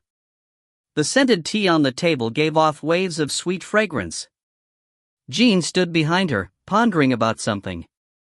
Next week it's Princess Maurice's birthday, and the Crown Prince came here to make a custom gift for his sister, nothing more. Claire's insipid sentence pointed out Jean's thoughts. At the same time, Claire became a little agitated. What should she give Princess Maurice as a birthday gift? After choosing the custom jewelry design, Claire paid the deposit and the jeweler told her to come pick it up in 3 days. She then left the shop with Jean. At the door, Claire suddenly remembered her almost forgotten second master, Cliff the Wizard Sage. It was time to find him. To the Magician Council. Claire quietly said to the coachman. The majestic entrance of the Magician Council was guarded by only 2 apprentice magicians. Although the two's expression couldn't be said as respectful, when they saw the neatly dressed Claire they were still polite. Because they were just apprentice magicians and not a true magician yet, they still couldn't treat a noble too haughtily. "What business do you have, miss?" one of the apprentice magicians politely asked. "I'm looking for Cliff," Claire emotionlessly replied. This made the apprentice magicians frown. "You can't just meet Cliff, a wizard sage, whenever you wanted to." It was obvious that the girl before them was just from some noble family and had perhaps came only to satisfy her curiosity and gaze at the majestic Cliff in reverence. What they didn't notice was that the girl in front of them called Cliff's name directly and without the slightest trace of awe. Thinking everything through, the 2 apprentice magicians put on an impatient expression and decided to act on their own. "Master Cliff isn't here, he's traveling." How could Claire not understand what the two were thinking and said casually, "Fine. Then when he finds out that you guys blocked me outside, bear the consequences yourself." Two apprentice magicians paused, then glanced at each other. They felt the words of the girl in front of them was a bit strange. But if she really was Cliff's valued guest and they blocked her outside, then they would be finished. Nobody could endure Cliff's wrath. "Wait, I'll go report first." Finally, the more quick-witted apprentice magician out of the two ran in after saying this sentence. Claire also didn't speak and just quietly stood there. Behind her there was the sound of multiple footsteps, as if someone was coming. "Why are you here?" An extremely loathing voice suddenly sounded from behind Claire. The voice belonged to Lashia. "If you find any errors, ads pop up, ads redirect, broken links, non-standard content, etc., please let us know. Report chapter so we can fix it as soon as possible." Chapter 23. Chapter 23, Going to the Magician Council. When Claire heard this voice she didn't respond, completely ignoring it. Lashia stood at the door, frowning at the familiar figure, her heart burning with rage. That night it was only because this despicable, man-crazy idiot shamelessly tricked her into thinking grandfather had arrived that she had suffered that sneak attack. Afterwards, she was grounded for a whole month. In that annoying time, Lashia had thought it all out very clearly. If it wasn't for Claire using those shameless, dirty, underhanded methods, she definitely wouldn't have lost. Lashia fumed with rage and clenched her teeth every time she thought of the humiliation and terror of that night. Burning shame, a terrible disgrace to be scared by that idiotic man-chaser. She must definitely pay back that humiliation. Pay it back 100-fold. Standing in front of Lashia was an old man wearing a long magician's robe. The gold flower embroidered at the chest area showed his level as a magician was second only to Cliff, a wizard. But this one level difference between them was a huge gulf. This was the principal of the Sunrise Institute and Lashia's master, Mozart. Mozart looked at the blonde-haired girl's back, understanding that was Lashia's older sister, Claire. He didn't have any positive impressions of Claire. He already heard about her absurd actions, of course, from his prized disciple, Lashia. The two boys behind Lashia were of course her seniors. Everyone looked at Claire with disgust. Lashia saw Claire ignoring her and her whole body shook, ready to explode, but she remembered this was the Magician Council and she was with her master. In the end, she restrained herself and asked the nearby Jean coldly, "Jean, what are you guys doing here?" "Reporting to the second miss, we are here to find Master Cliff." Jean answered emotionlessly, neither servile nor overbearing. "What?" After hearing this, Lashia almost laughed out loud. "That moronic man-chaser also wants to see Cliff? That's way too funny, haha. Is the great Master Cliff someone an idiot can meet whenever?" It was only after pleading with their master for so long that he agreed to let them meet the great Cliff, hoping he would give some guidance. Jean's eyes flashed an indescribable light for a millisecond. There was a trace of ridicule, but it was very indistinct. Even you want to meet Sir Cliff? This is such idiotic nonsense." Lashia laughed mockingly. The two men behind Lashia also had a ridiculing expression. It was extremely clear that Claire wanting to meet Cliff was even more outrageous than a toad wanting to eat swan meat. Like before, Claire didn't respond to Lashia's ridicule. She also ignored the principal beside Lashia. Maybe the other students would respectfully give their greetings when they met the principal, but Claire didn't show respect at all. He was just the superior of those teachers who taught the basics, nothing more. Towards the teachers who taught the basics she held a sliver of respect, but she felt nothing towards the principal. Jean also kept quiet, not saying anything about Cliff already accepting Claire as his disciple. Mozart quietly coughed. "That's enough, Lashia, let's go inside." "Yes, master." Lashia understood their purpose wasn't to taunt and ridicule Claire, but to do more important things. She would teach this idiot a lesson the next suitable time they met. It was at this time that Mozart saw the bracelet Claire was wearing and cried out in shock, "Transportation bracelet." Of course he recognized that bracelet. His master Cliff had meticulously created that precious treasure with care. Transportation was a very high-level magic. Once someone reached a certain level, practicing this magic wasn't very hard, but embodying transportation into a magical device was extremely hard. But this precious item was now on this girl's wrist. "Master, what is it?"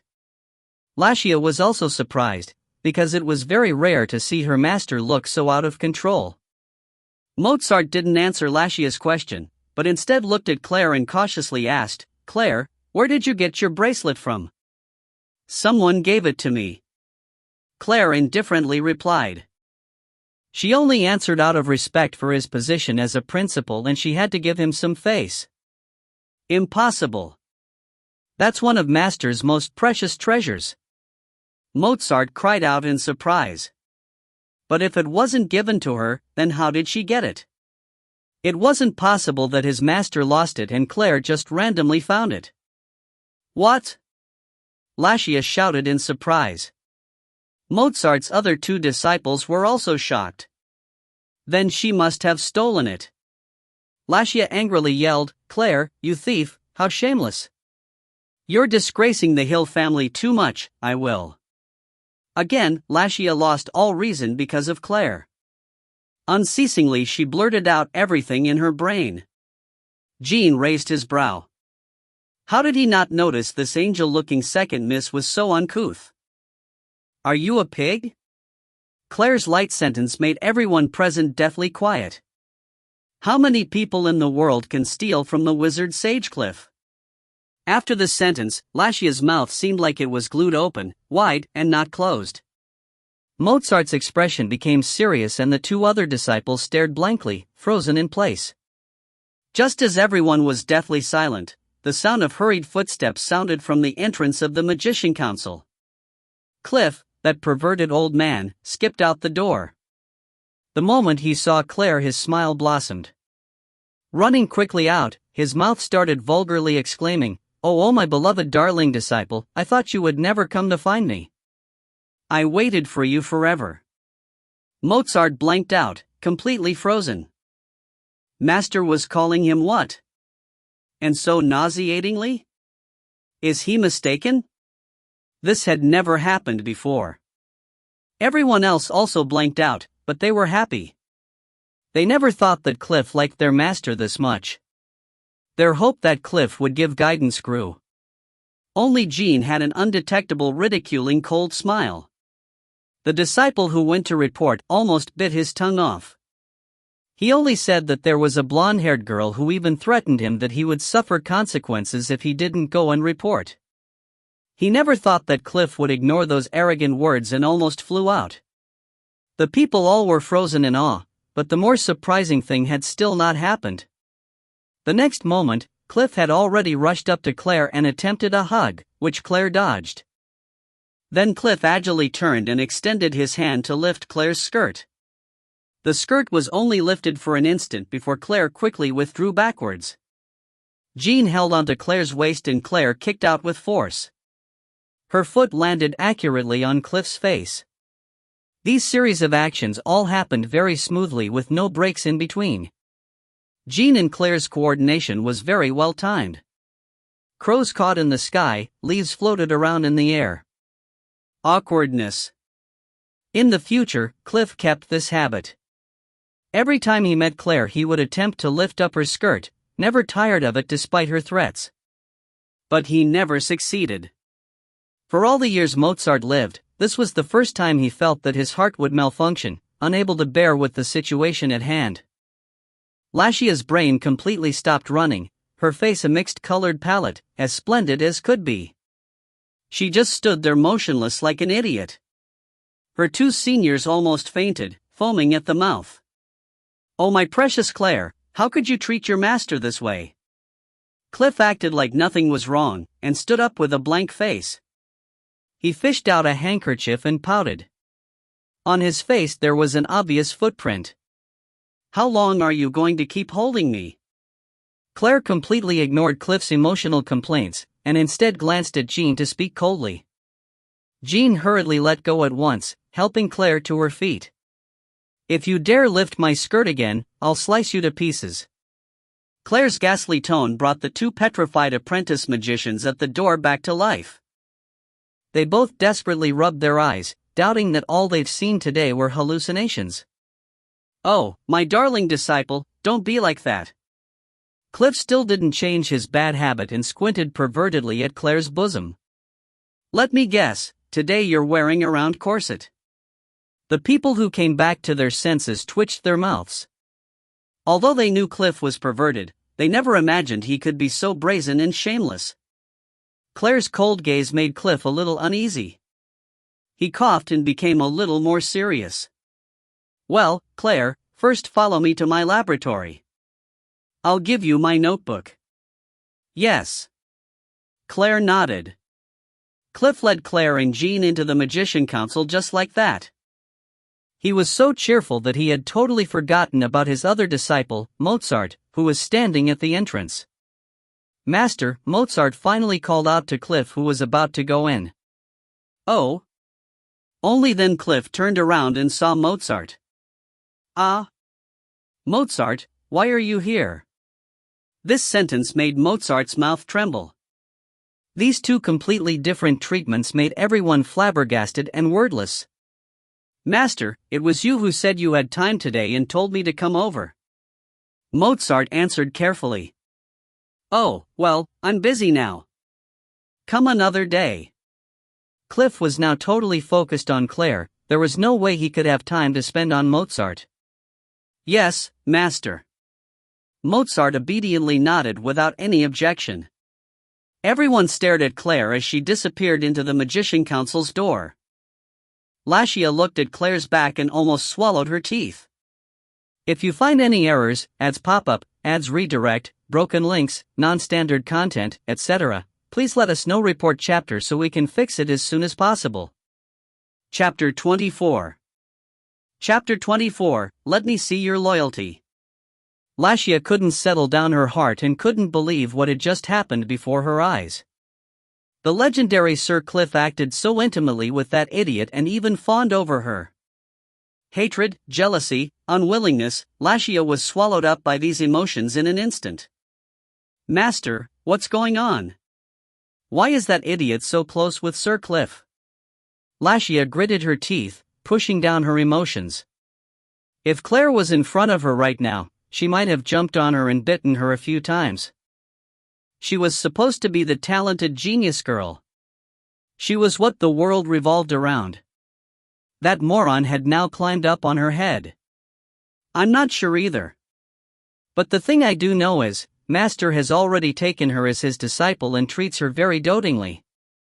Mozart sighed lightly. He understood Lashia's feelings, but Claire becoming his master's disciple was already uncontestable. He hoped this wouldn't deal too much of a blow to his proud and arrogant disciple. Impossible. She's a man-chaser, and so stupid and ignorant. Lashia's mood was extremely agitated. How could she accept this situation? This idiot man-chaser she looked down on and hated the most is now her revered master's junior sister. What kind of bullshit joke was this? Not even funny. This was the first time Lashia cursed so indecently in her heart. "Yeah, master, how is it possible? She must have seduced Sir Cliff," one of the other disciples said very certainly. His face was also full of wrath. "That's right, master, you must figure out what really happened. Maybe that man chasing Claire drugged Sir Cliff with a love potion," the other disciple added, undeterred. "Shut up." Nobody expected Mozart's face to change. He angrily reprimanded, "All of you shut up, you're not allowed to talk rubbish." They all quieted down. This was the first time they had seen their master so angry. "Your jealousy has blinded you, making you lose all reason. Where did your self-restraint, your intellect go?" Mozart scolded angrily. "Do you think Claire, who hasn't even become a true magician, can drug a wizard sage? Master is perverted, But have you ever heard of Master doing irrational things or become muddle-headed due to feminine charms? You're not just falsely accusing Claire, but also dishonoring Master. They all froze and felt fear, not even daring to breathe too loudly. None of them could afford to dishonor Cliff. Mozart's words pricked their heart like a needle. Yes, not to talk about Claire, but even their master didn't have the capabilities to drug Cliff. The truth really was merciless, that the legendary Great Cliff really accepted Claire, the man-chaser, as a disciple. Mozart looked his 3 ashen-faced disciples and sighed quietly. These 3 were all very talented, but they were too young and too easily jealous. With that temperament, their road would be a bumpy one. Maybe he had pampered them too much. Looking at it now, not letting them experience any setbacks was the wrong teaching method. Master, I'm sorry. Lashia apologized first. Her meekness was one of the biggest reasons that Mozart was so fond of her. Master, we're sorry. The other 2 disciples also quickly apologized. You are all too young. I hope you can become more mature, and not let your eyes, or hear, be deceived by outside appearances. Mozart said sincerely, pointing to his heart. Yes, Master. They all nodded in response, looking a bit ashamed. Although I don't know why Master would take Claire as a disciple, it is now the undeniable truth. She is now my junior sister, and I expect you to have proper respect. Mozart sighed, a little resigned. He knew that based on Lashia's spoiled personality, she just might go pick a fight. He sighed again. Lashia, do not do anything extreme, do you understand? Mozart wasn't worried about Lashia and Claire's sisterly relationship, but that Cliff might get angry. Cliff was a very protective person, and from his attitude today towards Claire he could tell that Cliff liked Claire very much. If his precious Claire was hurt, no one could bear his wrath. Yes. On the surface, they all promised, but Mozart couldn't know their true thoughts. Lashia also agreed obediently, but inside her heart, jealousy and hate grew crazily like weeds. Come on, one day we will know why Master has taken her as his disciple. Right now what we need to do is to continue our learning. Mozart led them on. The 3 exchanged glances, and followed behind. In the Magician Council, Claire observed the interior. She was on the first floor right now. It was like a big plaza with a few windows around. These were where magicians could apply for assessments. In the middle, there was a huge, round platform. Looking up, the ceiling above the round platform was empty. It was actually a huge elevator that went straight to the top. Getting onto the elevator, Cliff casually started chanting, and the round platform steadily ascended. When they slowly reached the 2nd floor, Claire was surprised to find that it consisted of shops closely lined together. Every shop had a shopkeeper, and judging by the style of their robes, they were all apprentice magicians. Why? Claire asked herself. Didn't magicians all hate those greedy merchants? How would they themselves open shops? Cliff seemed to see Claire's confusion and laughingly explained, these shops have all been created by magicians themselves, and are used to trade magical items, but not sell.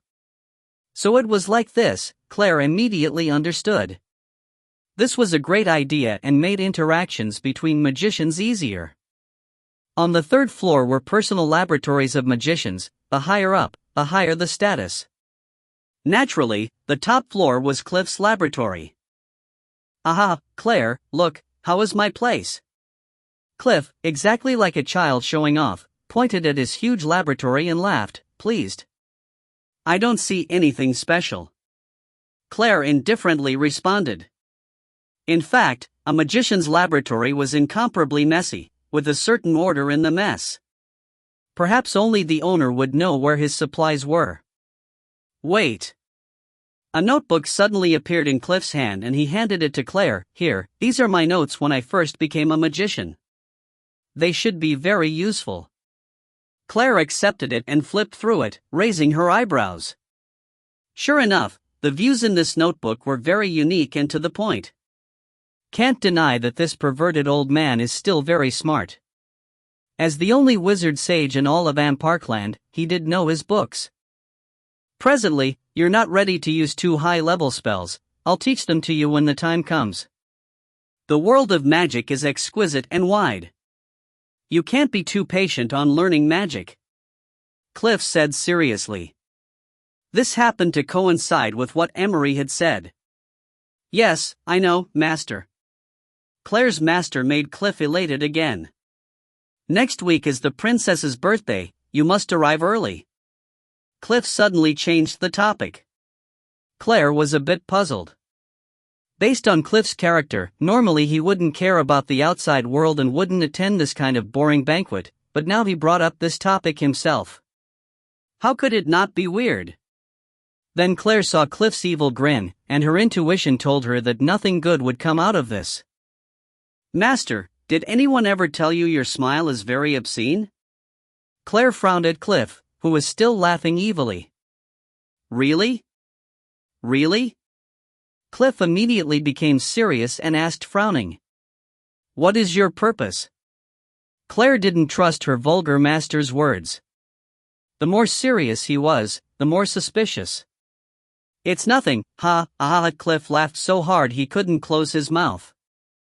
Ha, it's just that old man will also go. Ah ha ha.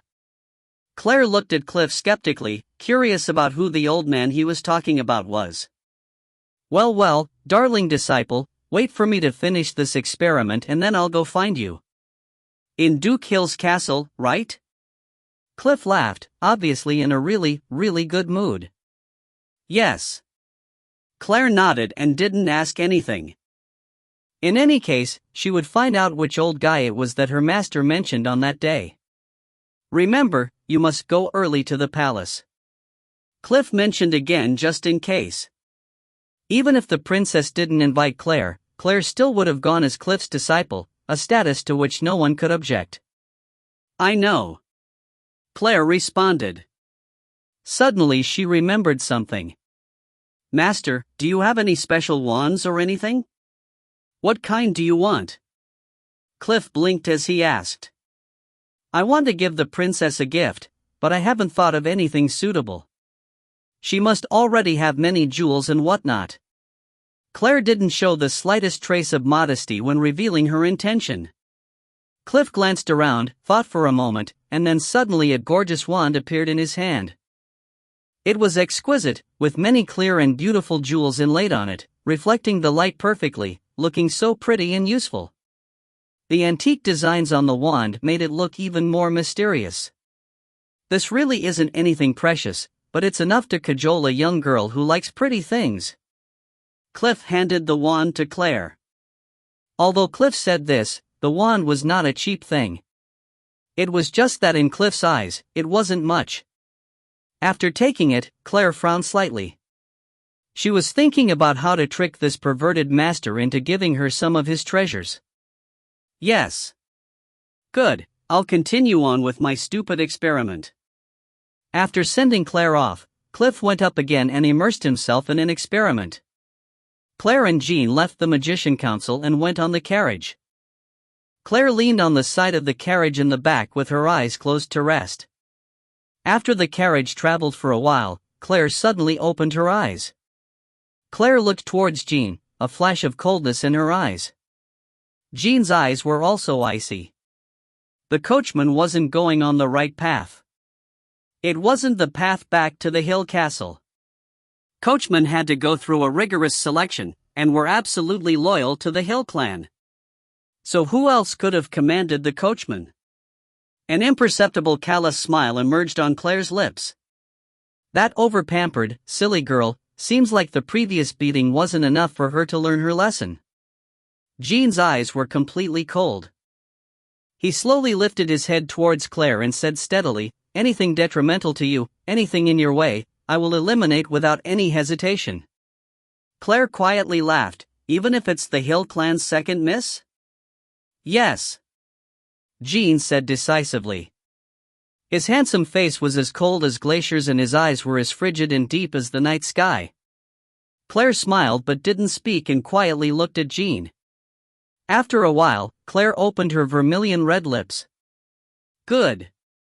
Then let me see your resolution. Let me see your loyalty. In the carriage, Claire's quiet voice was like a demon's faint sigh. If you find any errors, ads pop up, ads redirect, broken links, non-standard content, etc., please let us know. Report chapter so we can fix it as soon as possible. Chapter 25. Chapter 25, Loyalty to a Devil. The carriage didn't stop and continued out of the city. It was very clear that although Claire was now doted on by the Duke, she was still far lower in the servants' hearts compared to the talented Lashia. Between the two, the coachman had resolutely decided to follow Lashia's command. This would be something he would regret for a lifetime. I want her alive. Claire's faint voice sounded coldly in the carriage. This was her bottom line. It wasn't because that person was her supposed little sister, but because of their gentle mother, Catherine. Jean emotionlessly nodded, the depths of his eyes cold. The carriage went out the city to a forest. Not long after, it stopped. Jean came off the carriage and extended his hand out. Claire indifferently accepted it. Then Jean carefully helped her out of the carriage. The coachman looked around. The second miss had commanded him to bring the carriage here, but he couldn't see her. Then should he follow her command to leave? In any case, listening to the second miss's command was the right decision. The first miss would never match up to the second, and if she heard that it was second miss's command she also wouldn't dare to refute. After thinking through all this, the coachman was about to whip the horses to leave. But the very next moment, a cold voice sounded quietly right next to his ear. Where are you thinking of going? Jean's eyes didn't have the slightest trace of warmth. The coachman was frightened. This voice didn't have any emotion in it, and froze all the blood in his body. The next moment, the aura of death enveloped him. Excruciating pain came from his wrists, so painful he almost couldn't breathe. The tendons in his wrists snapped. Jean gracefully withdrew his sword, not a single drop of blood on it. But both of the coachman's tendons had been broken. Fresh blood spilled out and the coachman mournfully howled. The miserable sound that reverberated in the forest was ear-piercing. Jean stood there quietly, like a god of death. He coldly looked at the coachman who continuously whimpered in pain. Who ordered you to bring us here? Claire laughed. Her laugh was as beautiful as sunlight as she asked this question gently, already knowing the answer. The coachman was terrified. Although the girl was smiling, it felt colder than a 1,000-year-old glacier. You neglected your duty. Jean coldly looked at the man on the ground and was about to pull out his sword. Before Jean could plunge the sword down, the coachman already started to scream his heart and lungs out, Second miss, save me, second miss, it's you who ordered me to bring the carriage here. Second miss. Claire laughed and calmly stood aside, like a beautiful but poisonous poppy. She leisurely waited for that person to appear. The hidden Lashia felt a chill. It was the first time she had seen that warrior, Jean, who was always indifferent towards Claire, look ruthless and cruel. What did this foretell? That the warrior was now wholeheartedly working for that idiot? How is it possible? Before, when I bullied that idiot, Jean would always turn a blind eye, but right now that warrior's manner was completely different. Stop! Looking at Jean about to impale the coachman through his chest, Lashia emerged from her hiding place to shout angrily. After all, it was because of her orders that the coachman was in this kind of a predicament. Claire slightly raised her brow, and showed a sliver of a smile while watching the girl emerge from the shadows. This girl who had been over-pampered so much she was out of control actually had a sense of humanity and responsibility.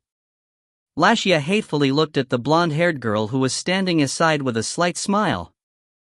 Her carefree manner was like a stabbing pain to Lashia's eye. Why did the Sir Cliff accept you as a disciple? Why? Lashia angrily asked, trying her best to suppress her rage. Claire indifferently laughed. Why do I need to answer you? Why? How is it possible? How could the great Cliff accept you as a disciple? You're nothing, you only know how to chase after men, act shamefully, be ignorant and incompetent. What else can you do? You even don't care for your mother who loves you so dearly. For what reason did Cliff accept you as a disciple? Lashia finally exploded and vented out all of her anger. You're only an idiotic man-chaser. Only the disgrace of the Hill family. Claire quietly sighed. Everything Lashia said was true. The Claire from before really was only able to chase after men, bringing disgrace everywhere she went. And like Lashia said, the previous Claire didn't even care for her devoted mother. Claire looked at the sky, her heart somewhat turmoiled. The Claire from before really made people disgusted. No wonder even as a guardian knight Jean treated the previous Claire that way. It was impossible to like a stupid, useless man-chasing idiot. Claire looked at the child, who always had the world revolve around her, and suddenly felt a bit melancholy. This girl started shining and attracting attention from age 5, and from then on had always been the biggest star in everyone's eyes, the hope and pride of the Hill family. Her whole world and belief was almost completely smashed by Claire today. Her ego, her pride, her brilliance, all became a joke today, an enormous joke. Maybe you will know later, Claire dully said. She had already changed her mind and dropped her original plan. She turned around and was about to walk back to the carriage. Stop right there. Lashia had her fist clenched. You better give me a reason or else don't even think of leaving. Claire stopped and her gaze drifted slowly onto Lashia. Suddenly she said quietly, when you mature, maybe you will become an existence that surpasses Cliff. Lashia paused, staring at Claire's back, speechless. For a split second she felt that blonde-haired girl wasn't Claire but a complete stranger who was a formidable wise woman. Only when Claire had entered the carriage and the sight of her back had disappeared did Lashia come back to her senses and vigorously shook her head, throwing the emotion she just had out of her head. She was somewhat resentful. How could she be led by the nose by that man-chaser? Stop right there. If you don't tell me why today I will definitely not let you go. Lashia rushed forward, already chanting a spell. I'm sorry, 2nd Mississippi. Jean's black clothes fluttered and his gaze was cold. His movements seemed slow and graceful, but in a split second he was right in front of Lashia. In that instant, a violet light burst forth. A great force came from the air and attacked Lashia in the front. In that split second, Lashia screamed, her whole body feeling like it was about to split open. She hacked out fresh blood and flew backwards like a broken doll. Dark red blood carved into a dazzling arc in the air. A pain worse than death enveloped Lashia. Bang! Lashia's body slammed into the ground heavily. Dirt flew up as Lashia lay on the ground, unable to move. It happened so quickly that Lashia's 2 senior disciples in their hiding spots didn't even register what happened or catch Lashia. They should have felt glad that they didn't catch her though, because even the ground below Lashia was devastatingly cracked open because of the force. Jean only left a little bit of dochi on Lashia, which disappeared into the ground as Lashia hit. A magician's greatest fear is close combat, that is the most life-threatening situation. Everyone present besides Claire, who was in the carriage, didn't think that Jean would deal such a harsh blow. And to the Hill clan's 2nd miss too. Jean, we're leaving. Claire's voice insipidly came from the carriage, carrying an indescribable emotion. Jean coldly sheathed his sword. Without even a glance at Lashia's limp body on the ground, he sat in place of the coachman and whipped the horses to leave. The carriage traveled slowly. You're not afraid of grandfather blaming you? Claire's low voice traveled out of the carriage to Jean's ear. Her words didn't sound even the slightest bit concerned. If you find any errors, ads pop up, ads redirect, broken links, non-standard content, etc., please let us know. Report chapter so we can fix it as soon as possible. Chapter 26. Chapter 26, Silver Hair, Violet Irises. You're not afraid of grandfather blaming you? Claire's low voice traveled out of the carriage to Jean's ear. Her words didn't sound even the slightest bit concerned. My duty is to protect you. Jean's low voice floated into Claire's ears without hesitation. Claire didn't say anything else. She leaned against the carriage wall and said emotionlessly, "Let's go home." The next 2 days were strangely quiet. Lashia didn't come home, and Duke Gordon never mentioned this incident. Whether it was he didn't know or didn't want to bring it up would remain unknown. Claire still studied humanities and geography in the mornings, and horsemanship in the afternoon. Camille would appear on time every day in Claire's study. What puzzled Claire was that Camille's injury still seemed the same. No getting better. Who would wound this respected scholar so seriously? And why did Camille want to hide it? Soon, it was the weekend. Princess Maurice's invitation had long since arrived. Duke Gordon, of course, received an invitation from the Emperor. Claire dressed up splendidly and got on the carriage with Gordon to go to this banquet. Duke Gordon arriving.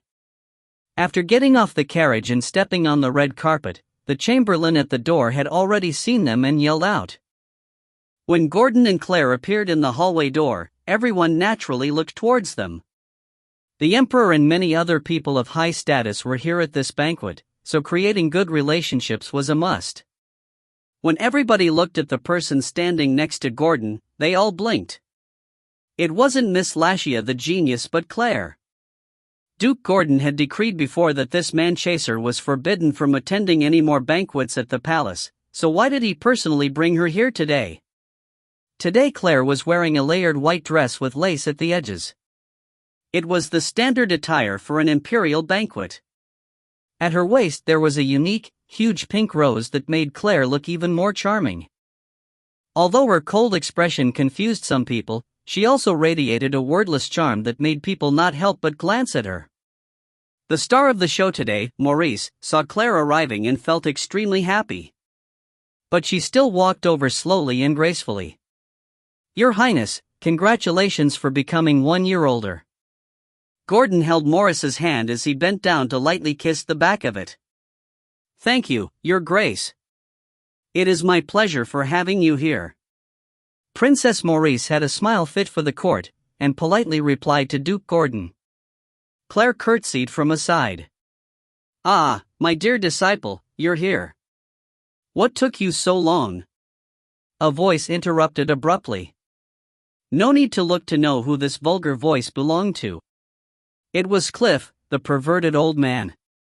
Master. Claire answered indifferently to Cliff, who was running over. Cliff was wearing his large magician's robe and scampering over excitedly. Cliff's sentence was like a bomb exploding in the crowd. Dear disciple? And then that man-chaser called Master? Must be a coincidence. One of Cliff's disciples must have come. Everyone strained their necks at the doorway, but there was no one coming in. Duke Gordon's mouth curved into an imperceptible smile. This was exactly what he wanted. Tonight's banquet was a perfect time to let everyone know about this. Nothing could shock people more than seeing it for themselves. Oh, I've missed you dearly. Cliff reached out to hug Claire, but Claire's gaze turned cold and she stepped back. Duke Gordon coughed slightly, and Claire twitched her mouth but stopped moving. Cliff, elated, hugged Claire. Or at least what it looked like to the people. Nobody saw that under his large robe, Claire had pushed against Cliff's chest, not letting Cliff actually get near and hug her. The whole hall boiled. Originally, the sole appearance of legendary Cliff at the banquet had astonished them. But this was even more shocking. Sir Cliff had called that male chaser dear disciple, and hugged her so warmly. Princess Maurice was also dumbstruck, not coming back to her senses. Cliff withdrew his hands, but his eyes were fixed vulgarly on the fringe of Claire's dress. I've told you, if you ever dare to lift my dress again, I'll butcher you. Claire squeezed out a sentence between her teeth icily. Not to mention it was this kind of an occasion. Cliff also knew this, so he started grinning and pulled Claire away to the other side, completely ignoring Duke Gordon and Princess Maurice. Claire glanced back and nodded apologetically to Princess Maurice. But Duke Gordon didn't feel unhappy at all.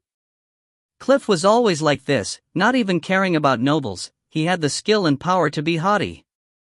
On the contrary, Duke Gordon was very happy. Everyone at today's banquet had fame and prestige, and now they all witnessed for themselves Claire becoming Cliff's disciple.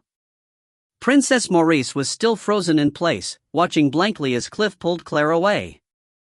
In a corner of the big hall, a pair of eyes watched everything darkly. "Lashia, don't watch anymore."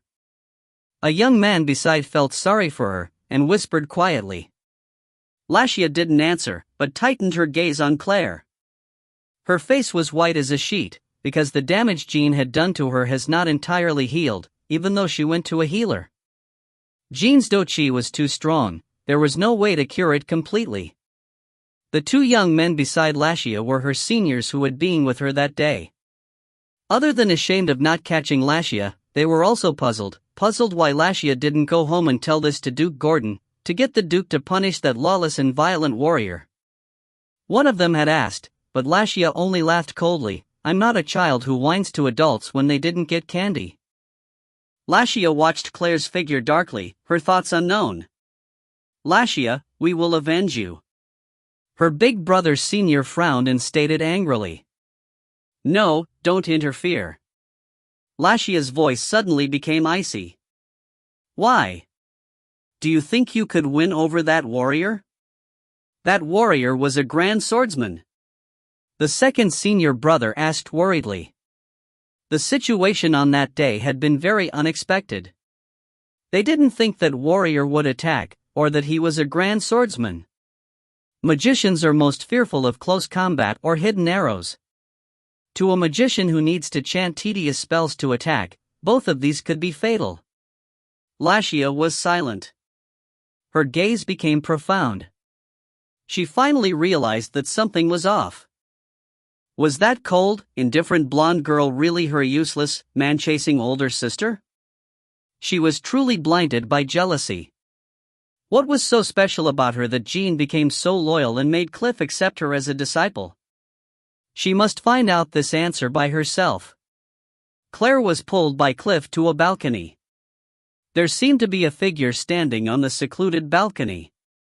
There, it was very calm and quiet, and it seemed like nobody dared to come and bother. What kind of person would be there? "Lawrence, you old foggy, come over and look. This is my newly accepted disciple. If you don't believe my words, come and look yourself." Cliff snorted coldly towards the person on the balcony. As Claire looked at the person on the balcony, she was startled. That person had a dignified expression and was completely clothed in red, even his hat red. On his clothes, there was a small sun symbol, showing he was from the Temple of Light. A red-robed cardinal. Second only to the Pope. This time he had come to represent the Temple of Light at the princess's birthday banquet. Although the divine and royal powers would forever clash with each other, they still had to show harmony on the surface. Claire sized up the old man in front of her, while the old man did the same to her. Gradually, the old man's eyes revealed many emotions, including jealousy and amazement. "You old bastard, you really stepped onto dinosaur shit, getting such a disciple." That dignified-looking old man actually spit out those type of words, making Claire's mouth twitch. Coming from such an austere old man, it really was strange. What's more, his rank was an esteemed red-robed cardinal. But this old man was very interesting and also a little cute. He didn't feel like one of those false hypocrites. "Greetings, Your Eminence. For our first meeting, I am Claire Hill." Claire elegantly curtsied, not acting overbearing nor subservient. "Ah, what a well-behaved child. Completely different from this old thing. How about this, you dump the old man and accept me as your master?" "I will absolutely." Before Lawrence could finish speaking, Cliff had already grabbed onto his mouth angrily. "Your dog mouth can never spit out elephant ivory." "Pa!" Are you even human? Trying to steal my disciple right in front of my eyes? Cliff desperately pulled Lawrence's mouth to the sides, making it look like a silver carp's mouth. Or Karitare, they'll teach our way. TL, your character, will teach her astray. The Chinese did this too. Lawrence almost drooled, trying to push Cliff away while refuting with inarticulate words. Just when the two old men were scuffling around, not caring about their public image, another person walked onto the balcony. This was a person that Claire had met before. Master. A cool voice sounded. Claire turned around suddenly. Silver hair, violet irises. If you find any errors, ads pop up, ads redirect, broken links, non-standard content, etc. Please let us know. Report chapter so we can fix it as soon as possible. Chapter 27. Chapter 27, Lingyun Lang. The breathtakingly beautiful person standing in front of Claire was the holy divine prince with silver hair and violet irises. Master, Sir Cliff. The arriving person looked used to seeing the two fighting and respectfully addressed the two. His eyes flashed a strange light when he saw Claire. It's you, he said indifferently and quietly laughed. It's me. Claire also emotionlessly laughed. You guys know each other? Lawrence asked after struggling away from Cliff's evil clutches. Cliff also looked at them in surprise. We met at Gale Gorge. The person with silver hair and violet eyes slightly bowed. Hello, my name is Lingyun Lang. Claire Hill. Claire looked at the handsome man in front of her and puzzled over his name. Lingyun Lang? It didn't seem like a family name from this world. The Hill family's miss? Lingyun Lang smiled. Claire emotionlessly laughed. Looks like I'm pretty famous. Everything was a fabrication, including what you've heard or seen. Only what you see from here is the truth. Lingyun Lang tapped his chest lightly. Looks like he had also heard a lot about the Hill family's male chaser. But his behavior was totally different from others. Claire only smiled faintly and didn't say anything. Right now, it was complete chaos in Claire's head, so much so that her head felt like it would explode.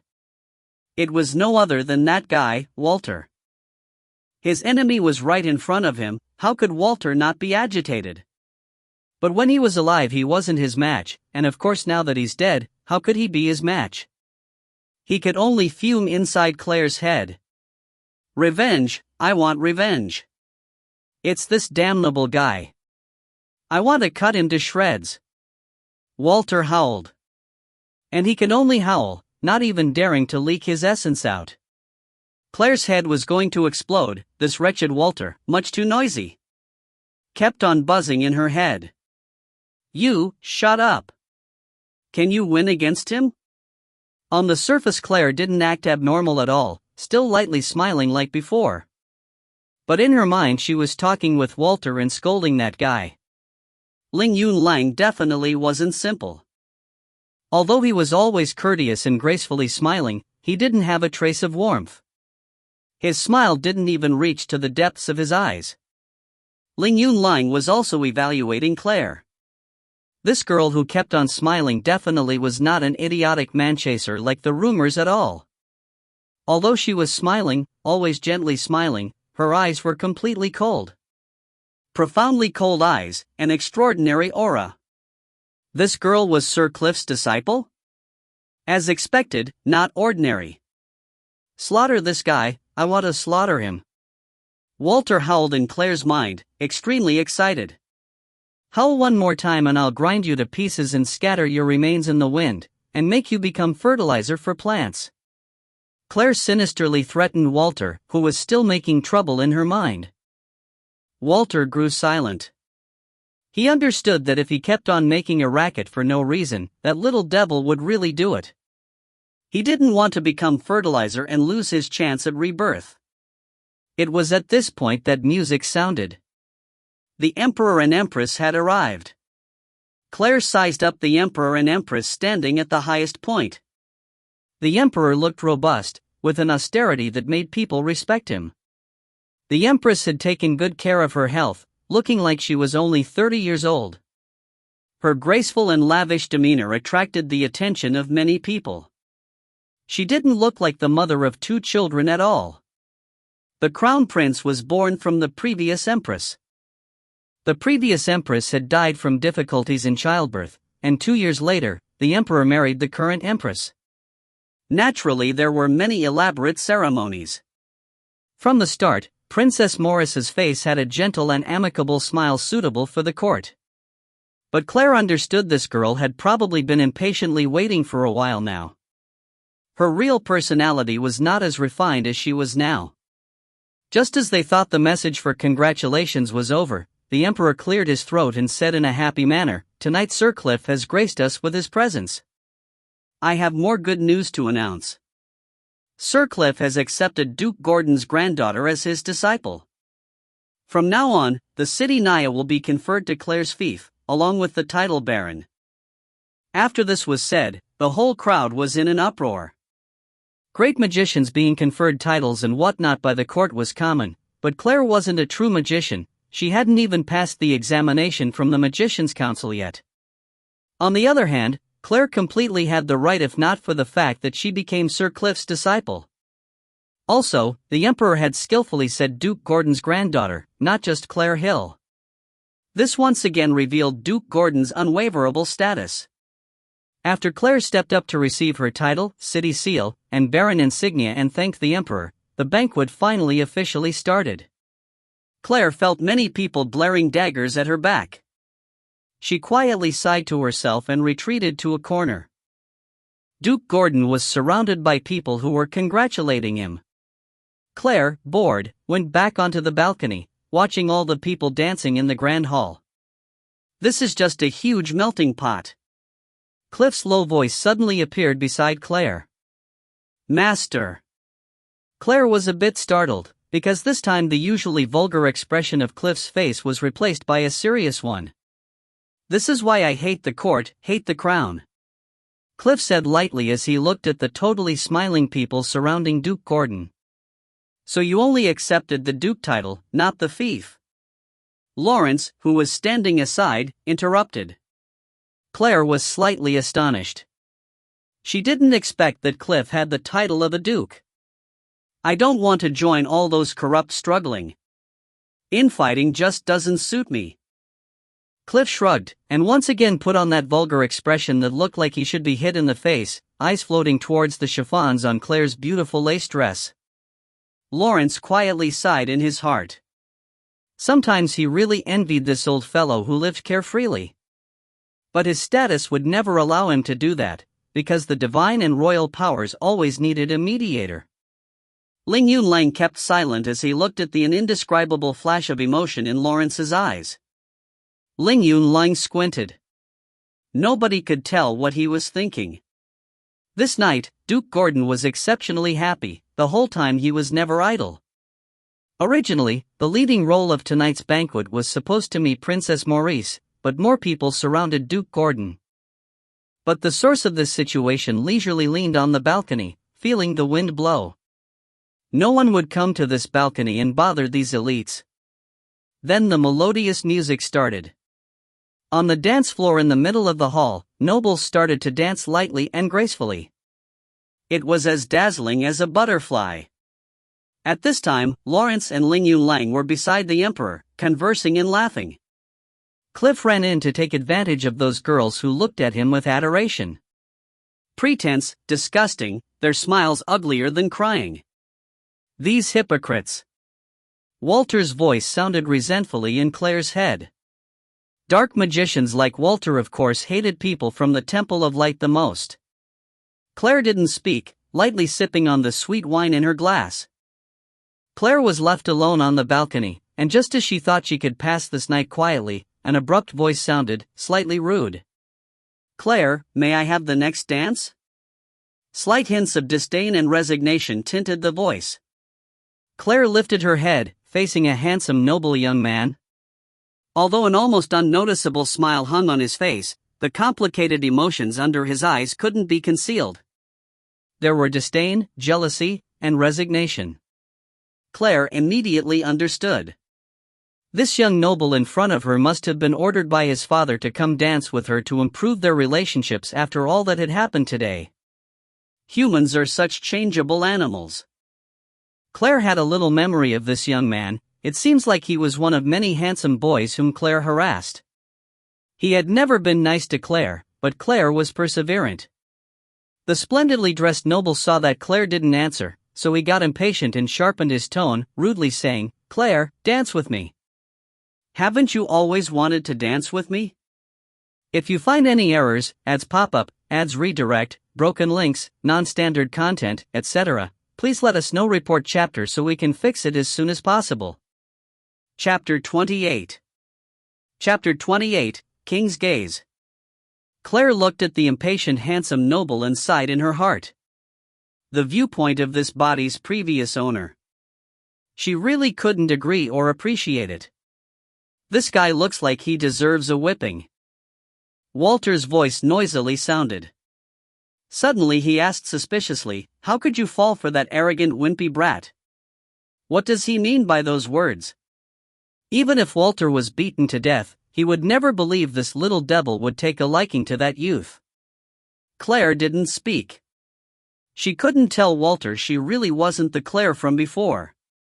The handsome youth saw Claire not speaking and got more and more impatient. He felt envy and hatred.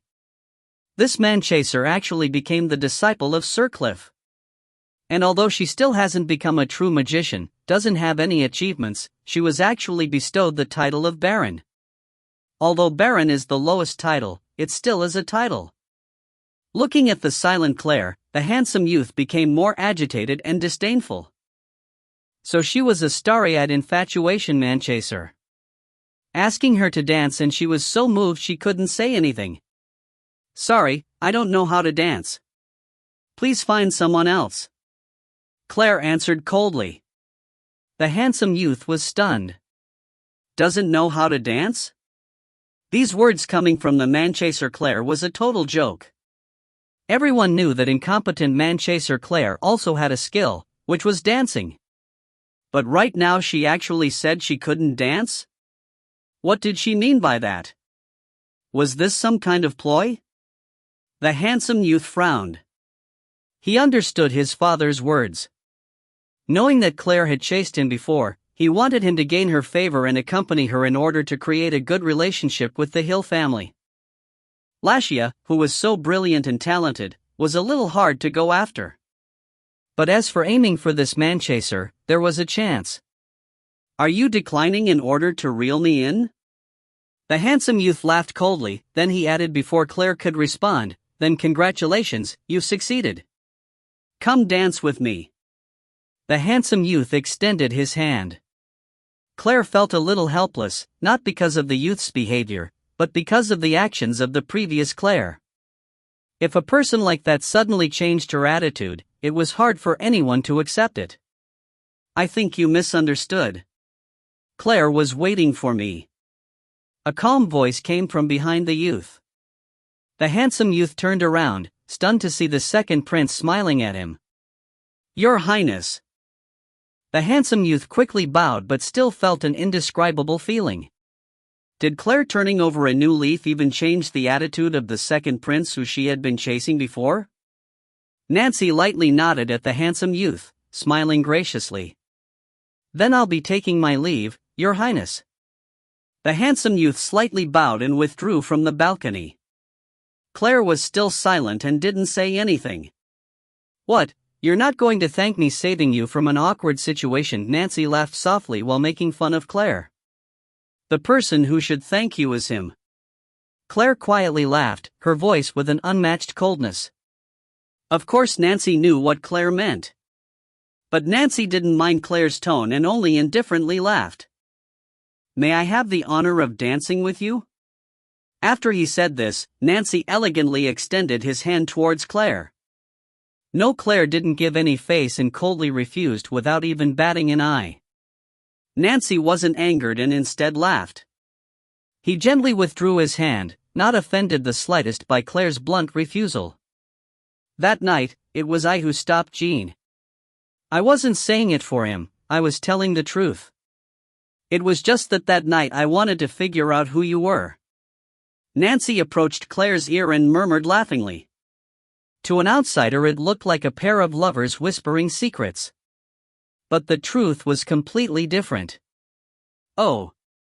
So what? Claire smiled while rocking the glass of wine in her hand. The coldness she emitted could make people shiver. Nancy went mute. So what? That one, cold sentence completely stopped what he was going to say. So what if he stopped Jean or not? Then what was relevant? The most important thing was that this young girl in front of him was no longer a normal person, no longer a man-chaser, but Sir Cliff's disciple. If your highness doesn't have any more to say, I would like to be alone for a while, Claire said lazily, leaning on the balcony railing. Her gaze floated towards the quiet garden. Nancy paused for a moment before nodding his head. If that's so, I'll be taking my leave. Claire nodded with not so much as a glance towards Nancy. Finally the balcony was quiet again. Claire quietly sighed and drank from the glass of wine. This person is definitely not ordinary. Walter's voice sounded in Claire's head. Really now? Claire half-heartedly replied. His gaze was a king's gaze. Walter said, certain. Ha, when did you start sounding like those hypocrites? Claire mocked. But really, she knew the situation very clearly. The contest for the throne had already started, but she had no intention of joining their battle. It was always like that in the royal family. From the moment you were born into it, the words familial affection were basically already a huge joke. As long as it didn't affect who she cared about, she didn't care about it. I didn't. I understand a little bit of star reading. Walter refuted stoutly. Oh really? Then, oh, great star reader, why couldn't you read that you would meet the overpowered holy divine son that day? Why couldn't you read that you weren't his match? Claire's venomous tongue retorted even more unyielding. Well. I said I only understand a bit. Walter withered. The corner of Claire's mouth lifted into an imperceptible smile. For some reason, it was interesting poking fun at Walter. But Claire understood Walter actually knew a bit of star reading. The second Prince Nancy had a big chance of becoming the next emperor because he had the hidden support of Duke Gordon. As for Duke Gordon, he must have his own reasons for supporting the prince secretly. Claire, what are you thinking? When can we leave? This place seems annoying. Walter's voice sounded in Claire's head. Also, your first master says he was going to help me, so how is it going? I'm debating on how to give you a bath, either frying or boiling. Claire said coldly after hearing Walter's last sentence. If you want to receive anything, first ask yourself what you have given. Around here, before you demand, you must first contribute. Walter shivered. This little devil. Just now they were joking around, and he became careless and thought it would easier to talk to her. But in truth, her beautiful clothes couldn't cover this little devil's inherent maliciousness. But right now I don't have any power, how can I help you? Walter pouted, like he was hugely wronged. When we get back, tell me all about dark magic. Tell me every spell you know, so I can go home and study it. This request was too greedy, too much. But, that is if Claire was of the dark nature. Walter curled his lip. Who cared if he told? Did Claire think it was a big deal? In any case, Claire can't learn dark magic because of her attribute and position, and based on Claire's devil personality, she would not teach anyone any magic. In short, telling Claire about dark magic was basically no loss to Walter. Okay, no problem at all. Walter promised in a rush, then added, when can we leave this stupid place? The light essence on that old man and holy divine prince makes me nauseated.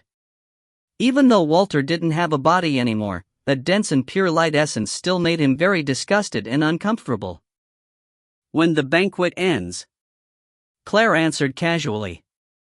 Walter was just about to sigh out loud, disappointed, when Claire slyly added, "But I can take you to the garden for a walk, then leave when the banquet ends." "Yay, Claire, you are such a nice person," Walter couldn't help but exclaiming. Then he came back to his senses and convulsed. Devil! Big devil! Set a trap for him so he would call her nice. If she was a nice person, then there would be no nice people on the world. In the garden, a cool breeze blew. Claire sat quietly on the bench, gazing at the starry night. Right above her, the brightest star was twinkling. A legendary person has been born, most likely in this country. Walter's voice suddenly floated into Claire's ear. "Why do you say so?" Claire was confused. Star reading. "Although I don't have any devices or power, I can still look at the stars." Walter stated confidently, "Look at that brightest star above your head, it wasn't there a few months ago. It appeared suddenly. Those bitches at the Temple of Light must be working their butts off now." Walter cursed scornfully. "Explain it." Claire frowned. A strange feeling flashed in her heart, but was only there for an instant, and she didn't catch it. If you find any errors, ads pop up, ads redirect, broken links, non-standard content, etc., please let us know. Report chapter so we can fix it as soon as possible. Chapter 29. Chapter 29, Hidden Crisis. Walter cleared his throat and started preaching. Think about it, if this person really appears, would the Temple of Light not fear for their position? Would they not fear that this person might threaten their prestige? So they will definitely adopt measures to protect themselves. Based on the style of that bitchy goddess of light, she will definitely find the person before anyone else and subdue them to be one of her own. They will be extremely devoted to her and become one of her loyal lackeys in the mortal world. And if they couldn't be tamed? Claire's eyes became slits, a cold ray emitting from her dark green irises. Then of course they would eliminate her early on, cleanly and thoroughly. Walter snorted and then spit out, "That bitch always did things this way." "The goddess of light did this to you before?" As soon as Claire asked the question, she felt it was a bit strange and sounded ambiguous.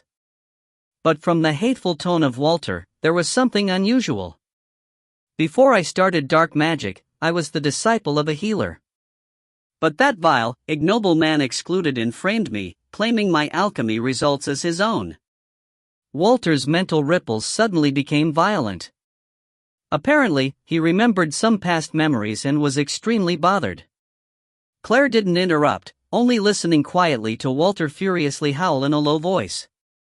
She could kind of guess what happened. Walter was very talented, so the Temple of Light took him in as their own, but others were jealous and excluded him. Becoming a despised dark magician must have had a lot to do with this. Walter suddenly became silent. Claire understood that Walter had calmed down and he didn't want to talk about this anymore, and she didn't ask any further. Everyone has the right to keep their own secrets. So Claire stayed in the garden feeling the breeze, thinking about other matters until the banquet ended. After the banquet ended, Claire and Duke Gordon left. Duke Gordon leaned comfortably against the side of the carriage, his eyes closed in thought. Claire was also quiet. Suddenly Gordon opened his eyes and looked at Claire. "Claire, what do you plan on doing with your fief?" "Grandfather, find someone to look after it for me.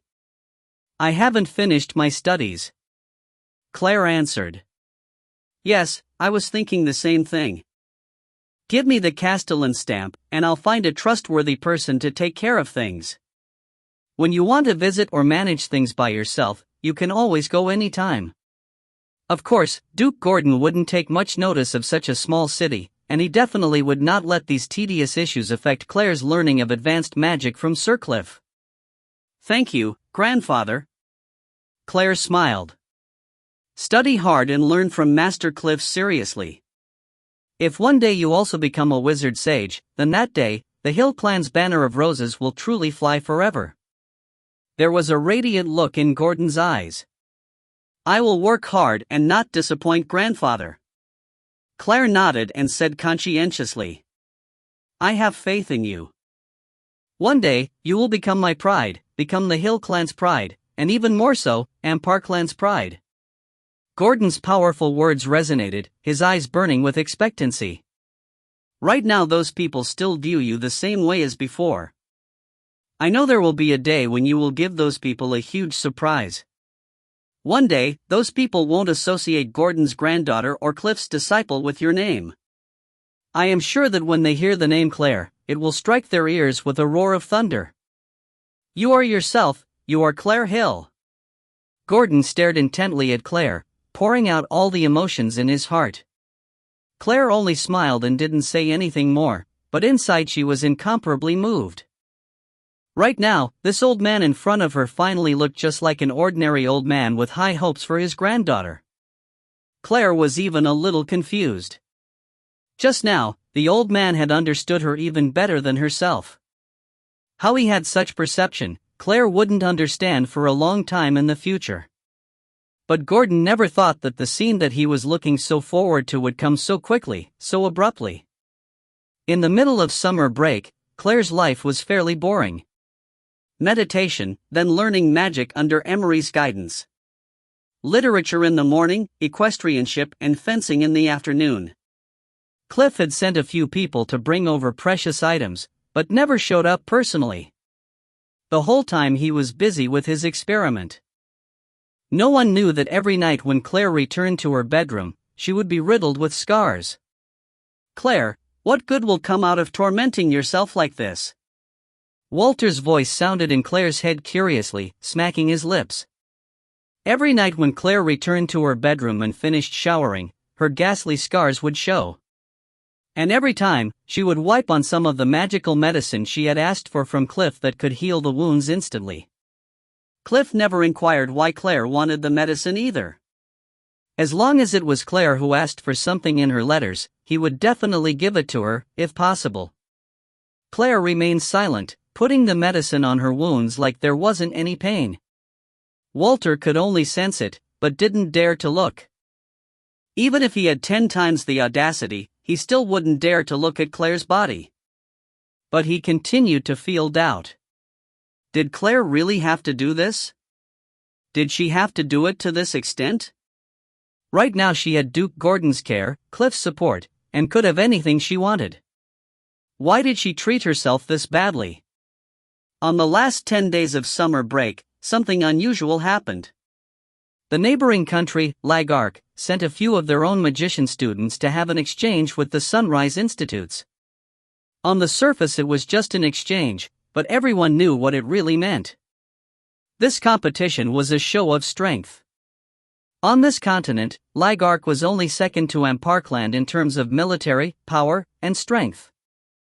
In recent years they had risen in prominence, and were looking for trouble, so of course this student exchange wasn't as simple as it seemed. "We can't lose," Duke Gordon said solemnly, sitting at the table in his study, passing on the Emperor's message. "Your Grace, do you mean that we need to take special measures in the case of a necessary situation?" Amory asked in a low tone. He stood aside quietly, clothed in a black magician's cloak. "Don't rule out that possibility. On that last competition, Lashia's win was very precarious, and only because something turned up suddenly on the other side. It's going to be hard to tell who wins this time." Duke Gordon was very serious. Not only will the Emperor watch this competition, but the Temple of Light will also be present. All this time, the Temple of Light has been building their main temple in our country, the most powerful one.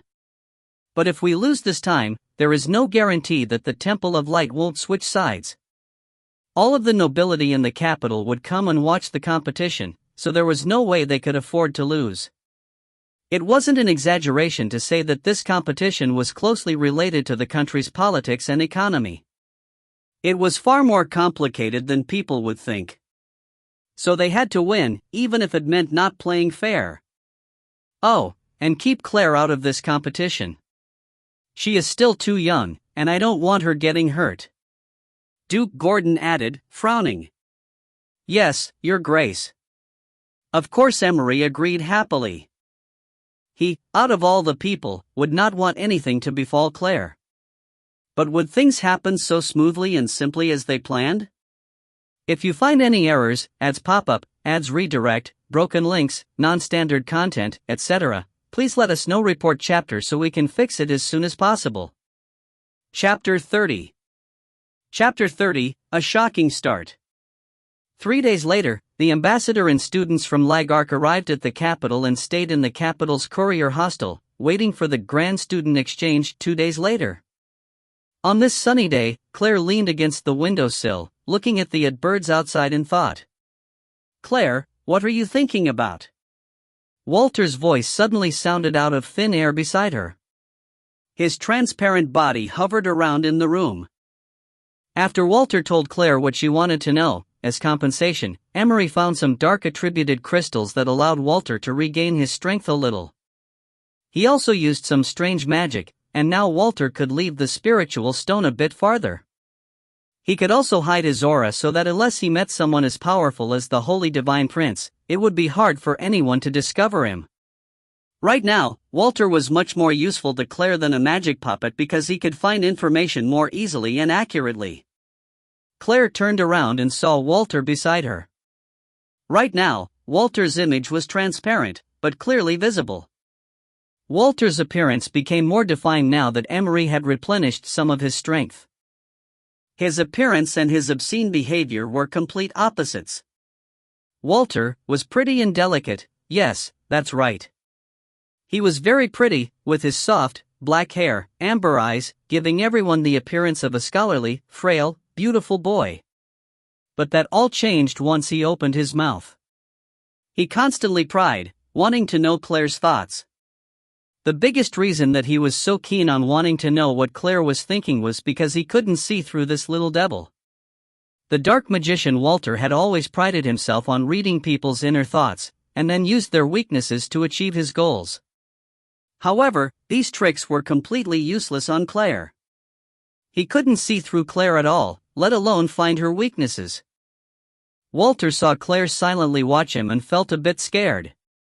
This little devil was the most terrifying when she was silent, because you couldn't tell what she was thinking at all. He felt like he was being stared at by a viper.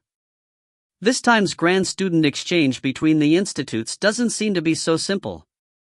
I haven't seen Master Emery for a whole day and grandfather also seems really worried. Claire said in a low tone, frowning slightly. She kept feeling that something was brewing, a bad feeling. Walter grew silent. He couldn't help but acknowledge Claire's intuition was scarily accurate.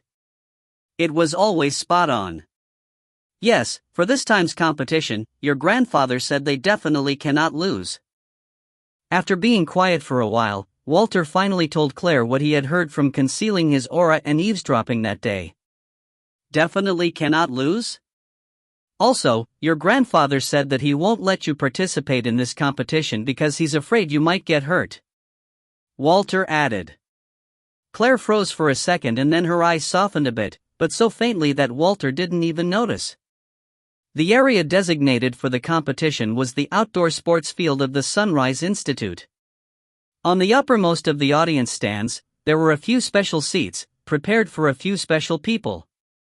With a red rug on the floor and a valuable wheatgrass cushion on the chair, it was obviously the most cool and comfortable seat during the summer. Soft velvet cushions were not appropriate at this time of the year. On the little table at the side, there was a silver platter full of different kinds of expensive fruits. A smooth, black silk covered the top of this stand, blocking and absorbing the sun's rays. Behind the seat, two maids stood with fans in their hands, ready to serve the person who would be sitting in this chair. And although there were also seats that had coverings on the stands beside this one, there weren't any servants waiting to serve them or cushions made out of wheatgrass. These were the seats for the ministers and nobility. The rest of the stands were for the students from both countries. The flag of redbuds flew high in the sky, and a disciplined and well-dressed band stood behind the stands. The expression on their faces were serious, and even though the golden tassels on their shoulders fluttered in the wind, they stood perfectly still. The golden longhorn was waiting for the emperor to make his appearance to announce the start of the competition. A solemn and serene atmosphere covered the whole field. Because of Claire's background, she sat at the seat closest to the special stand. Jean and the other servants of the nobility stood at the very back of the stands. The two stands on the side were filled rapidly by nobility, some Claire knew, others she didn't. This was the first time that Claire discovered there were so many nobility in the capital. There were even more here than at the princess banquet. Not all nobility could attend a banquet in the palace, but this competition was different. All nobility could come and watch. The representatives of the two institutes walked out. Of course, Lashia was among the representatives of the Sunrise Institute. This shining girl won a round of applause as soon as she appeared. She was the reason they won the competition last time. The last competition had 3 rounds, with 1 win on each side when the first 2 rounds ended. She fought the last match, and she won, along with winning the adoration and pursuit of many people. The people cheered and flowers filled the sky, nearly drowning the stage. How boring! Walter's impatient voice sounded in Claire's head. This time, the Sunrise Institute's opponents are not easy at all. Claire coldly looked at the students on the other side and her gaze became profound. In this kind of environment, with these kinds of loud cheers, the other side was not even the slightest bit affected. Their expressions were exactly the same as before, and it wasn't just the contestants either, the other students present were also calm and collected. This time, it seemed like the other side had made preparations and wasn't going to be so easy to deal with. Just as Claire was pondering, a deep and thick trombone blare sounded, the sound reaching the skies. The Emperor has arrived. The Emperor was clothed in elaborate but formal clothes. He appeared before the people and got shouts and screams only by waving his hand slightly. The Queen was also dressed beautifully, following quietly, noble and elegant. Behind the Emperor was an elderly man in a snow-white robe. The elder looked serious and dignified. Finally, someone started shouting. It's the Pope. The exalted Pope came in person to watch this. Why would this happen? It was only an exchange competition between students, how could it disturb the Pope? Whoa, that old bastard, can't believe he's not dead yet. Walter's mocking and disgusted voice sounded in Claire's head. Evidently, the Pope whom all the people respected was like shit in Walter's heart. But Claire's eyes slitted, and she started to feel a bit uneasy. For the student competitions before, at the most a red-robed cardinal might visit, but this time the Pope had come in person. Why? From behind the Pope came the ambassador of Lagark, a duke. On the surface, his face looked like fat intestines, but those beady, little eyes that flashed for a moment told Claire that this person, though he looked like a pig, wasn't as simple as he seemed. Sitting on the platform were only a few people, the Emperor and Empress, the Pope, Duke Gordon, and Sir Cliff. After they sat down, the deep-sounding trombone stopped. Suddenly, before everybody came back to their senses, there was the sound of multiple wings flapping in the sky. Then the sky darkened, and an unusual wind blew. A group of orderly shadows suddenly appeared in the sky. Those black outfits, shiny boots, the golden tassels on their golden epaulets dancing in the wind, their overbearing aura, and the firm expression between their brows, all looked very striking. The mounts underneath them all had the body and claw of a lion, and the head and wings of an eagle. The Griffins! It's the Griffin squad of Amparkland. Subjected directly under the Emperor, it was a strong and legendary power that only obeyed the command of the Emperor. It was the biggest asset of the royal family, the last stable defense, and now they had shockingly appeared in front of everybody. The people below started shouting. The ambassador's expression changed instantly, and he stole a glance at the Pope beside him. After seeing the Pope expressionless, he let out a breath. After recovering, he looked towards the students of his country who sat on the bleachers beneath. Most of the students' expressions had changed and they lost their calm attitude from before. His heart, that had just calmed down, rose again. How could he not understand that the appearance of the Griffin squad was the Emperor's display of power? This time, the results would be hard to predict. Claire watched the disciplined griffin squad that was in midair with great interest. The leader in the front looked somewhat similar to Claire. He was the second eldest brother of Claire, Eric Hill. The powerful Eric, like others, also favored and spoiled the talented and clever Lashia and hated the manchaser Claire. The griffin squad disappeared amidst the shouts of the people. There was no reason to keep showing off this mysterious and strong power when the Emperor already obtained the effect he wanted. Claire suddenly, a quiet, tiny voice pulled Claire back into reality.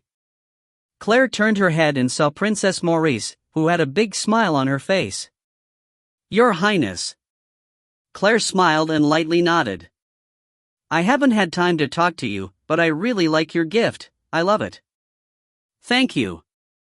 Princess Maurice was obviously very happy and thanked Claire multiple times in a low voice. Claire smiled. "As long as your Highness likes it." Just when the two were quietly exchanging greetings, the Emperor announced the prizes for the winner of this competition. The whole field boiled again. A grade 9 beast core, a magic wand, and a sword. There was no need to explain the first prize. The magic wand was the precious heritage of a wizard sage, able to do 3 high-level spells instantly and of different elements. The sword was called the Unrivaled Sword. Of course its quality was amazing, cutting through hair and fur alike, slicing through iron as if it was mud. But most importantly, this was a magic sword, with the added ability of delay. If a person was wounded by this sword, it would make his actions slower. These prizes were really generous. But Claire sensed something unusual. "Claire, that magic wand isn't bad, huh, and that grade 9 beast core is nice too." Walter chuckled obscenely in Claire's head. The competition had officially started, needing 2 out of 3 rounds to win. Lashia was still the last contestant, going against the magician of the other side. The ironic thing was, the opponent of Lashia was the same youth that had lost to Lashia last time. The youth was lying lazily, without giving so much as a glance at Lashia. He had a head of dazzling red hair, impatience written all over his handsome features. He was rolling his eyes while listening to his mentor talking. Claire focused on the lips of the mentor and immediately felt awkward. "Yixuan Feng, are you listening? We lost last time because you ate too much junk food and got diarrhea. You didn't eat strange things this time, right? Right? Right? Right?" The mentor was looking at his unconcerned disciple, almost worried to death. He desperately wanted a confirmation from the youth. "Yixuan Feng?" Claire frowned. This was another last name that didn't seem to come from this continent. "Why?" "Walter." Claire called silently. "What?" Walter answered immediately. "Do you remember the last name of the Holy Divine Prince?" "Lingyun Lang, and now one of the students from the other side, Yixuan Feng. Why are their last names so strange?" Claire asked. "If you find any errors, ads pop-up, ads redirect, broken links, non-standard content, etc., please let us know. Report chapter so we can fix it as soon as possible." Chapter 31. Chapter 31, Killing Intent. "Oh, you're talking about their last names, Lang and Feng. Their last names is different from most people. These kinds of last names are the most ancient names on this continent, considered very noble." "How come you don't know?" Walter absent-mindedly answered and then suddenly became suspicious. As the first miss of the Hill family, it was strange she didn't know. Claire didn't speak anymore. The previous Claire only remembered handsome men, jewels, and clothes, those kinds of things. Ancient last names, why were they similar to those from Oriental? Was there any connection between this continent and the place where she came from? A burst of applause broke off Claire's train of thought. The competition had started. The first round would be magician against magician, the second round would be warrior against warrior, and the last round would be the genius Lashia against the red-haired Yixuan Feng. A fight between magicians is very elaborate and full of damage, but very slow, because they need time to chant those long spells. The longer the chant, the stronger and more powerful the spell, so naturally the chanting would take a long time. Around the stage there was a magic hood in order to make sure the nearby people wouldn't get hurt. On each student there was a small triangle magic shield on their vitals in order to protect them. These were personally made by Sir Cliff. Both countries didn't want their future hope to die here. On the stage there were two magicians, one of the fire attribute, the other water. Both could suppress the other, so it would have to depend on their agility, application, and reaction speed. Parkland's student was of the water element. Claire saw the water magician create a shield that was 2 people high, blocking the other's fire attack. Just as the other frowned, the shield began to shake, and then with a thunderous splash, it splattered onto the ground, water droplets flying everywhere. The water shield had not actually blocked the strong fire attack. There was even a reflection of red on the water magician's face. The flame was already right in front of the water magician. On the special stand, the ambassador slitted his eyes. They've won. The emperor acted completely normally, his facial expression the same as before while he watched. This was the demeanor of a king, no fear, no movement. That idiot. Walter muttered in Claire's head. Thinking that a shield breaking equates to a win. Walter mocked, looking at the fire magician's excited expression. During a fight, underestimating the enemy often leads to defeat. The next moment, the water that was splashed on stage began snaking silently, making its way around the fire magician. It instantly changed into innumerable sharp water arrows that attacked the fire magician's back. The outcome was set. The water magician was injured slightly, only his hair and clothes being burned a little, but the fire magician was seriously injured. Because his vitals were covered with shields, the injuries would not be life-threatening. For the first round, Parkland won. The cheers and shouts reached the skies. Claire glanced at the ambassador out of the corner of her eye. He was squinting his eyes but kept silent. On the special stand, only the queen looked happy. All the others were still expressionless. Claire, I keep feeling like there's something fishy. Don't you think he won much too easily? Walter asked, puzzled. Claire didn't say anything but silently agreed with Walter. This round was way too easy. Their adversaries were supposed to be the elites in their country, and couldn't possibly have made a stupid mistake like underestimating an opponent.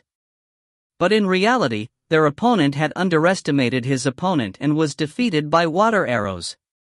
The students of the Sunrise Institute welcomed the water magician like a hero when he came down from the stage. They crowded around him and some girls already started tidying his hair and passing him towels to wipe himself. On the other side, although the institute was silent, there wasn't any dejection or criticism. Claire narrowed her eyes slightly. Why did it give her the illusion that they expected this? If so, then it would be very dangerous. Of course, Claire's intuition was once again proven correct. The next round was warrior versus warrior. The most powerful warrior of the Sunrise Institute almost died under the attack of his opponent. If not for the small triangle shields that Sir Cliff added, Parkland would have lost a brave warrior. This battle was an insta-kill. Everyone was stunned the moment the rival warrior released his violet do chi. How could such a young student be a grand swordsman? When the Sunrise Institute student, covered with blood, was lifted down the stage, all the other Sunrise Institute students glared hatefully at the person towering on the high-rise stage. His eyes were glowing a bloodthirsty red and a cold grin was plastered on his face. Then he did something that made others even more furious. He resheathed his sword, then lightly and flirtily flipped his not messed up in battle hair, and exited leisurely. This action, of course, infuriated the students of the Sunrise Institute. Wan Ma Shui, you are still so flirty. Can't you be more mature? As soon as that exceptionally powerful warrior arrived at their resting bench, Yixuan Feng said disdainfully. My perfect hair destined me to flirt my whole life. The warrior called Wan Ma Shui again reached out his hand, tidying his hair so that it was perfect. The nearby people looked at the two with adoration. Those two both had ancient last names and extreme talent that surpassed most people. They were a perfect pair. A powerful magician and a valiant warrior whose coordination was always so beautiful. Even when they were bickering. What a headache, you've created so much trouble. Now those people probably want to swallow you up whole, and in a moment, they'll vent all their anger on me. Yixuan Feng pouted. Although he claimed this, his expression was totally indifferent. Enough from you. Last time, you really lost face. In the crucial moment when you were about to finish off that arrogant girl, your stomach started hurting and you went to the restroom and lost. You're truly a classic joke. This year you must be begging to face her again. One Ma said, looking scornfully at the complaining, but indifferent, Yixuan Feng. Yixuan Feng, this time you don't have any problems, right? The nearby instructor was still a bit worried. Then you go up there. Yixuan Feng spat out indifferently and raised a brow at the worried instructor. The instructor immediately shut up. This wasn't a student he could deal with. He didn't care about the results of this competition. He and Wilmore Shui both did whatever they wanted, and they had the right to do so because of their backing and extraordinary strength. Yixuan Feng stood up, yawned, cracked his neck, and slowly walked up. Wan Ma Shui walked towards his seat and they passed by each other. Wan Ma Shui's voice was low so only they could hear. You gonna slaughter that girl? What do you think? Yixuan Feng squinted at the high-rise stage for the competition, an icy glare shooting out from his slitted eyes. Ha ha. Wan Ma Shui walked back, grinning. He was ready to watch this splendid battle. He knew Yixuan Feng better than anyone else. This time, that little blonde girl would say goodbye to this world. Claire knitted her brows slightly at the red-haired youth walking on stage. Killing intent. Even though it was hidden expertly, it still didn't pass under Claire's eyes unnoticed. Because killing intent was very familiar to Claire. This youth looks like he doesn't actually want to compete. He wants to kill Lashia. If you find any errors, ads pop up, ads redirect, broken links, non-standard content, etc., please let us know. Report chapter so we can fix it as soon as possible. Chapter 32. Chapter 32. Claire started to get a headache. If that annoying girl was going to die, then let her die. It had nothing to do with her. But if Lashia died, the gentle Catherine would be heartbroken. Just thinking about the gentle Catherine made warmth emerge from her heart. For that gentle woman, Claire couldn't let that headstrong girl die. Nobody noticed the killing intent of the guy called Yixuan Feng. His smile was like a flower as he walked slowly onto the stage while the Sunrise Institute students looked on him with hostility. He looked like he was casually taking an afternoon stroll.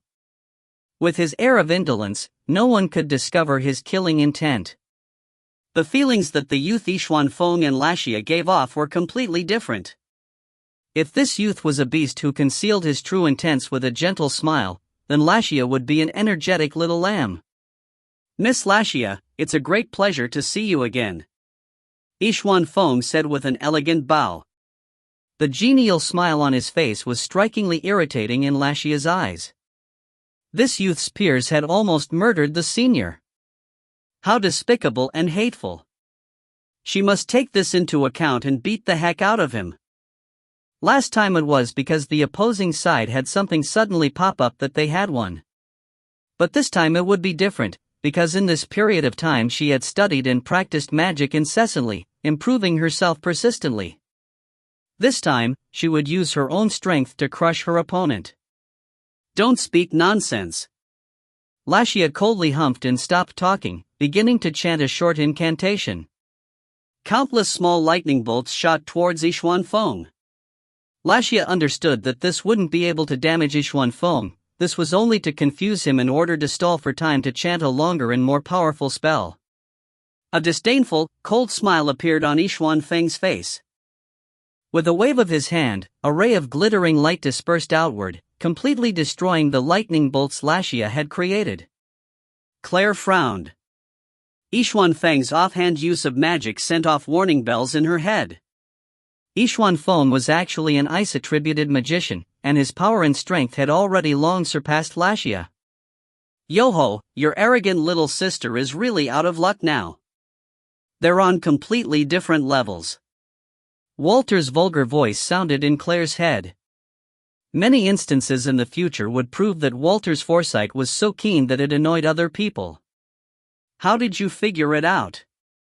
Claire mentally communicated with Walter. That person's aura is very similar to my own. Walter smacked his lips and laughed. Don't misunderstand, he's not a dark magician. I'm saying that his way of thinking is the same as mine. A sinister, crafty person who likes to strike while hidden, likes to plot, and smiles while killing.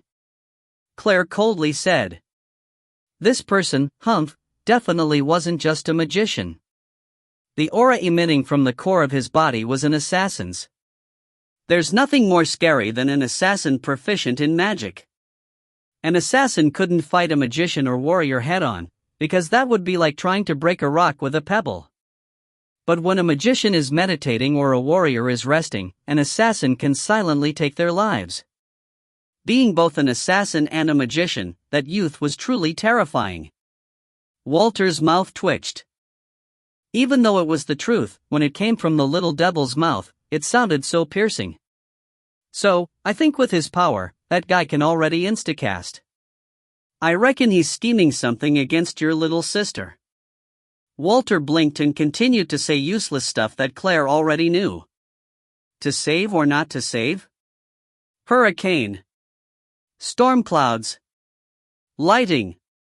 Comply with the ancient contract and come to my side. Thunderbolts descend. Lashia's chanting was coming to an end. It would not feel good if anyone was struck by this spell. Ordinary people would certainly die, and normal magic shields wouldn't be able to withstand this type of attack either. Many onlooking magicians felt a tightening in their chests, wondering diffidently that if it were them, could they have blocked this terrorizing assault. The rumbling of thunder became louder and louder, and the color drained from the faces of everyone. Mozart, the principal of Sunrise Institute, nodded his head, pleased. The recent growth Lashia had was very satisfying. The ambassador squinted at the Lashia on the stage without expression. Even though this young girl was powerful, she was not powerful enough to be of any threat to them, or they wouldn't have left her to grow until now. Cliff yawned, a little bored, and glanced towards the dress of the servant girl behind him. The wind howled, storm clouds filled the sky, and thunder boomed. Soon, the stage became darker. But Yixuan Feng looked unruffled. He just stood there elegantly, almost like he was waiting for Lashia to finish chanting her spell. Claire watched the stage becoming darker and darker and her heart sank. In such a condition, there was no way to see clearly what happens on stage. At least for most people. Claire's sharp vision caught the faint but cold smile on Yixuan Feng's face. It was the smile of death. Yixuan Feng's fingers moved slightly and a tiny icicle appeared between his fingers. Because of the looming thunderbomb, he only released a transparent shield for others to see. Then Yixuan Feng also started chanting, and a dense forest of icicles of different sizes appeared before him, ready to counterattack. Only the tiny icicle hidden between his fingers was slightly different, clear-cut and sharp. There seemed to be a faint, strange aura about it, but Claire couldn't understand what it was. The one thing that Claire did understand was what this cruel and cunning youth wanted to do. He was going to receive this blow from Lashia, then counterattack with his dense icicles, but then secretly shoot the tiny icicle from between his fingers into Lashia's chest. Although Cliff had added protective magic shields on Lashia's vitals, Claire wasn't positive that the youth couldn't forcefully break the shield and stab the icicle into Lashia's heart. In the last round, the competitor from Sunrise Institute was almost beaten to death and the shields had cracked, and Claire was sure that that flirty guy didn't use all his strength. Then what about this Yixuan Feng? How scary was his power and strength? Most importantly, although both countries didn't want to lose their students in the competition and added the magic shields, if someone accidentally died during the fighting, there wouldn't be any investigation or trial. Accident, the word accident, it seems like this youth called Yixuan Feng was going to use this word to its fullest. Suddenly, in a split second, the two attacked. Claire saw very clearly that Yixuan Feng was about to shoot out the special small icicle following closely behind a huge icicle that was aimed for Lashia's chest. Even if Lashia could block the normal large icicle, there was no way she could defend against the special small icicle hidden behind it. The lightning moved, the icicle moved. Yixuan Feng had on a smile that was like the spring wind. In that instant, Claire's gaze became profound and her pupils suddenly widened. If you find any errors, ads pop up, ads redirect, broken links, non-standard content, etc., please let us know. Report chapter so we can fix it as soon as possible. Chapter 33. Chapter 33, You. Come out. The whole stage was rumbling, the sound resonating into the horizon. The thunder and the sounds of the sharp icicles hitting the ground were ear-piercing. As the dark clouds dispersed, the scene on stage shocked everyone. Lashia was wearily supporting her body, trying her best to stay upright and gasping for breath. Just now, for blocking that huge swarm of icicles, Lashia had set up a magic shield. But the impact from the group of icicles was too strong. More importantly, there was a distinctive hole in her left arm with blood flooding out. The blood had already stained her sleeve red and continued to flow down her arm. The dripping blood splashed onto the ground, creating a bizarre bloody flower design. But right now Yixuan Feng's expression was unreadable as water. He knew better than anyone else that if it wasn't for a fierce spiritual attack, then that girl in front of him wouldn't be bleeding from her arm, but from her heart. Who was it? Lashia clenched her teeth, pain throbbing from her arm. There was freezing water in her blood because the icicles were melting. The more it melted, the more excruciating the pain. It felt like a million ants were gnawing on her bones and her whole skeleton was crumbling. Lashia almost thought she heard her bones cracking. Her sight became more and more fuzzy. She knew she had just been pulled out of death's door. The glint of shock and anger in the youth's eyes and the ray of light that shot towards her chest turned towards her arm suddenly and unnaturally let her understand that the youth in front of her wanted to kill her, but someone interfered. Originally this wound should be on her chest. Who intervened against this cold-blooded youth? Who saved her? Lashia's eyesight became hazier and hazier. But she saw clearly the youth's eyes becoming more and more cold, and then that youth's icy gaze faced a certain direction. Before Lashia fainted, she followed the youth's gaze and saw Claire's apathetic face. The stadium became deathly silent, each and everyone stunned. It was now that Cliffs retracted his gaze from that maid's skirt. The result of the competition was self-explanatory with the scene on stage. Lashia, who had already fainted, lost, and that youth who was still standing on stage indifferently, Yixuan Feng, had won. Ligerk's students all started cheering. Victory, they've won. The Sunrise Institute students were ashen-faced, still not back to their senses. Lashia, in the pool of blood on stage, might be dead. The spectating nobles were completely mute. Nobody thought the exchange would end like this, and nobody could accept this result. Lost, they really lost. The genius Lashia lost, and so tragically too. On the special stand, the ambassador narrowed his eyes, the thin crack emitting an acute light. Then he cast a glance at the Pope beside him, but the Pope had closed his eyes. The Emperor wasn't smiling, but didn't have any other expressions either. Cliff raised a brow, seemingly pondering about something. The Emperor slightly frowned, looking a bit worried. Very soon, medics ran on stage and carried the unconscious Lashia away for treatment. The magician acting as the referee climbed on stage and was about to declare Yixuan Feng as the victor. But Yixuan Feng ignored that magician, and instead, turned and stared with a burning gaze at one direction, his face revealing an intriguing smile. Then he casually lifted his hand, stopping the referee's announcement. The referee paused, not understanding what this chilling youth wanted to do. Wan Mashue was still sitting on his chair, but his butt was beginning to get restless, and he shifted around in his seat as he watched Yixuan Feng on stage. Only he knew that Yixuan Feng was getting serious. The dark glint in the depths of his eyes proved that Yixuan Feng was excited, that he had found something that was interesting. What is it? What is it? Wan Mashue also started to get excited. That round doesn't count. The first words out of Yixuan Feng's mouth created a huge uproar among the audience. The students of the Sunrise Institute were furious, almost exploding. This is the most naked contempt, most direct insult. But everyone from Ligark dropped open their mouths. Yixuan Feng's mentor wanted to cry. He knew that this problematic youth was going to go crazy again. He's throwing away the victory they had in their hands. Yixuan Feng's mentor tugged at his hair, howling in his heart that one day all his hair would be destroyed because of Yixuan Feng. The gaze that the ambassador shot at him made him want to bang his head on the wall. You! Come out! Yixuan Feng's finger rose slowly as he pointed, and spitted out a few icy words. Everyone's gaze followed where Yixuan Feng pointed and they all froze. That person resembled the defeated girl, Lashia. It was Claire. Come out. You know why I called you out. Yixuan Feng's expression was completely icy, as he looked chillingly at Claire and said, You come and take her place. The round just now doesn't count. His arrogant words made the people of Parkland furious. This youth was way too arrogant, way too ignorant of the immensity of heaven and earth.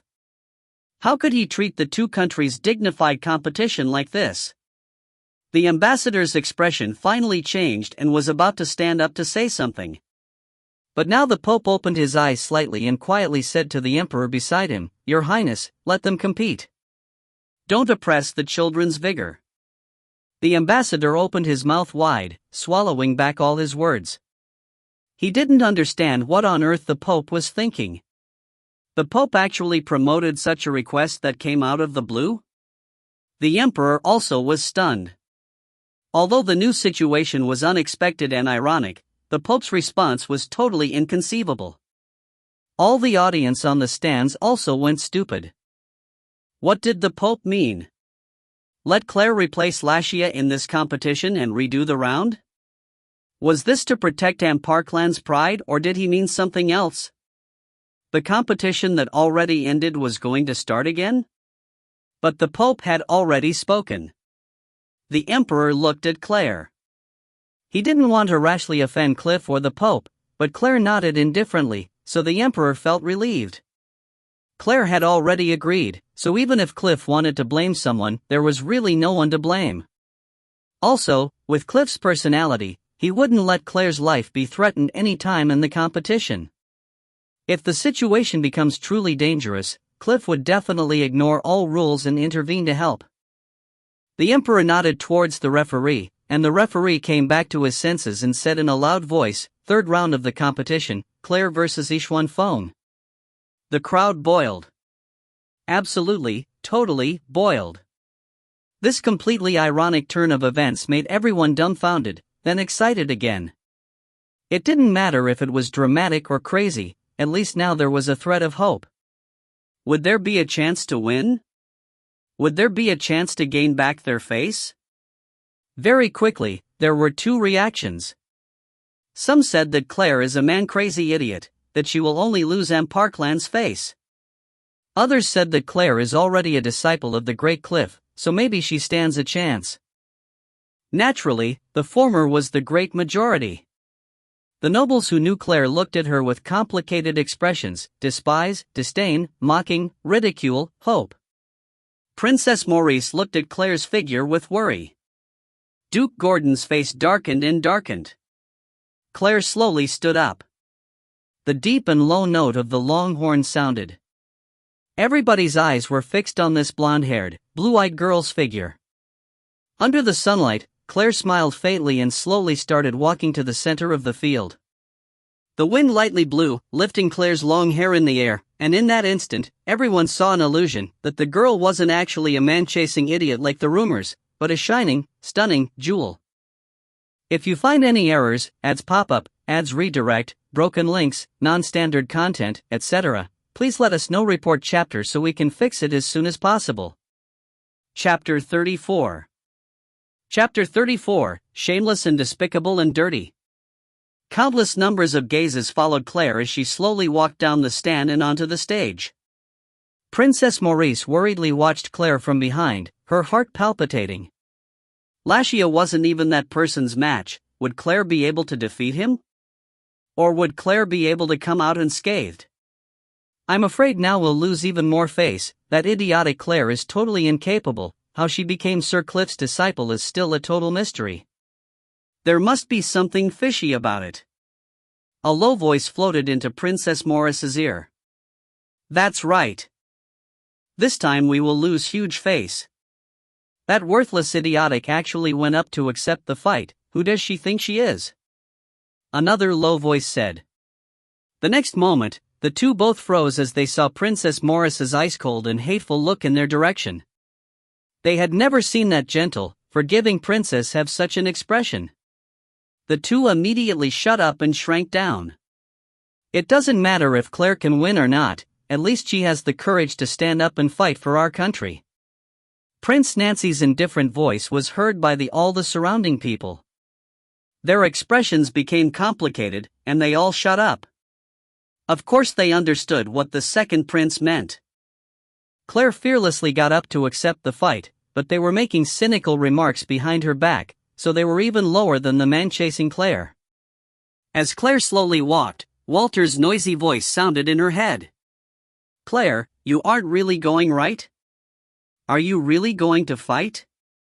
Walter was scratching his ears with worry. Yes. Claire insipidly replied. From the moment she decided to intervene, she had already mentally prepped herself.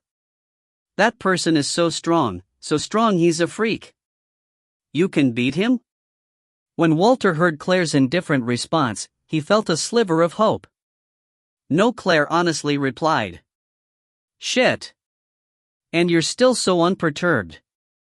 Walter erupted like a volcano as he howled, feeling exasperated. Claire didn't speak, and then Walter suddenly remembered. Then are you waiting for your master, Cliff, to save you? The moment he said it, he shook off the idea. This little devil, she would definitely not let something like that happen. If you wanted a reason, then there might not be any particular reason. This was Walter's understanding of Claire.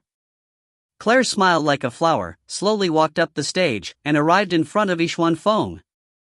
I don't want to die. Walter perspirated cold sweat. Right now he was just a spirit connected to a spiritual stone. The youth with terrifying strength could definitely kill Claire, and then as a stone, his future would be dark.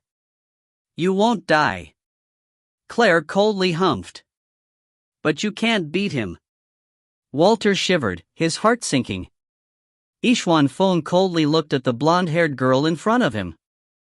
He didn't understand why that. Apart from excitement, he also felt a bit nervous. Although it was just a tiny bit, he truly felt nervous. I'm so sorry, just now I rashly broke the rules and intervened, but I can't watch you kill my little sister. Claire smiled while apologizing, but her words didn't feel apologetic at all. Humph. Yixuan Feng coldly humphed offhandedly, not caring at all that Claire saw through his plan. Yixuan Feng analyzed the girl in front of him. Although she resembled the previous girl, Lashia, they were two completely different people. Her gaze was frighteningly profound and she emitted a dangerous, murderous aura. There was no doubt, this girl was like him, a proficient assassin.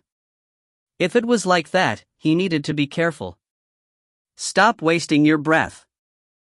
Let's start. Yixuan Feng coldly laughed, starting the battle. Even if the girl in front of him was a proficient assassin, so what? In this competition, assassins wouldn't have the slightest bit of advantage. Assassins could only assassinate in the dark unexpectedly to succeed, to be a threat. Right now, this magically weak girl had exposed herself in front of him. Spiritual attack, haha, would he fall for the same kind of attack again? But it was truly shocking that this girl actually knew how to spiritually attack. Although he felt slightly nervous, Yixuan Feng thought he would win easily. Also, he would make her pay the price for sneakily attacking, paying with her life. Yixuan Feng chanted a primary spell creating a couple of icicles to test out Claire. Claire immediately released a fire shield. Both seemed to be superficial.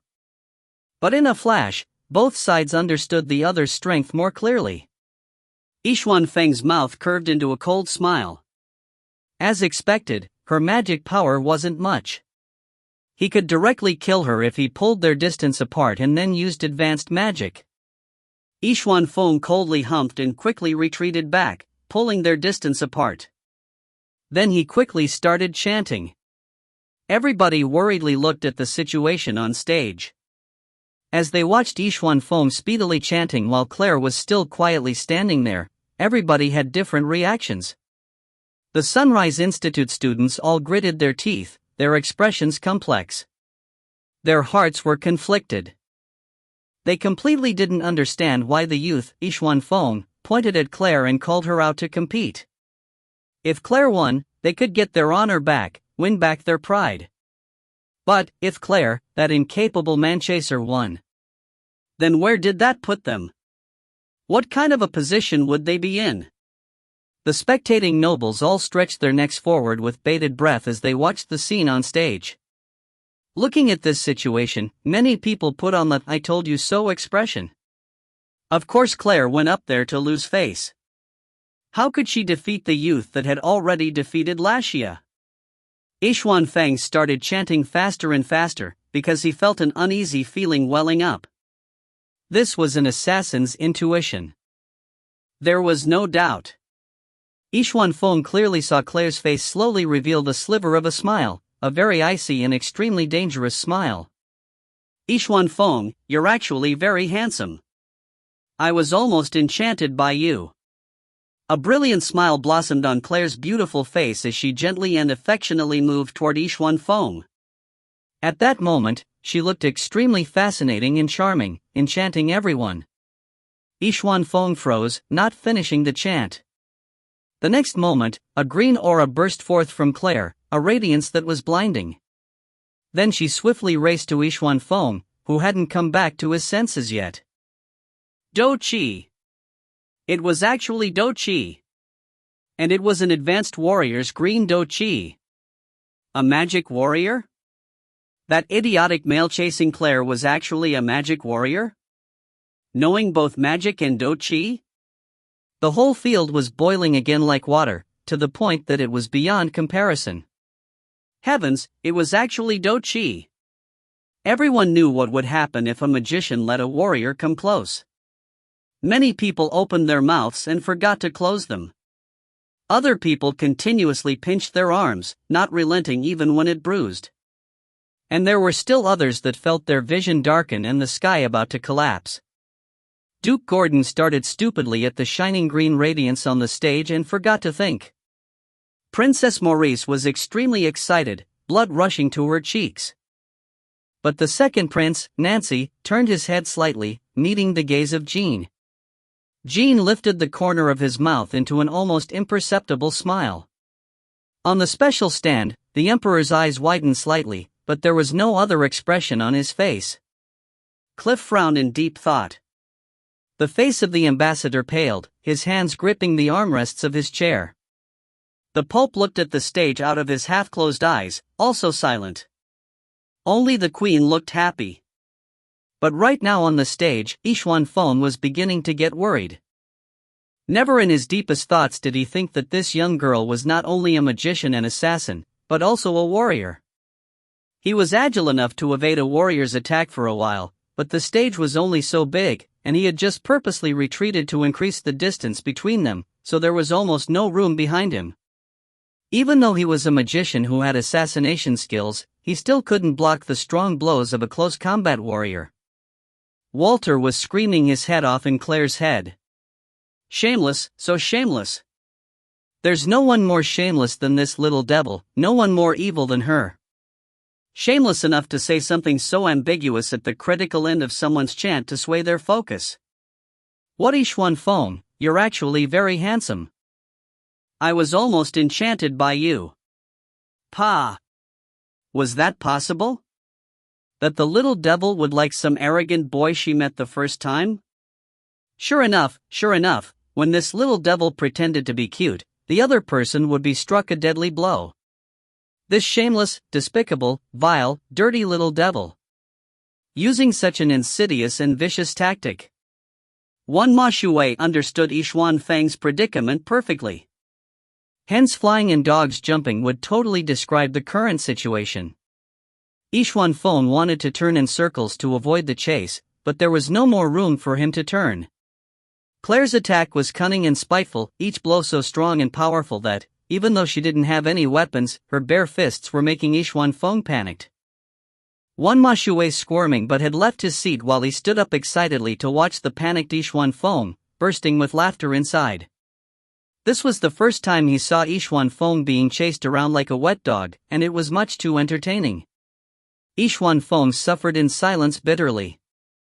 Every time Claire would accurately block off his retreating path and then deal a string of vicious attacks. Not only was there no time to chant a spell, even dodging with his nimble body was difficult. Every time he was hit, he grimaced. He had already lost his previously high spirits. This wretched woman, every hit was so accurate. Miscalculation, a huge miscalculation. This woman actually knew how to use Do Chi. Don't go too far. Yixuan Feng panted as his sorry figure dodged Claire's Do Chi attack. Claire's expression was completely icy. She didn't say anything, and instead blocked Yixuan Feng's retreating path again. A magician getting in a close combat with a warrior equated to certain death. Right now, the only reason Yixuan Feng was still fighting after such a long time was because he was proficient in assassination techniques. But his physical strength was quickly deteriorating, while Claire still looked the same, her hair still tidy.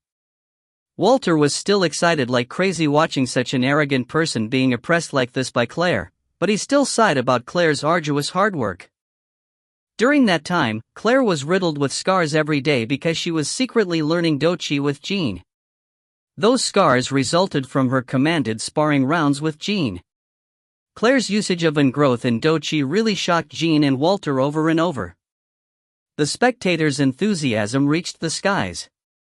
Nobody had imagined such a turn of events. What would the result be like?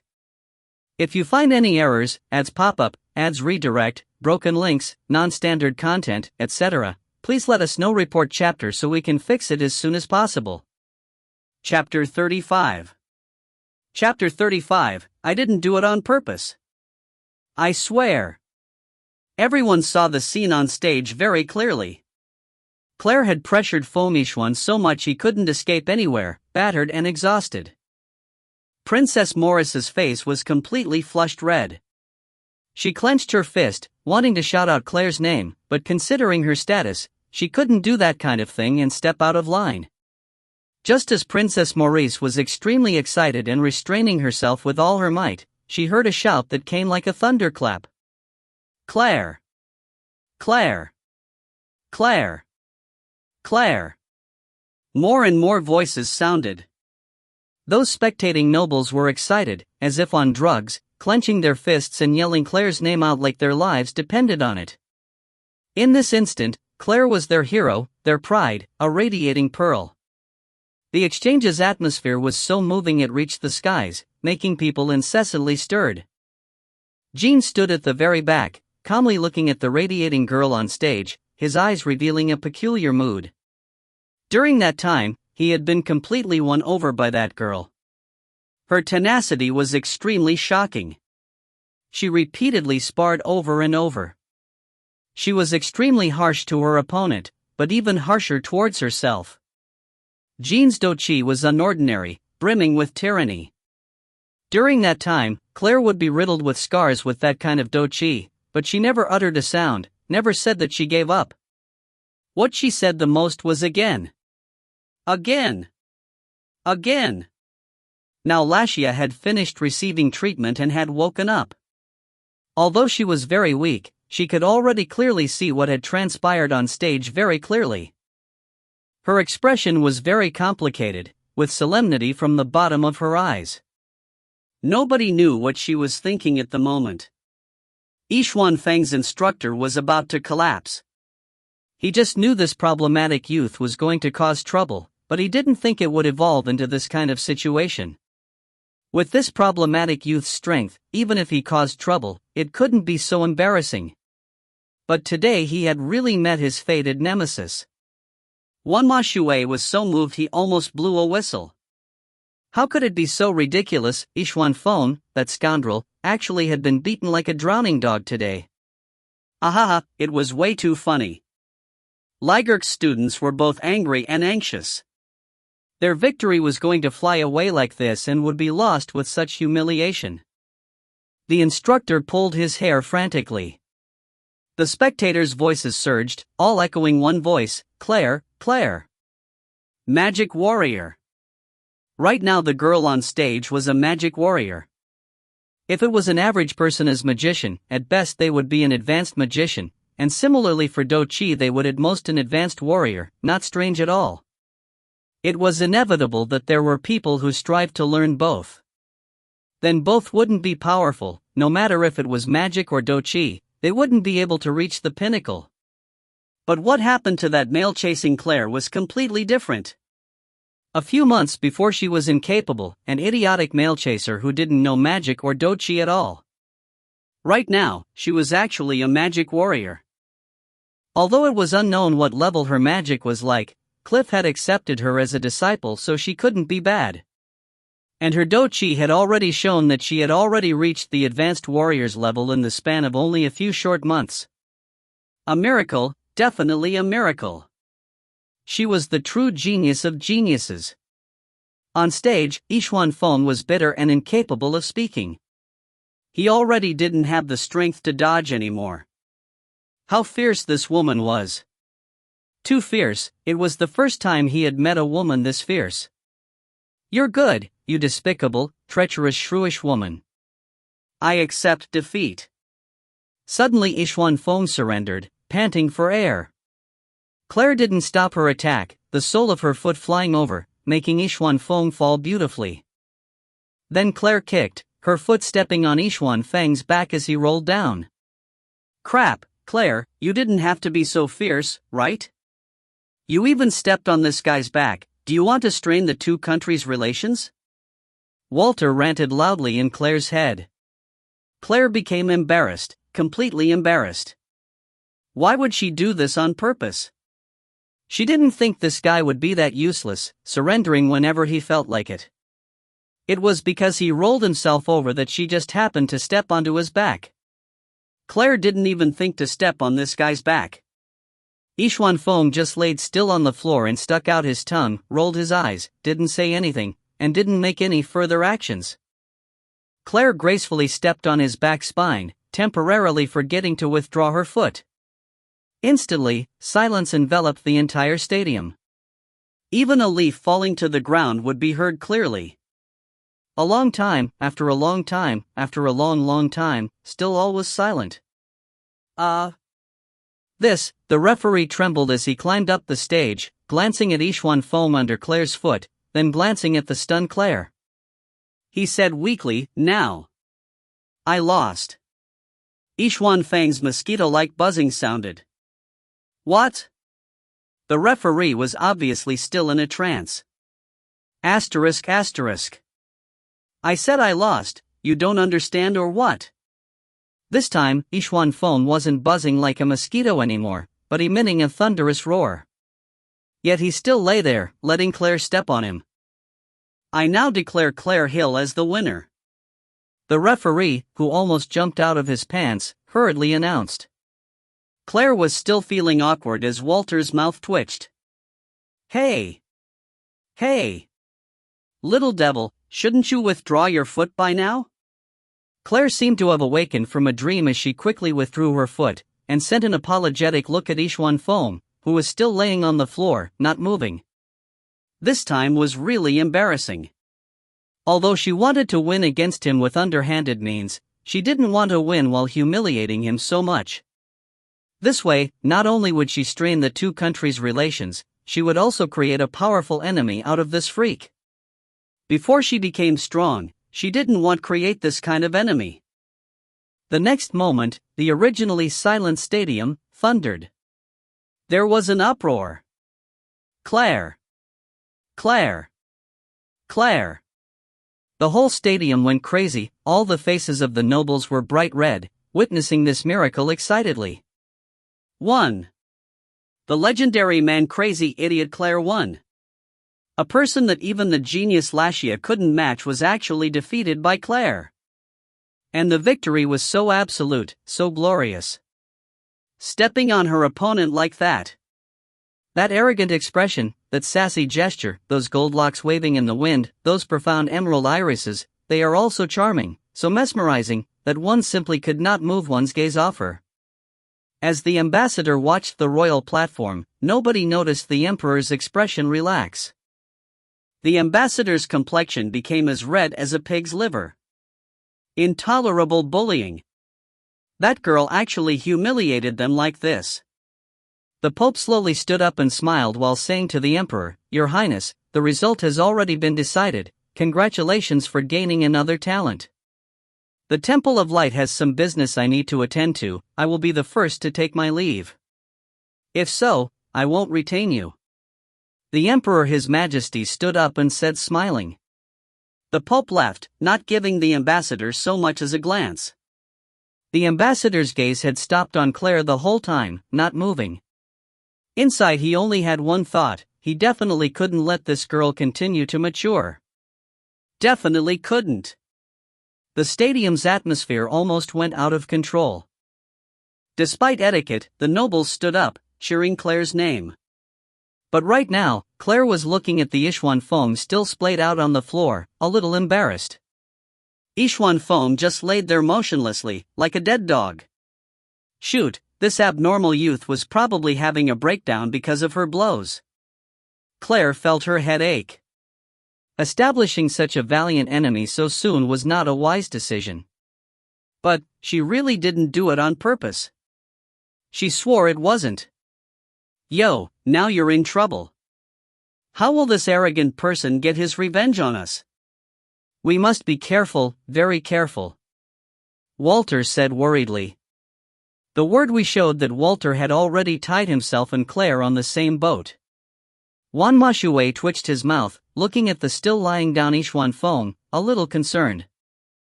This was the first time someone had dealt such a heavy blow to this jerk, Yixuan Feng.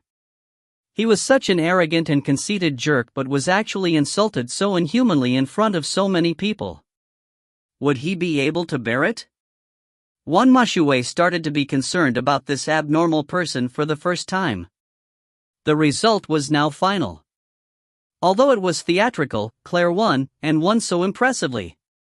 Everyone had watched attentively and everyone was stunned. Claire gave the still unmoving Yixuan Feng one last glance, and threw out a faint and quiet apology. "I didn't do it on purpose. I swear." Walter almost cried. "Little devil, what you just said, do you think it's sincere? Are you trying to make matters worse or attempting to justify yourself?" Walter instantly felt extremely conflicted, and his heart ached. He even felt his lifeline shudder and his chrysanthemum tighten. He even thought of slamming into the wall. This time if Yixuan Feng doesn't come back to take revenge, he'll change his last name to Claire's. If you find any errors, ads pop up, ads redirect, broken links, non-standard content, etc., please let us know. Report chapter so we can fix it as soon as possible. Chapter 36. Chapter 36, so valiant, so charming. As Claire stepped off the platform, Princess Maurice was already facing her on the platform, and behind her was a group of nobles immediately surrounding Claire. Their excitement was buzzing. The Sunrise Institute students didn't surround Claire, they just watched her from afar, feeling conflicted. "Claire, you're amazing. When did you learn Do Chi? Claire, you were excellent today. Claire, you." While drowning in praises, Claire only smiled mildly, not saying a word. Becoming famous in one fight. As Claire left, Yixuan Feng still laid there, not moving. Wan Ma Shui gulped, and then carefully walked forward. Yixuan? Wan Ma Shui inquired. He was responded to with silence. Yixuan, are you okay? Don't scare me. If you die, then your T-Rex ma won't forgive me. She will literally peel a layer off my skin before burying me with you. Even if you want to die, you have to wait for your mom to come here, then die. Wan Ma Shui was tearing up, howling with grief. As before, Yixuan Feng didn't say a word, silently laying there with an unclear expression. Yixuan, you can't die. Save your breath, I'll carry you back. Wait until we arrive home and then you can die. Wan Ma Shui said as he scooped up the unmoving Yixuan Feng, carrying him on his shoulder, shuffling down the platform. I want to vomit. Yixuan Feng finally choked out these few words, groaning as quietly as a mosquito. Really, he was shaken so much he was about to vomit. Ah! Yixuan, you're alright, very good, as long as you're alright it's okay. Wan Ma Shui happily set Yixuan Feng down and Yixuan Feng wobbled down. Wan Ma Shui immediately supported him and was truly happy. Good, Yixuan Feng, that little rascal, could speak. This meant that he could bear that inhumane person's humiliation. Good, this rascal didn't completely collapse. Wan Ma Shui supported the weak and dizzy Yixuan Feng on his shoulder as they left. The grand exchange ended like that. A shocking beginning and a shocking ending. The ambassador's expression became extremely ugly. Naturally, the emperor had to say some good words. From the ambassador's point of view, the ending award ceremony was very simple. But the prize was nevertheless extremely controversial. The contestants who attended the competition didn't dare say that the prize should have been theirs, and no one even mentioned the prize. Although the dean went to bring the prize back, no one could accept it. Everyone could see what was going on during the competition. Without Claire, they would not only be defeated, but they would also bring shame to Parkland. Following tradition, the court held a banquet, firstly, to celebrate victory, and secondly, to send Lagerk's students off. In the afternoon, as Claire stole away to rest, sipping tea in the greenhouse, a servant came to report. The Sunrise Institute's principal had sent people to send over the rewards. Because he said he was busy, he couldn't personally come, so he sent an instructor to send the 3 rewards. Claire looked at the 3 extraordinary items on the tray the servant was holding, quietly sipped her tea, and slowly stood up, walking to the tray that the magic sword was placed on. With one swipe, she threw the sword to Jean, who was behind her, and then mildly said, "Send the other people back. I'll only take what I deserve." The servant became slightly frozen, looking at Claire's ice-cold expression, quickly lowering his head as he brought the silver tray out. Jean accepted the sword, and as he pulled it out a little, cold rays shot out. A good sword. Jean's face revealed a slight smile. He liked this present very much. Pack this up. From now on, you are going to use this sword to protect me. Claire sat back into the seat and remembered the awkward moment that happened that day. Her foot was stepping on the abnormal young man's back. Once she thought of the young magician who was proficient in the art of assassination being humiliated by her in public, Claire began to feel headache. That was not her intention. Now, she can only think of plans to combat the coming storm. Mistress, are you worrying about that young man you had competed against today? Jean putting back the sword to ask. If you were to lose to a woman who was much weaker than you because of her deceit and were stepped under her foot in front of everyone, would you feel good? Claire asked irritably. Jean was speechless. Yes, not only would a man that had been stepped on the back by a woman in public be out of control, anyone would be furious. Be careful during this time. That person is very proficient in the art of assassination. Claire felt headache. When an assassin met an assassin, it seemed like neither one could benefit. Yes, mistress. I would always stay by your side to protect you. Jean said extremely seriously. And there was a party tonight. Claire closed her eyes and sighed. She didn't want to go if possible. Now you know how troublesome it is. You really fueled the trouble. Any men would be vomiting blood because of your insult. I really pity that person. Tricked, defeated, and even stepped on the back. Oh yeah, it is going to be a delightful eternal performance. Now we are going to be pleased. Walter said, completely opposite of what he was thinking. He was like a raven being steamed, bickering incessantly. Claire did not say anything but pulled out the spiritual stone and pinched forcefully on it. Walter twitched and quieted. The world was silent. Jean saw Claire pinch the spiritual stone, then casually put the stone back. Her expression was the same as before. Not knowing why, he felt cold. Suddenly he pitied Walter, and somewhat understood why Walter always called Claire a little demon. The dinner party was held as usual and Claire appeared in a black formal dress and looked brilliant. At this night's party, she became the main character and naturally, Lashia was not present. The emperor went through the formal speech, and then the party began. Nobles surrounded Claire, and their talking made Claire's head ache. Many were those who Duke Gordon told her to befriend. But there were also some nobles that stood at a distance, and they all gazed in confusion at her side. Okay, everyone, Claire and I have appointment. If you do not mind, I have to borrow Claire for a moment.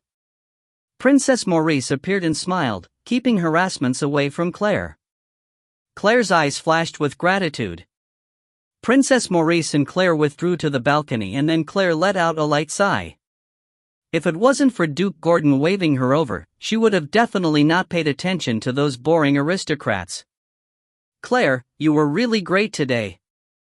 Princess Maurice's eyes flashed with light, admiring Claire sincerely. Claire bitterly laughed and shook her head. Really, in terms of brute force, she was far from being Yixuan Feng's match. It was just that she won this time using a hidden card. If Yixuan Feng knew she could use Doqi, he wouldn't have so brashly challenged her. But this night, she didn't seem to have seen that guy's presence. It's been said that Yixuan Feng has been muddle-headed this whole time, not sober. It's probably because he was shocked. Princess Maurice said with a proud smile. In her eyes, Claire was the hero that had completely defeated that guy. Muddle-headed this whole time? Claire was a bit surprised. What was going on? Yixuan Feng and Wan Mashui both didn't attend the banquet. Yixuan Feng lay on the courier hostel's bed, not moving at all. Wan Mashui was aside, guarding him while chewing chicken. The ambassador was extremely worried about Yixuan Feng's situation, so he didn't force them to attend this humiliating sending-off banquet. Yixuan Feng's background wasn't something the ambassador could afford to offend. Humph. Do you want to die or are you already dead? Wan Mashui asked, his words blurry. After Wan Mashui knew that Yixuan Feng could bear that strike, he wasn't polite anymore. He sat on a chair nearby with his foot stepping on Yixuan Feng's but while chewing roasted chicken. Yixuan Feng was silent, lying on there, still daydreaming. If you didn't die, then eat something. Wait until the banquet ends and we'll leave this night. I don't want to stay at this damned place at all. Wan Mashui grumbled while chewing a roasted chicken wing. How beautiful, how valiant. Yixuan Feng's tiny voice quietly sounded, seeming like he ignored the Wan Mashui's stinky pig foot on his butt. What? Wan Mashui asked, confused, spitting out the bones in his mouth. How valiant, how enchanting she is. This time Wan Mashui heard Yixuan Feng clearly. What? Wan Mashui instantly had an ominous premonition. If you find any errors, ads pop up, ads redirect, broken links, non-standard content, etc., please let us know. Report chapter so we can fix it as soon as possible. Chapter 37. Chapter 37, Hidden Crisis. What did you just say? Wan Mashui asked anxiously, dropping the roasted chicken. How enchanting, how valiant. Yixuan Feng slowly got up, his eyes blurred as he looked forward in a daze. It was as if the enchanting Claire was right in front of his eyes. PFT1 Mashui spit out the last piece of bone onto Yixuan Feng's face. Yixuan Feng blankly wiped it off his face and giggled, "Wenma, she's so enchanting." Wan Mashui opened his mouth wide, dumbstruck. As he saw that person giggling foolishly, the unease in his heart grew bigger and bigger. This was the first time he saw Yixuan Feng in love like this. He's done for. This guy was actually in love. This little bastard had always treated those women disdainfully as if they were beneath him. One time, he couldn't stand to watch a super affectionate younger female cousin to the point that he spit out tea from his mouth, not giving any face, causing his T-Rex ma to think there was something wrong with his body and secretly check. The result showed that all of Yixuan Feng's functions worked properly. It was just that he couldn't fall for those women. Now, he had finally fallen for a girl. But this girl won't do. Because she was from Amparkland and the influential Duke Hill's granddaughter.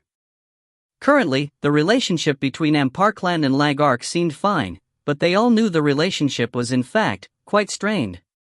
Turbulent waves swelled secretly. Lagark's current emperor was not someone who was satisfied with what he had now. So this woman absolutely won't do. Also, the ambassador seemed to have his way of thinking. Before Yixuan Feng could say anything, Wan Mashui suddenly jumped up. He pulled the sheet and after a slight vibration, Wan Mashui immediately tore it to shreds. Wan Mashui wrapped up Yixuan Feng without a word, tightly and securely.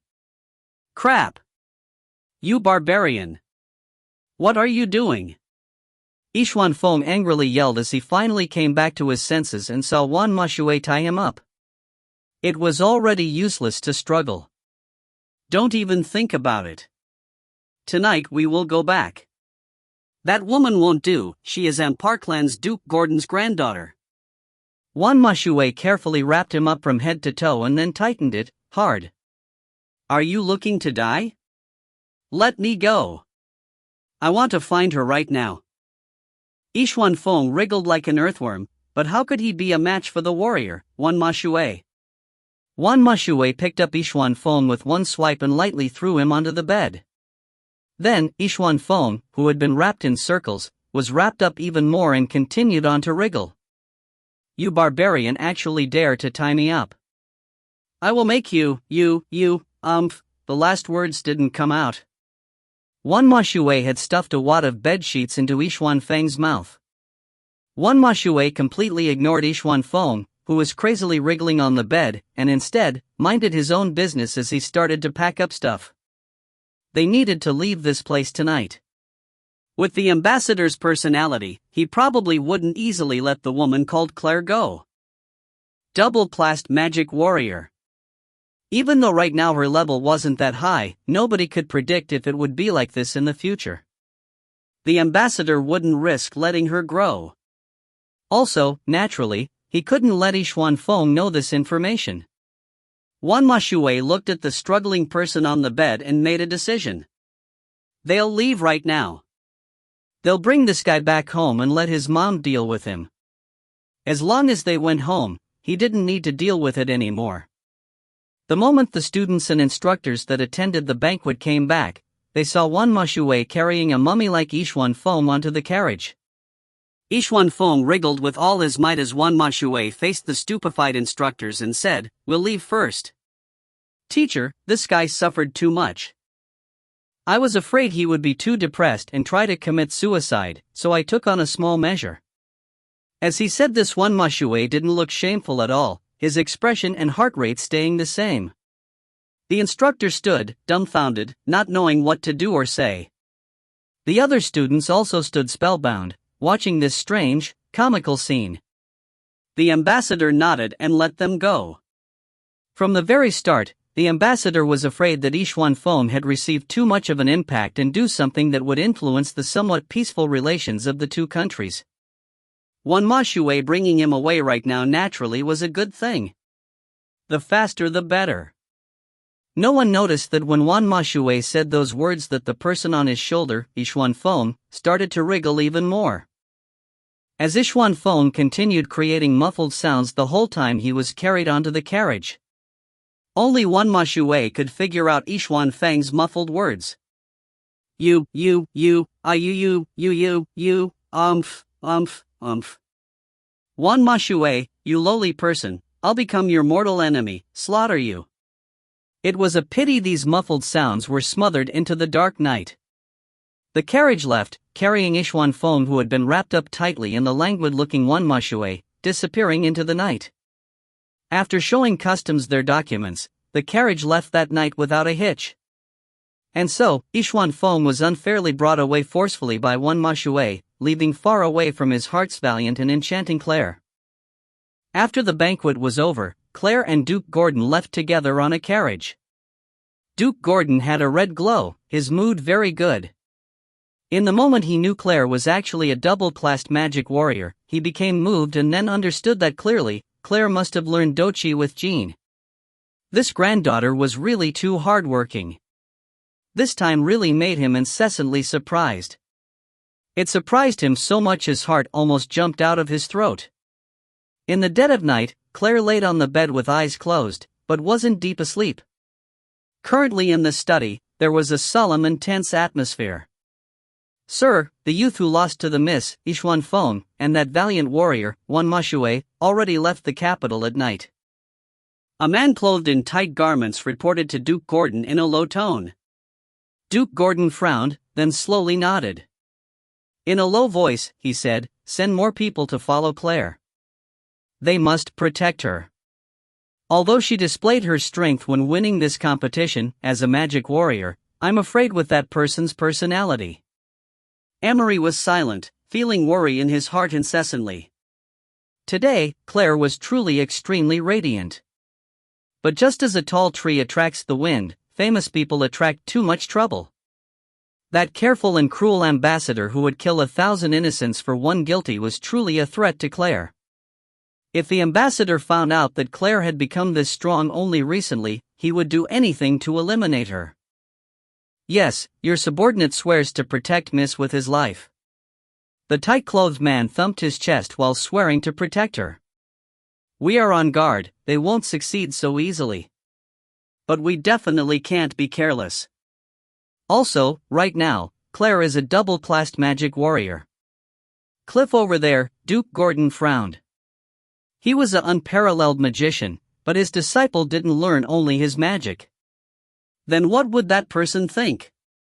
Gordon's thoughts were endless. Sir, you do not need to worry. I believe Miss will definitely handle this business well. Emery consoled Duke Gordon in a low voice. He completely believed that Claire would definitely handle the situation well. Yes, that's true. If there's no problem, you may take your leave. Duke Gordon lightly waved, indicating for everyone to leave. Claire, somebody has come.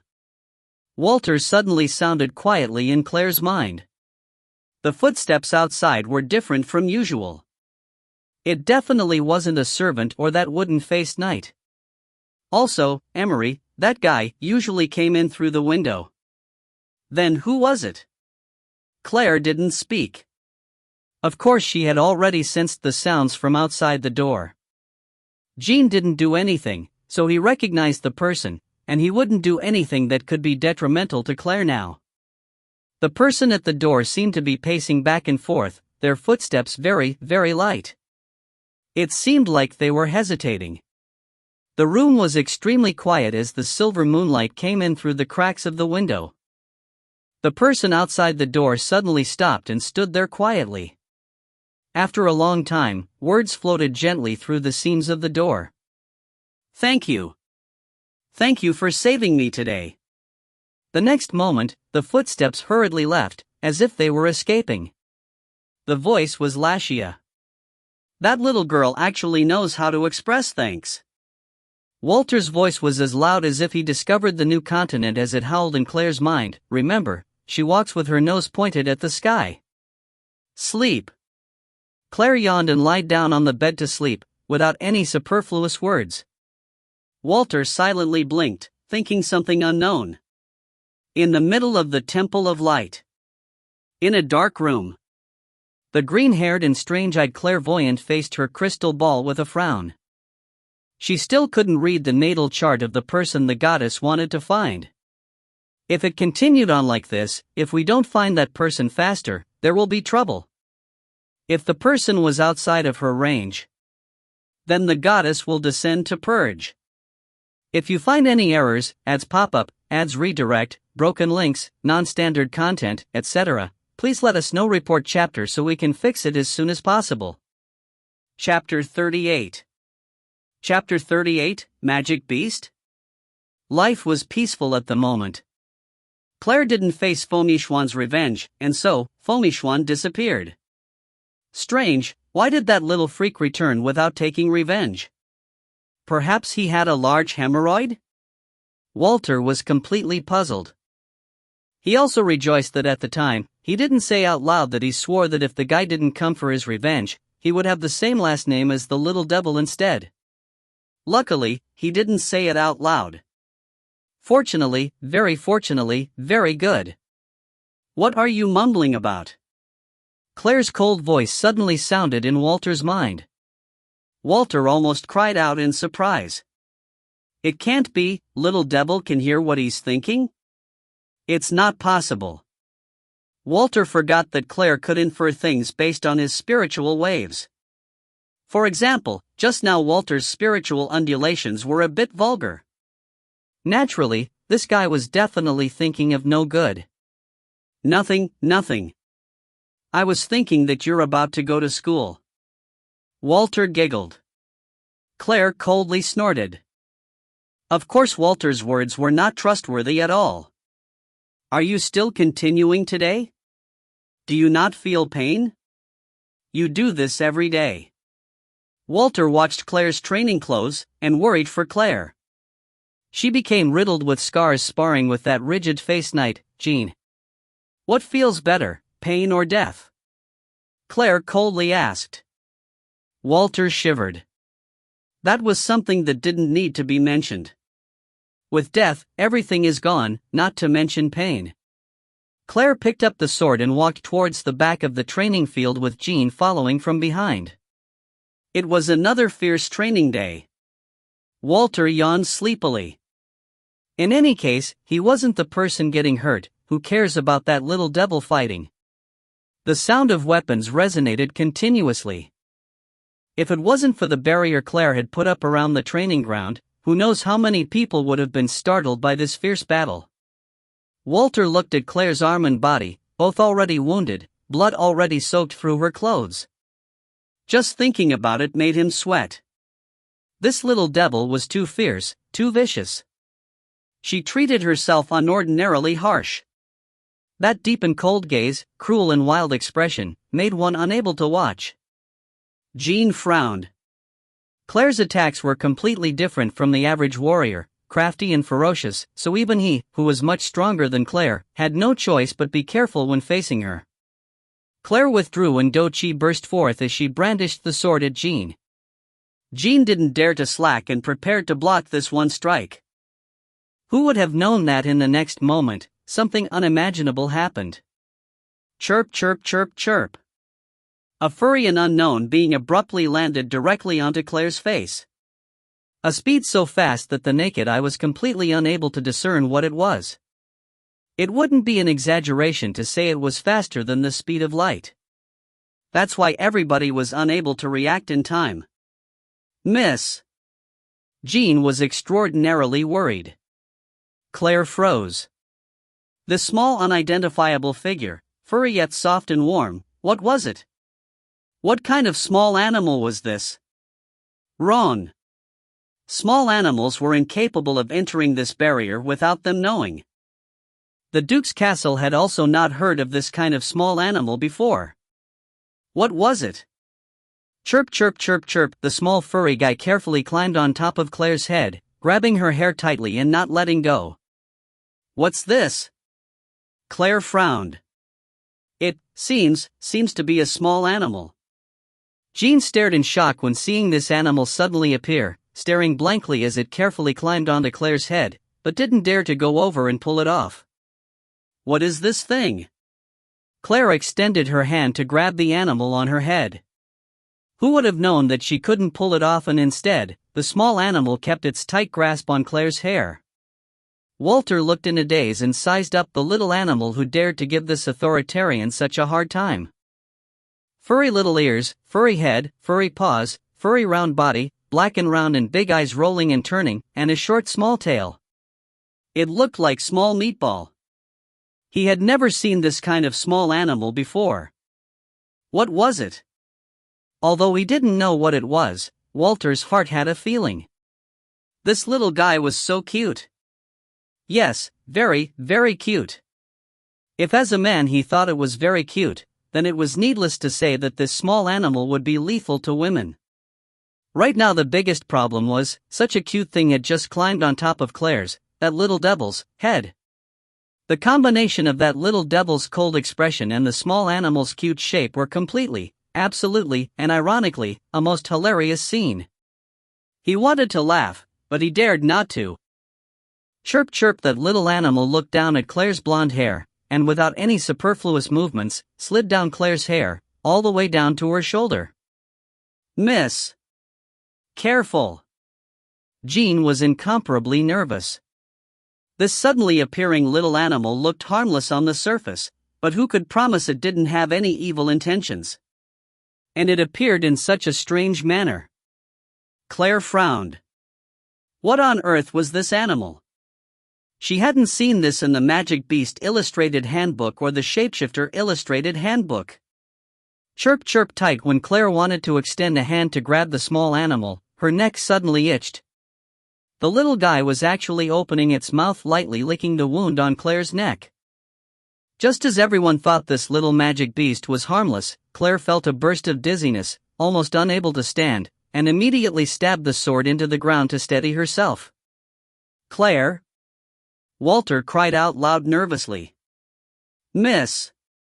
Jean's heart panicked.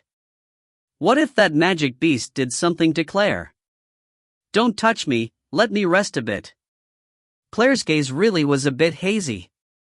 Damn, a strong binding force actually rushed out of the wound that little thing licked. Furthermore, it attacked like a squall of a storm. Even though her spiritual force was very strong, right now she found it a bit hard to withstand. If it was an average person, they would have already spewed out blood from all their orifices and died. This small furball actually forced her into a contract. And it was a master-servant one. Although Claire thought about searching for a magic beast or finding a more powerful shapeshifter to contract and become her helper, she didn't think she would form a contract this way. Also, she didn't know what this thing was. Because a person could only have a single contract with a magic beast, she would have to cancel her contract before contracting another. Right now, Claire's first contract was just taken by this unknown little meatball.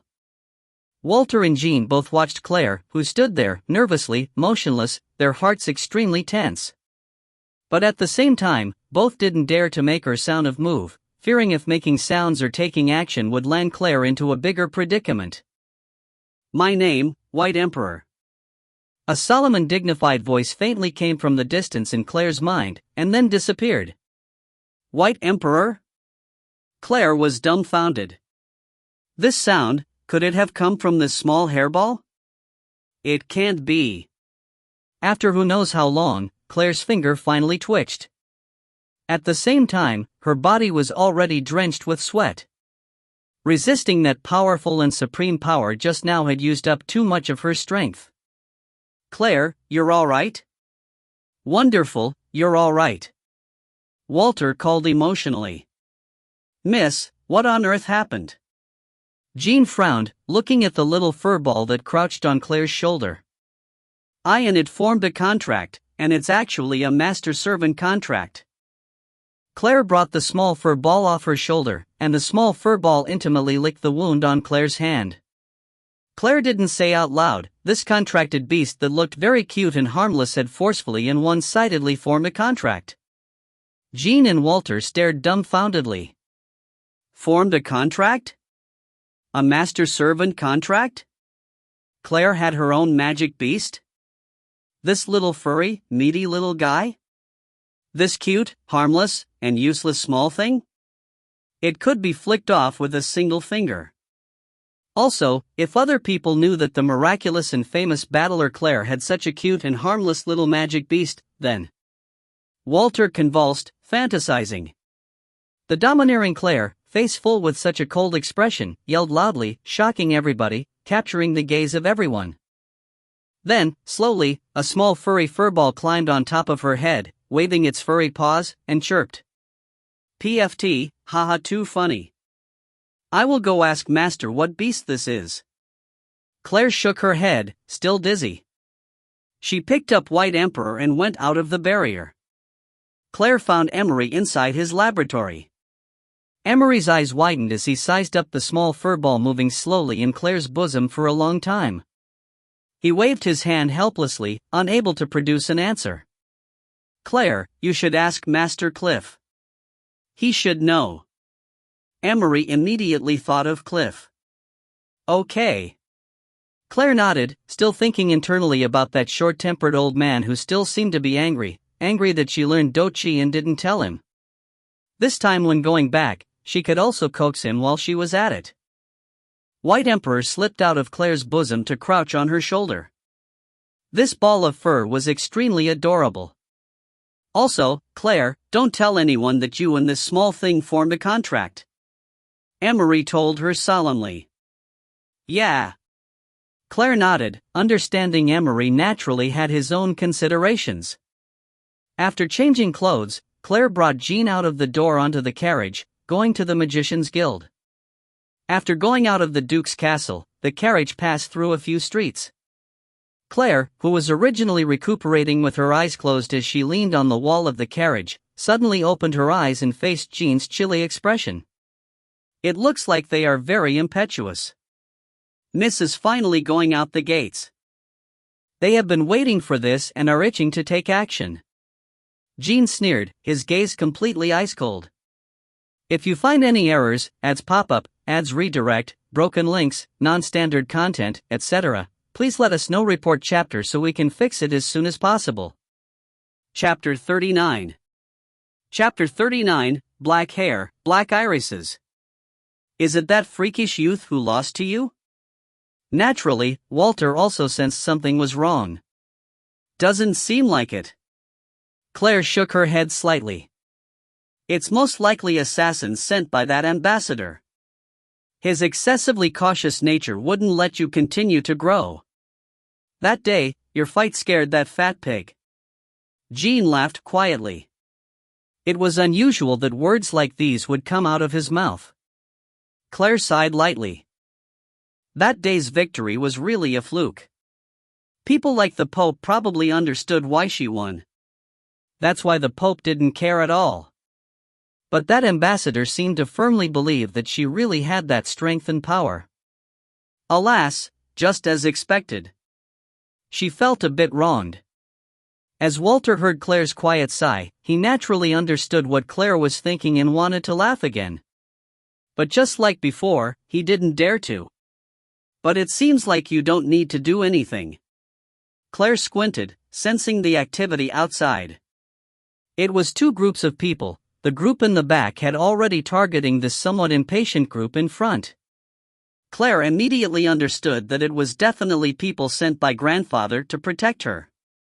Grandfather had already anticipated this kind of situation. Yes, so we should continue to go. Jean sensed the movements outside and smiled.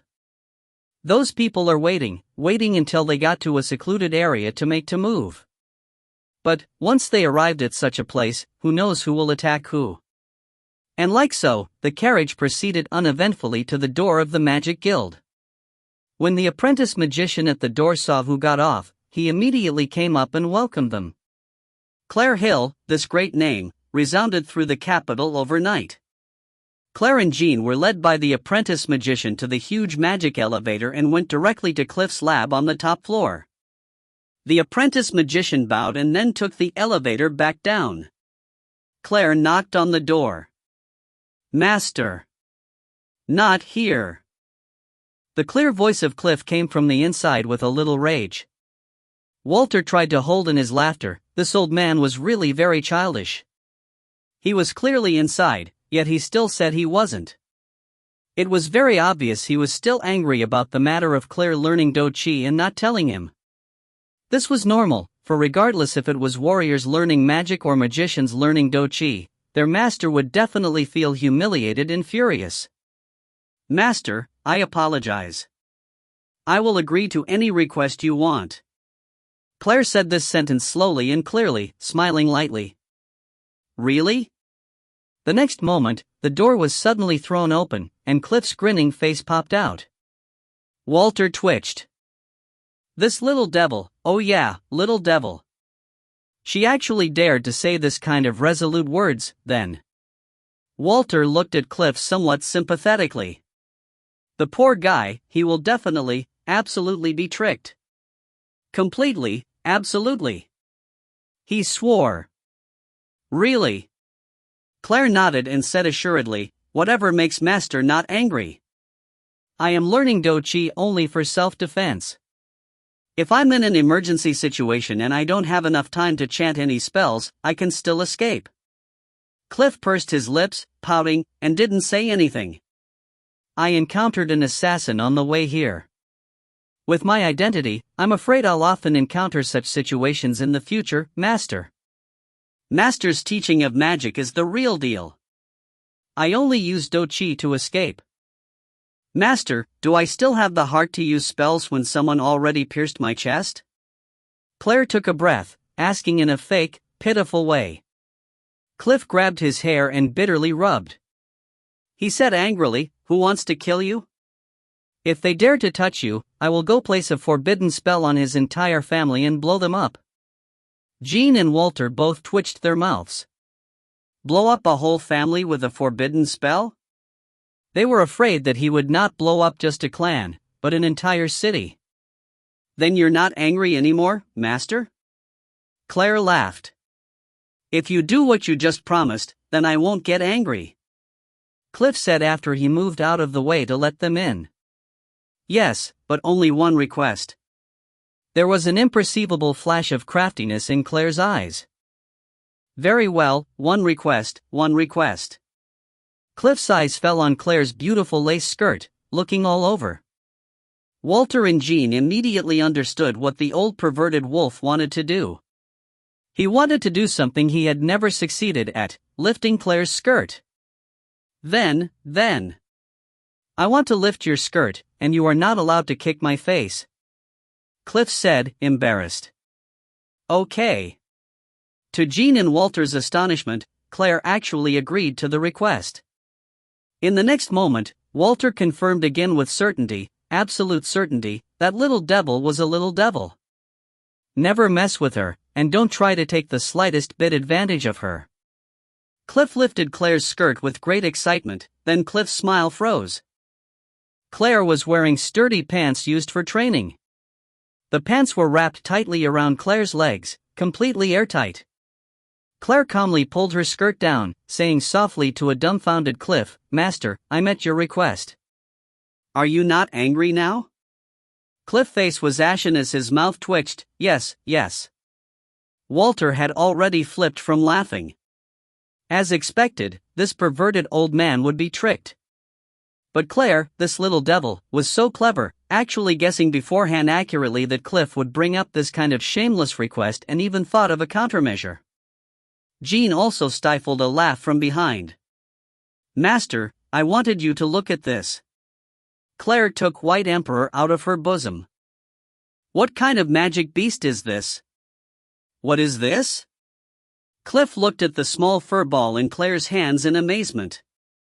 "Since when did you like this kind of cute pet? Master doesn't recognize it?" Claire was puzzled. If even the wizard sage Cliff didn't know, then there was really no way of knowing the identity of this little thing.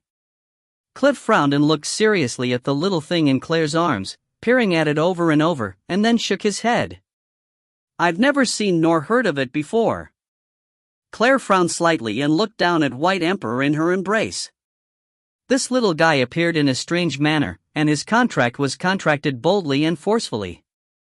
No matter how she looked at it, she could only sense this little guy was just a cute small animal and didn't seem like a magic beast powerful enough to force a contract. Claire. When my experiments are done, you must come with me to cultivate and follow me closely. Cliff snorted, still feeling so wronged and cheated. Yes, okay, but master, you seem to have been doing these experiments for a long time? Claire asked, puzzled, and put the matter of White Emperor aside for the time being. Materials are rare and hard to find. Cliff frowned and sighed. Right, since you came today, I'll teach you some spells while you are here. Remember it yourself. After Cliff finished speaking, he stretched out his hand, and just like that, a soft light entered Claire's mind and a few unfamiliar spells entered Claire's consciousness. All right. If there are no problems, you can leave now. Once I am finished on my end, I will go find you. Cliff said as he waved. Yes. Claire nodded, backing out of the room with White Emperor in her arms. The moment Claire got on her carriage in front of the entrance of the Magician Council, she saw another carriage stop. The emblem on the carriage was very distinct. It was the emblem of the Temple of Light. What was the Temple of Light doing here? Claire looked out the window and came to realization when she saw Lawrence exiting the carriage energetically. So it was Master's old friend. But usually, the Temple of Light and the Magician Council never interfered in each other's affairs, and the two of them only fought in private to avoid attention. Why would Lawson appear here today? Miss, it's a bit strange. Jean also felt something was off. If those hypocrites from the Temple of Light appear here boldly, does that mean it's almost the time for the prophecy? Walter's voice sounded. What prophecy? Claire asked quietly. Just some stupid nonsense, a prophecy from 1,000 years ago. Something about a double black woman appearing, overturning the light. Walter replied indifferently, there has never been a woman with both black irises and black hair, so it's just nonsense. Let's go. Claire nodded. Let's go to the Capitol's library. I want to go see if there's any illustrated handbooks for beasts that I haven't read yet and what type of being this little creature really is. Claire looked down at the White Emperor who was currently lying quietly in her arms. The library of the Capitol, with large, tall white jade doors and a grand statue of a book in the entrance, symbolized wisdom. Claire had come here often before, but not for reading, and instead, to look for handsome men. When Claire's figure appeared in the library doorway, there was a small commotion. All the young girls and boys looked at her, gossiping quietly. The phrase Claire heard the most was Miracle Claire. Since when did I have such a title? Claire frowned slightly. From when you displayed both magic and dochi and defeated that youth, the whole capital has been calling Miss Miracle Claire. Jean answered quietly. The sister of Genius Lashia, Miracle Claire. Boring, Claire cursed in her heart and walked towards the miscellaneous section. A few unfriendly gazes followed Claire closely. If you find any errors, ads pop up, ads redirect, broken links, non-standard content, etc., please let us know. Report chapter so we can fix it as soon as possible. Chapter 40. Chapter 40, Duel. Naturally, Claire also sensed those unfriendly gazes. Those are students from the Sunrise Institute. Jean whispered near Claire's ear in a low voice. It's most likely people who didn't pass the preliminary round for the competition and are not satisfied with Mrs. Wynne. Claire glanced over from the corners of her eyes. Two youths and a young girl were coldly watching her, but when their eyes met they hurriedly looked away. So what if they aren't satisfied? They didn't even have the qualifications to be chosen, even worse than your peacock little sister. Walter disdainfully said. Lashia always walked with her nose pointed at the sky, was that not a peacock? Those three are all warriors. Jean frowned looking at the three whom had grouped together and seemed like they were discussing something. Claire ignored them, put White Emperor on her shoulder, and started searching through the illustrated handbooks, the Complete Magic Beasts Illustrated Handbook, the Complete Shapeshifters Illustrated Handbook, and also the Complete Phantoms Illustrated Handbook. Carrying the thick, heavy books was really uncomfortable, so Claire handed all the reference books for Jean to carry and found the nearest table to sit down and started flipping through one. Standing behind Claire, Jean watched the three people who had been unfriendly the whole time walk over. The leading young girl had on her back an unusually shaped broadsword and walked towards Claire with a cold expression. The two youths behind also had unfriendly expressions. From time to time their gazes drifted towards the magic sword at Jean's waist. That was the competition's prize. After Claire received it, they didn't expect that she had actually bestowed it to her guardian knight. Claire Hill, I, Alice Roman, will now challenge you to duel. The young girl's words powerfully resonated and were exceptionally solemn as she coldly watched Claire. When Jean heard this family name, he frowned slightly. Was it the daughter of the Roman family? The Roman clan was an aristocratic family in the capital and had many people with courtly positions. Duel? There was an uproar among the people nearby and the quiet library was suddenly noisy. For a duel, if the other side was afraid and didn't accept, then it would be extremely humiliating. But, this young girl was obviously a high-level warrior. Although Claire was a magic warrior, her cultivation wasn't that high. Wasn't this girl's behavior a little over the top? The surrounding people started gossiping, but most people wanted to see Claire's reaction. No time. Claire insipidly said, flipped the illustrated handbook on the table and didn't even give so much of a glance at the young girl. Her indifferent attitude shocked everyone. The nearby people watched Claire in amazement and shock. Did she know such a refusal was the greatest insult to the other person? In situations like this, the other person might try to kill her, even at the risk of their life. And such an uncaring and casual rejection. Was she treating a duel like an invitation for a meal? As expected, the young girl called Alice had already turned red in the face. She fiercely clenched her teeth, her heart already flooded with rage. This arrogant male chaser, thinking of herself as unparalleled after just learning a bit of Do Chi. If the person who faced Feng Yixuan was her, then that person would have had an even worse loss. Because that day Claire had shown that she was only at the advanced warrior level. If Claire was replaced by her, then that Feng Yixuan would have been beaten up even more unsightly. Do all people from the Hill family have no backbone or real strength? Is that why you don't accept my challenge? Alice mocked, sneering as she tried her best to control her anger. At least people from the Hill family are civilized and won't be like a vixen, shouting and yelling in a quiet library. Before Claire spoke, a cold voice floated over. Another uproar resulted, and looking behind, the crowd saw a cold-faced Lashia icily watching this side. The words just now were said by Lashia. So Lashia had always been in the library, and she saw everything from the moment Claire entered. Alice's face greened and paled. Just now her behavior really was uncivilized. The capital's library was always a place where capable people gathered. The people who could borrow books here were not commoners, and her actions just now really weren't appropriate. Naturally, when she came back to her senses, she regretted them. But she still wouldn't acknowledge her mistake. Genius Lashia, didn't you also lose very badly? Not only did you almost lose your life, but you almost dishonored our country. This Alice had disliked Lashia for a long time. What genius magician engaging in close combat with a warrior was the equivalent of certain death. Lashia's expression changed as she was about to explode. Claire's cold voice, although low and gentle, interrupted timely. How can person who didn't even pass the preliminary round bark in here? Are you feeling that it's a pity that we didn't humiliate our country in the end, or are you upset that you weren't the one on stage humiliating our country? Claire's tongue started becoming poisonous. Claire never had any good feelings towards these arrogant aristocrats. You! Alice was furious, abruptly pulling out the sword on her back and pointed it at Claire. The library's mood instantly became tense. Ha ha!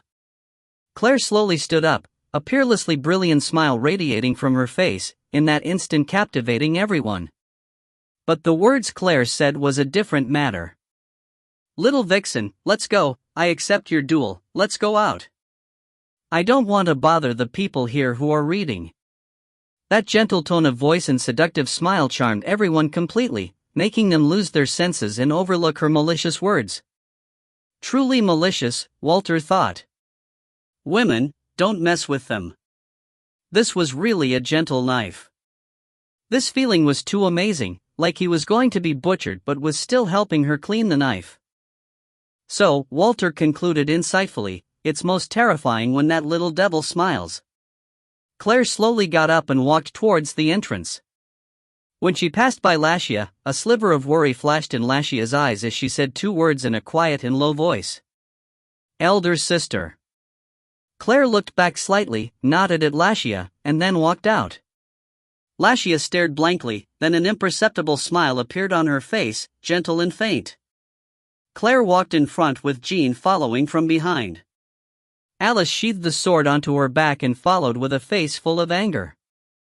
The rage in her eyes reached the skies as she hatefully watched Claire, itching to dismember Claire's body into 1,000 pieces. This hateful male chaser actually called her in that way. Lashia also followed from behind. The people at Lashia's sides were her followers. At the very back was a large mass of people. They all originally came to the library to look up information, but when they heard Claire accepted a duel, they all eagerly ran out to see the excitement. Once they saw clearly the person Claire accepted a duel against, they all became shocked. It was Alice Roman. Alice was the Sunrise Institute's third-ranked warrior. At 13 years of age she is already at the level of a grand warrior, truly making people shocked. Meanwhile, Claire was a magician who had only used advanced warrior level doqi, and her level as a magician had never been tested before. Which family would win this contest? Quickly, the plaza in front of the library was surrounded by an impenetrable crowd and the number of people continued to grow. "I'm delighted you accepted my duel." Alice sneered, fuming with rage. The pleased expression in her eyes deepened, as if in the next moment, victory was hers. "Let's start." Claire only insipidly said. "Wait." Alice actually said profoundly, "Isn't it too boring this way, let's make a bet." "Oh?" Claire raised her brow slightly. "If I win, I want the sword your knight has.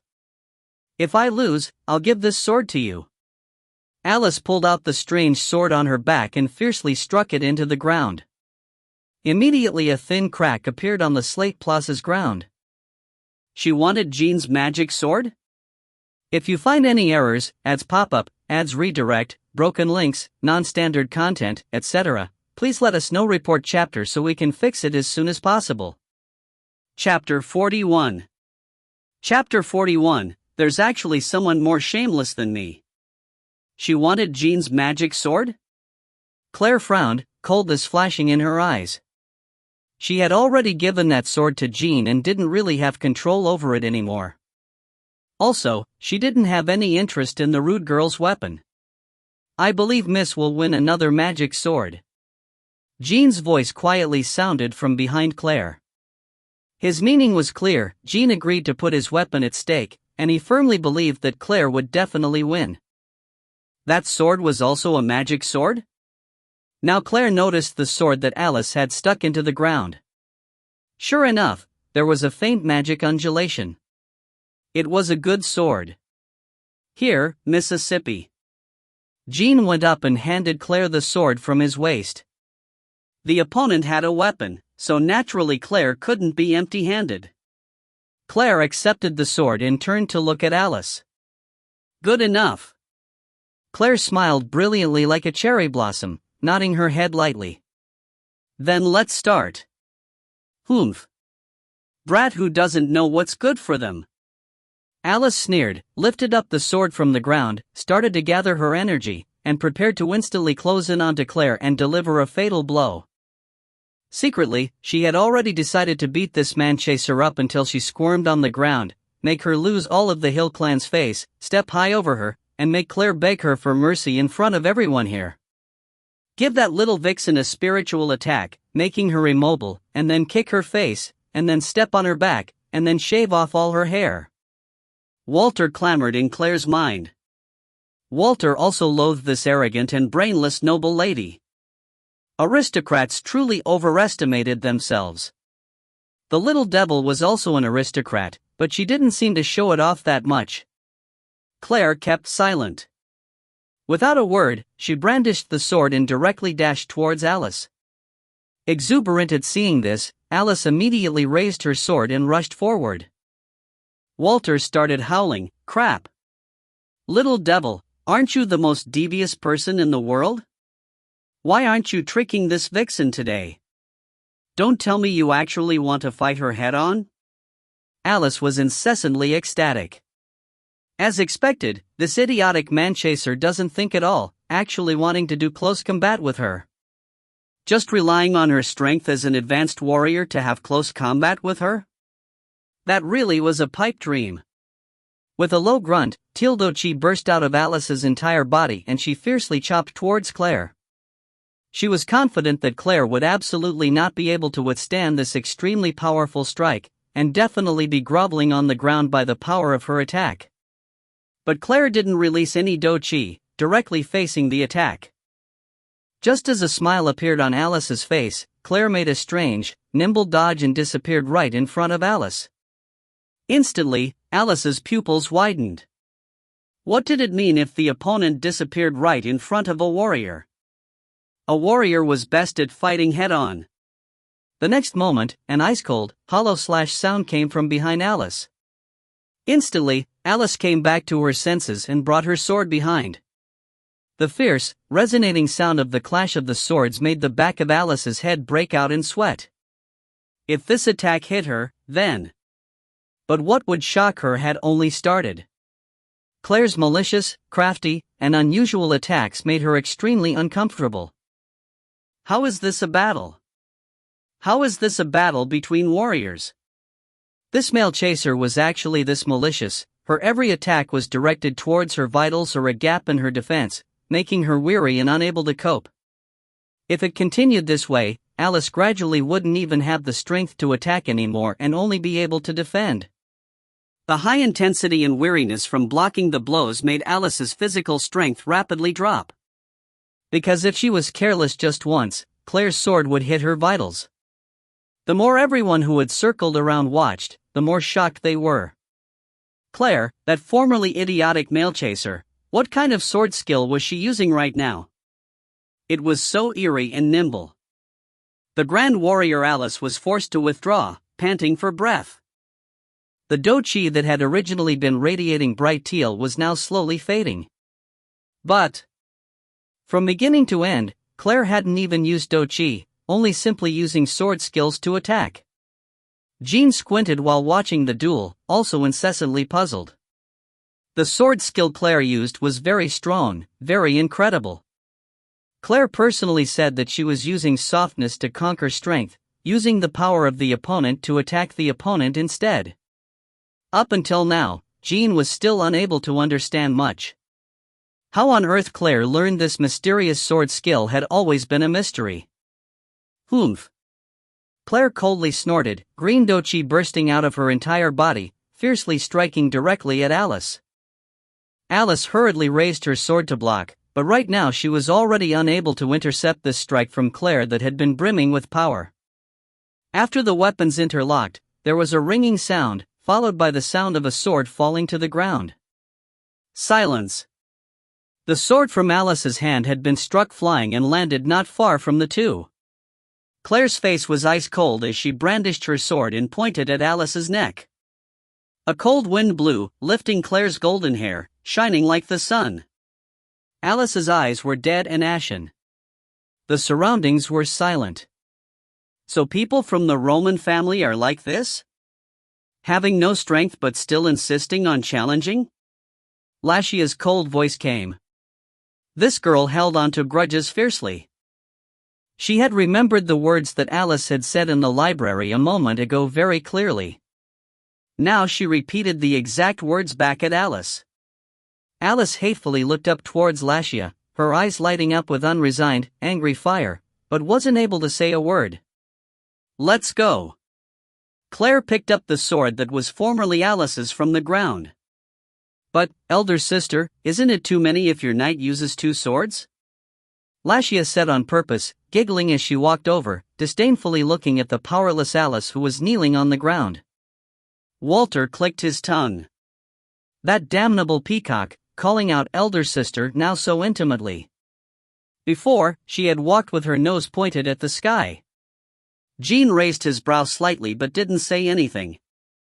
It didn't need to be mentioned how much Lashia loathed Claire before.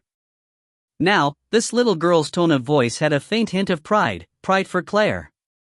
She really was a naive little girl. Once she decided on something, she would believe in it no matter what. Then you can have it, you can give it to any warrior friend you like. After handing back Jean's sword, Claire looked at the other magic sword that was strangely shaped, and without a thought, gave it to Lashia. Alice's eyes widened, rigidly staring at the magic sword in Lashia's hands that was originally hers. That was one of the Roman family's heirlooms. Very precious. But now she actually lost it. How could she go back and explain? Her father and grandfather would definitely fly into a rage.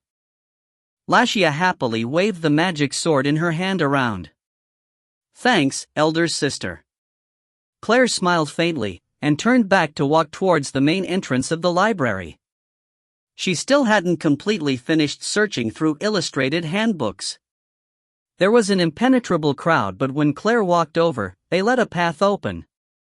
The conversations submerged Alice. Everyone's gaze followed Claire until she disappeared into the library's main gate.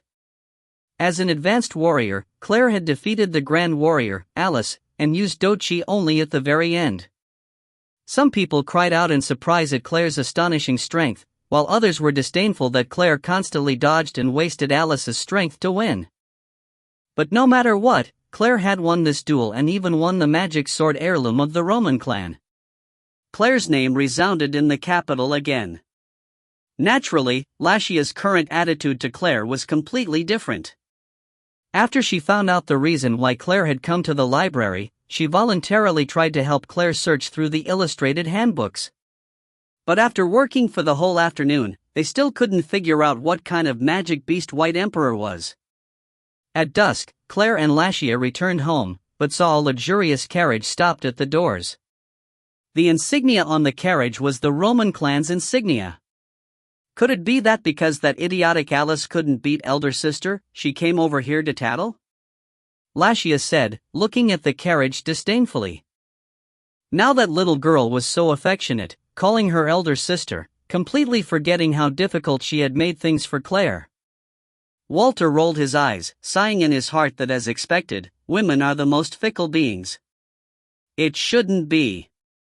Claire said, insipidly.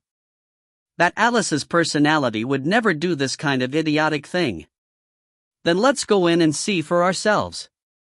Lashia took the lead, walking through the main gate. In the grand hall, Duke Gordon smiled, looking at another old man and discussing. Alice had her head down, standing silently aside. Sir Gordon, I'm truly sorry. The 2 children were playing around with a gamble, but our family's child is also insensible, actually losing the Balrog Flame magic sword. You also know that it is our clan's heirloom. Really, sigh, that old man smiled, looking like he was very embarrassed. When Walter heard this, he couldn't contain himself. There's actually someone more shameless than me. Wait, no, Walter immediately added to himself, it should be said there's actually someone more shameless than the little devil. These words sounded even more appetizing than roasted chicken, 2 children playfully betting and losing a sword. So now he wanted to come and get the sword back? If you find any errors, ads pop up, ads redirect, broken links, non-standard content, etc., please let us know. Report chapter so we can fix it as soon as possible. Chapter 42. Chapter 42, actually this is the most shameful. The small shameless person brought a big shameless person and wants the sword back. Once Lashia heard this, she became furious, suppressing her anger as she faced the nearby cold-faced Claire. Indeed, it's shameless. Claire said insipidly. She didn't really want to deal with Clan's clash of interests, it was enough to let grandfather deal with those. But if they thought Claire was easy to bully, then they were gravely mistaken. Jean, come over here. A thin, cold smile emerged from the corner of Claire's mouth. She turned towards Jean, who was behind her, and beckoned with her finger. Miss? Although Jean had an inquiring tone of voice, inwardly, he knew crystal clearly that every time a smile surfaced on Miss's face, someone was out of luck. Do this, like this, yes, right, just like that. After Claire quietly finished explaining, Jean's brow raised. Currently, he really wanted to laugh, but it would be better if he suppressed it so the people inside the grand hall wouldn't hear. Walter didn't have to worry about this, so he started laughing an earth-shaking wah-ha in Claire's head. Too devious, later he must write a book and call it 18 Deceiving Strategies of a Little Devil. Lashia, come with me, let's go to the training area. Claire turned and faced Lashia. Lashia smiled like a flower while she was inwardly feeling peeved why she hadn't thought of this great method. Claire and Lashia didn't go through the grand hall and instead went around from the back, directly going to the training grounds. Once the two people were gone, Jean's expression changed into grief and indignation. Alright, Jean couldn't help but admit, this expression really made him feel a bit uncomfortable. At the entrance, he practiced for 2 full minutes, and finally, he had an expression barely qualifying as extreme grief and indignation. And like so, Jean entered the grand hall, rushing right to the Duke Gordon, who was sitting at the top of the hall, and reported with grief and indignation, worry written all over his face, "Your Grace, something happened. First miss and second miss." What? What happened? What happened to Claire and Lashia? Duke Gordon stood up in fright and surprise. If it was about anyone else, Gordon would have rebuked his servant's emotional attitude. But Gordon had never seen Jean look so grieved and worried. Even if he just used his but to think, he knew that something big must have happened. Claire's place in Gordon's heart had become very important, he could never let anything happen to her. Lashia was arrogant, but still very strong, and could not be hurt either. Did the conflict between the two sisters escalate and result in something big? Your Grace, today, First Miss ran into someone who challenged her, inviting her to a duel while insulting the Hill family as much as possible. First Miss was furious and accepted the duel. Although she won, First Miss was still angry that someone would insult the Hill family like that, and she blamed it on herself, that she was not powerful enough. So now she is practicing like crazy with Second Miss, fighting in the training ground. Practicing like this without limit, your servant is afraid that First Miss's body won't be able to handle all this. Jean's emotions and tone were very complex, sometimes slow and sometimes fast, sometimes grieved and sometimes worried. He had never said so many words with such emotion and intensity. If Walter was here, he would have exclaimed that the honest handsome knight has been brought astray by little devil Claire. What? Duke Gordon's expression became serious and he stood up suddenly, rushing to the backyard without caring about Sir Roman anymore. Jean also hurried after Duke Gordon. Sir Roman twitched his mouth, his face dark. After hearing Jean's words, he had understood that he could never get that sword back again. He also had a feeling that he was tricked. He had not paid enough attention to this man-crazy Miss. He had wanted to gain the initiative, reducing the situation as small as possible, and then get the family heirloom back by sending a few gifts. Even if afterwards Duke Gordon knew the details, he wouldn't be so stingy as to revisit this matter. But now, everything was doomed, totally doomed. Not just getting the sword back, Duke Gordon might even get to the bottom of it in his fury. Grandfather, that, Alice said somewhat angrily. How could she not understand this was Claire's scheme? Hold your tongue. Sir Roman angrily reprimanded. Go back with me. From now on, never provoke someone from the Hill clan. Sir Roman got up and left with Alice, not even saying goodbye. They would just visit their home another time to apologize. Immediately, Alice's face paled. The whole time in the carriage, Alice held her head low, not uttering a sound. Sir Roman watched Alice with her head down and his expression became complicated. He lightly sighed and quietly said, "Are you blaming grandfather?" "No, grandfather, I don't have any intent of blaming grandfather." Alice looked up and fearfully said, "Alice, you are the Roman family's future hope, but you are too impulsive. Do you understand why grandfather criticized you?" Sir Roman asked profoundly. "I shouldn't have provoked someone from the Hill family," Alice quietly said and slowly faced down. "No," Sir Roman unexpectedly refuted resolutely. "Then?" Confused, Alice looked up at the old man in front of her and asked, "I scolded you because you shouldn't have provoked someone we currently can't provoke." Sir Roman's gaze became a bit icy. Instantly, Alice's gaze lit up, immediately understanding grandfather's meaning. The Hill clan was someone their Roman clan couldn't provoke, so she had made a mistake and provoked someone who she couldn't afford to provoke. But, one day, there would definitely be a day she could provoke someone from the Hill clan.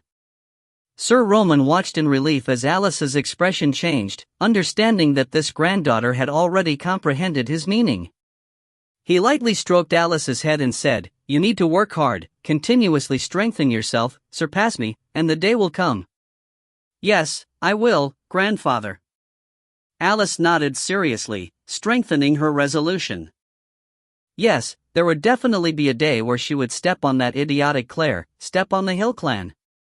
Once she thought of that huge goal, all of the blood in Alice's body surged.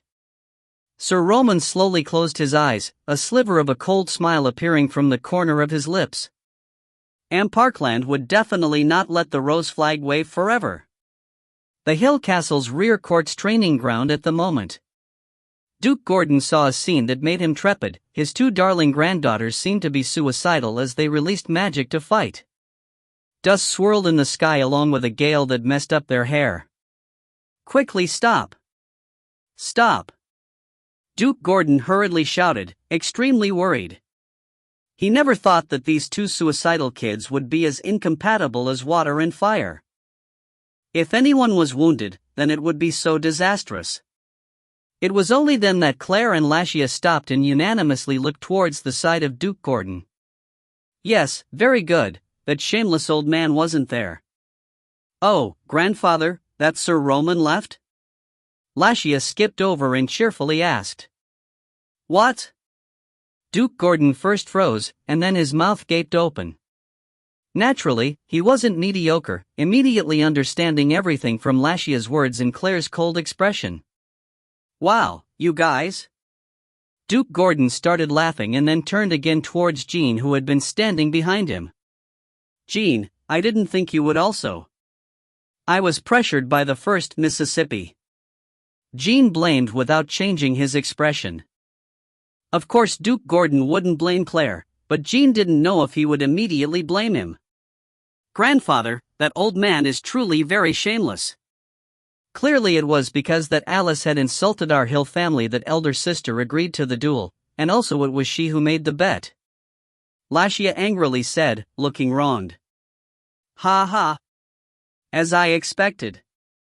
But just now you guys hadn't come back and I didn't see the battle, so I still needed to deal with it on the surface." Duke Gordon smiled like a sly old fox. "Now it's good, he already left. Where's the sword?" "Let me see. Over here, here." Lashia jogged over and picked up the magic sword at the side, then handed it to Duke Gordon. "A good sword, as expected, a good sword." Duke Gordon looked at the sword and praised. "Elder sister gave it to me," Lashia proudly said. "As a magician, why would you use a sword? Pass it to the higher-ups, pass it to the higher-ups." Duke Gordon murmured and then grabbed the sword, not letting go. What a joke. It was another family's heirloom, how could it be bad? Walter curled his lip.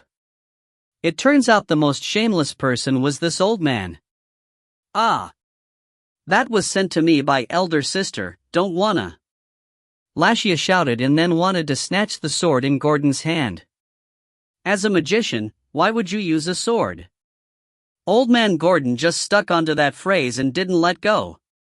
Claire watched the two quarreling people, amused, and then finally said, "Alright, Lashia, later I'll send you suitable things you can use, you should give this to grandfather." After hearing this, Lashia pouted, watching the immeasurably satisfied Gordon holding the sword, and said unwillingly, "Alright, really now, grandfather. Magic swords are very rare." Gordon hugged this fire magic sword smugly, preparing to reward it to his subordinate. His mood was exceptionally good watching these two sisters' relationship that was so good right now, sweeter than eating honey, and he had also obtained this magic sword. Magic swords were very rare and precious. This time they had taken the luck of that insensible child of the Roman family, obtaining a weapon this good. A few days later, the Sunrise Institute started school again. When Lashia and Claire rode the carriage together and appeared at the school entrance, people's eyes almost dropped onto the ground. The two sisters, as incompatible as fire and water, actually appeared together, and even in such a harmonious scene. These two beautiful figures naturally attracted attention, especially Claire, who had recently been in the limelight. In fact, just as they passed through the school's forest, they met a male pig. If you find any errors, ads pop up, ads redirect, broken links, non-standard content, etc., please let us know. Report chapter so we can fix it as soon as possible. Chapter 43. Chapter 43, Second Master wants to kill First Master. Blocking Claire and Lashia was an aristocrat youth. If his expression wasn't so pale and unusual, along with his erratic gaze, he could count as a pretty boy. Right now, he was staring at Claire without the slightest restraint. "What are you doing? Do you have a problem?" Lashia frowned, looking at the youth, and asked harshly. "Two beautiful misses, good morning." The pale youth bowed courteously and then gave a smile he thought to be enchanting. Lashia's mouth twitched. Watching the artificially friendly youth, she held back her impulse of wanting to spit. Claire frowned. This person, she had a slight impression of. It seemed like a person Claire had pestered before and chased after very hard. He was called something like C-something-D, she forgot his name already. But Claire did indeed have an impression of this face that was as pale as a pig's. "But Miss Claire, I want to invite you to eat lunch with me. Would you give me the honor?" Male pig smiled, filled with self-confidence. Keep in mind that before, Claire had constantly pestered him. Male pig's gaze kept on wantonly drifting to Claire. It was really out of his expectations that Claire, who had at the time been so ordinary and idiotic, would actually become so brilliant. The fight from before that made her famous and the duel on that day in the library both left a deep impression on him.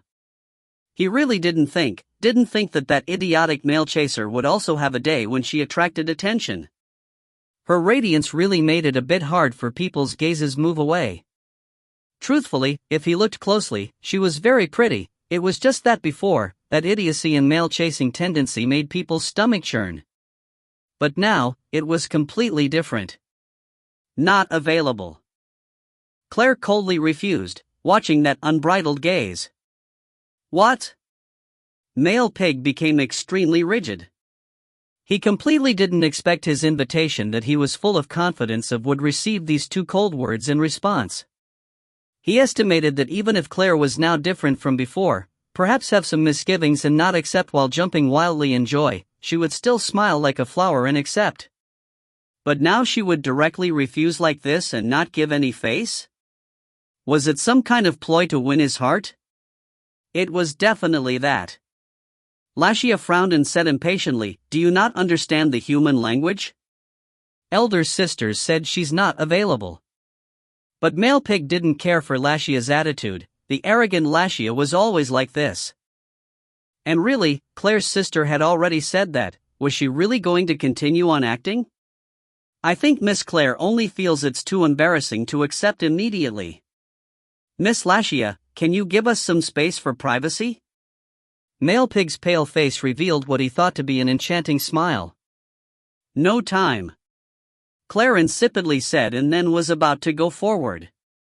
Lashia coldly snorted, disdainfully glanced at that male pig, and then followed behind Claire, preparing to leave together. Male pig froze, then became a bit angry. That idiot, not even giving face. When would she stop acting? Wait. Male pig raised his voice and said. Claire turned a deaf ear and just left. Male pig became a bit anxious, quickly chased and caught up and barred Claire's way. He started laughing coldly. Stop acting, didn't you always long to be together with me? After he said this, Male pig was about to grab Claire's hand. Male pig's eyes only saw the cold-faced Claire. This kind of Claire made his heart beat incessantly. Men are just this kind of creature, something easily obtainable would never be considered rare and vice versa. Claire watched that pervert reach over and slightly frowned. The next moment, an extremely tragic cry echoed from the forest into the skies, scaring all the birds in the forest to fly away.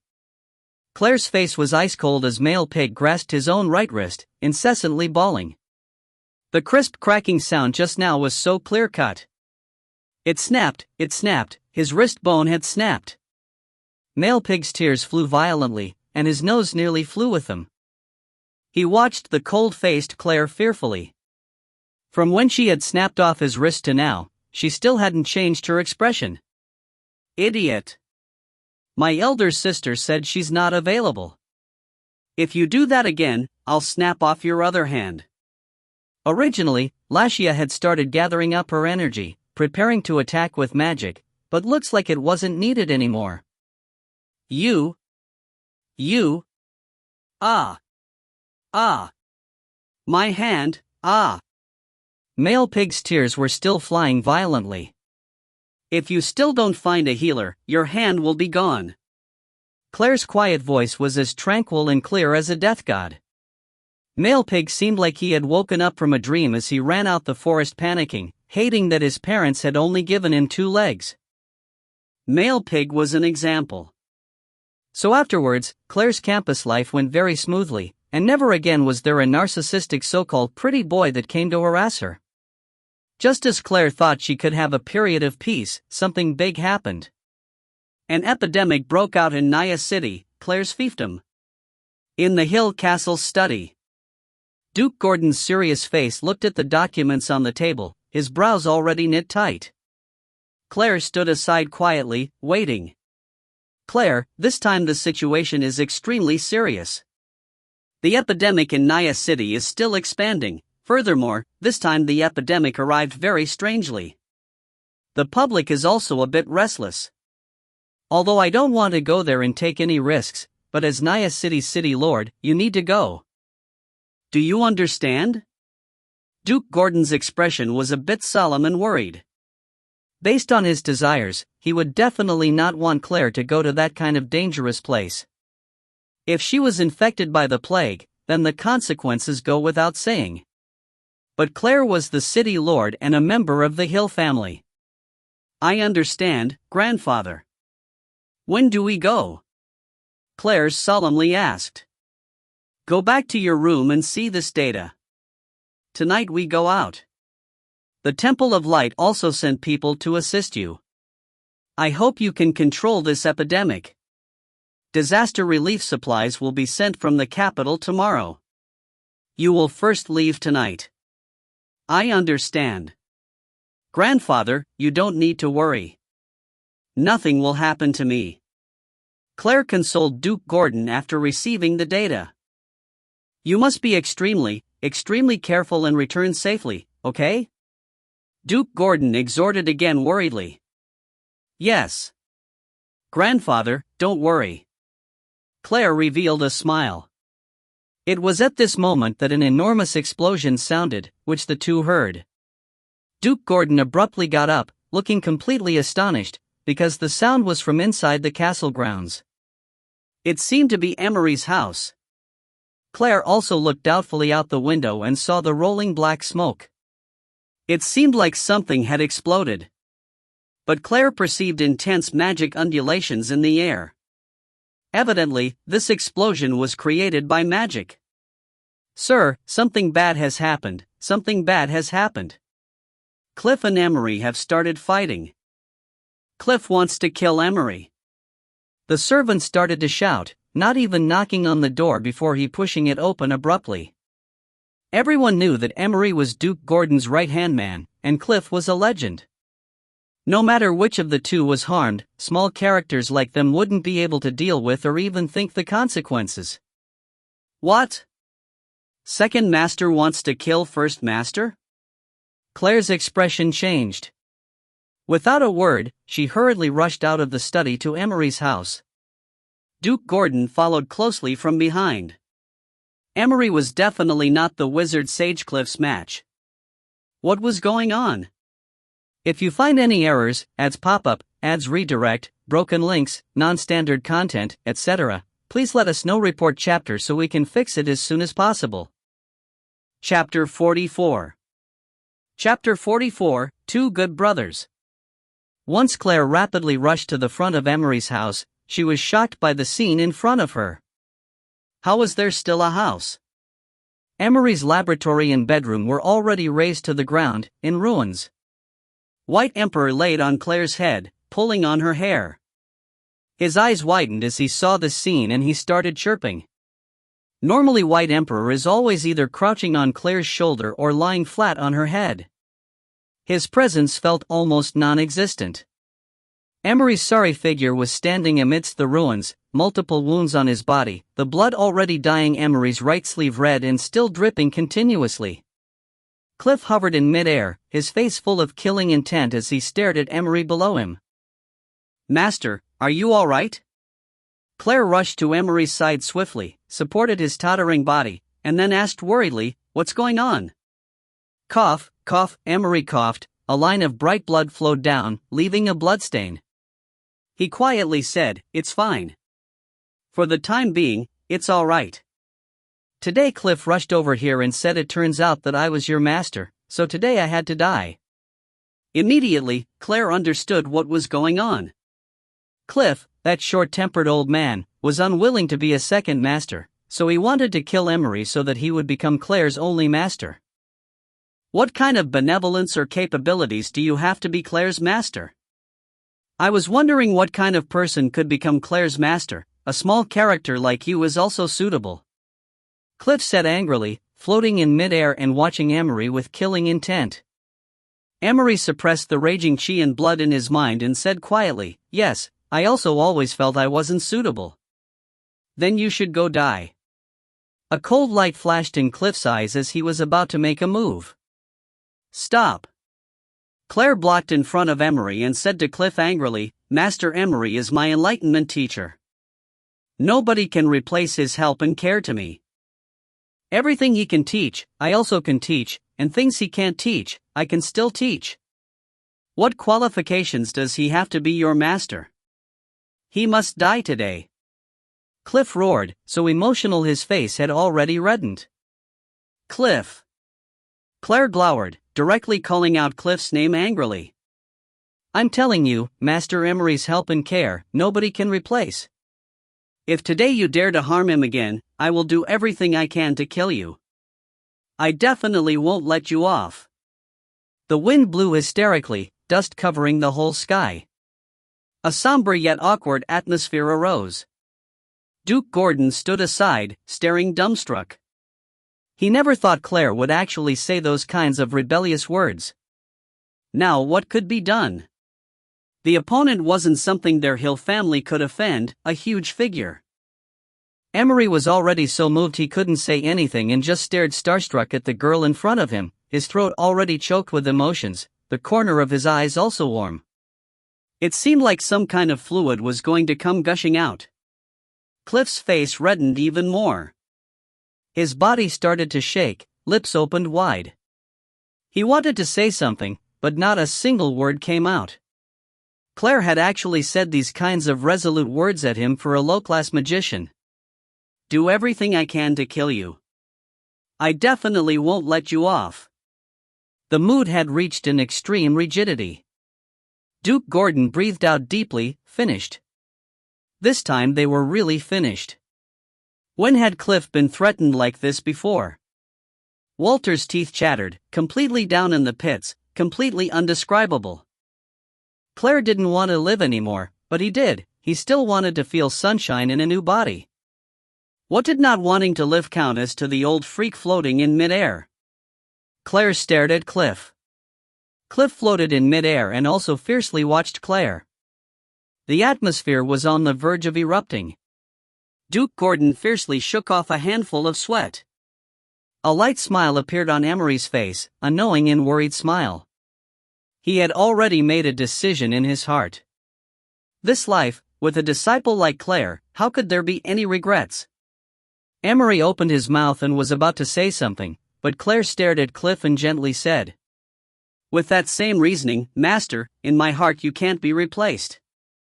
If there was someone who wanted to harm you, I would also risk my life to protect you and definitely not let off the person who harmed you. I swear, I definitely won't let them off." Claire's gentle yet unmatched resolute voice sounded in the air, sounded in Cliff's heart. The surroundings was silent, so quiet you could seem to hear everyone's breaths. Suddenly, Cliff resembled a child as he started crying wah wah, landing on his but as he descended to the ground, kicking his two legs and started making a racket. Why am I second master? Why do I need to be second master? I want to be first master, I want to be first master. Awkward, everyone felt thoroughly awkward. Duke Gordon was in even more disarray, struck by this lightning. This legendary wizard sage, he resembled a little kid so much.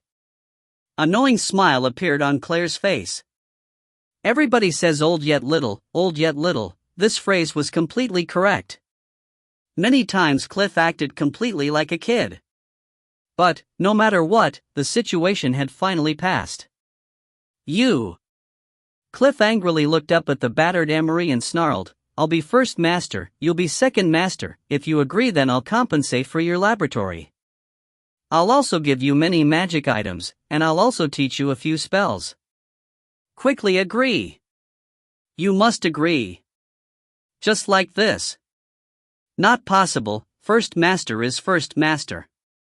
Claire refused. But Emery's voice came from behind Claire. "Claire, it's fine. What would it be like if the second master taught the first master?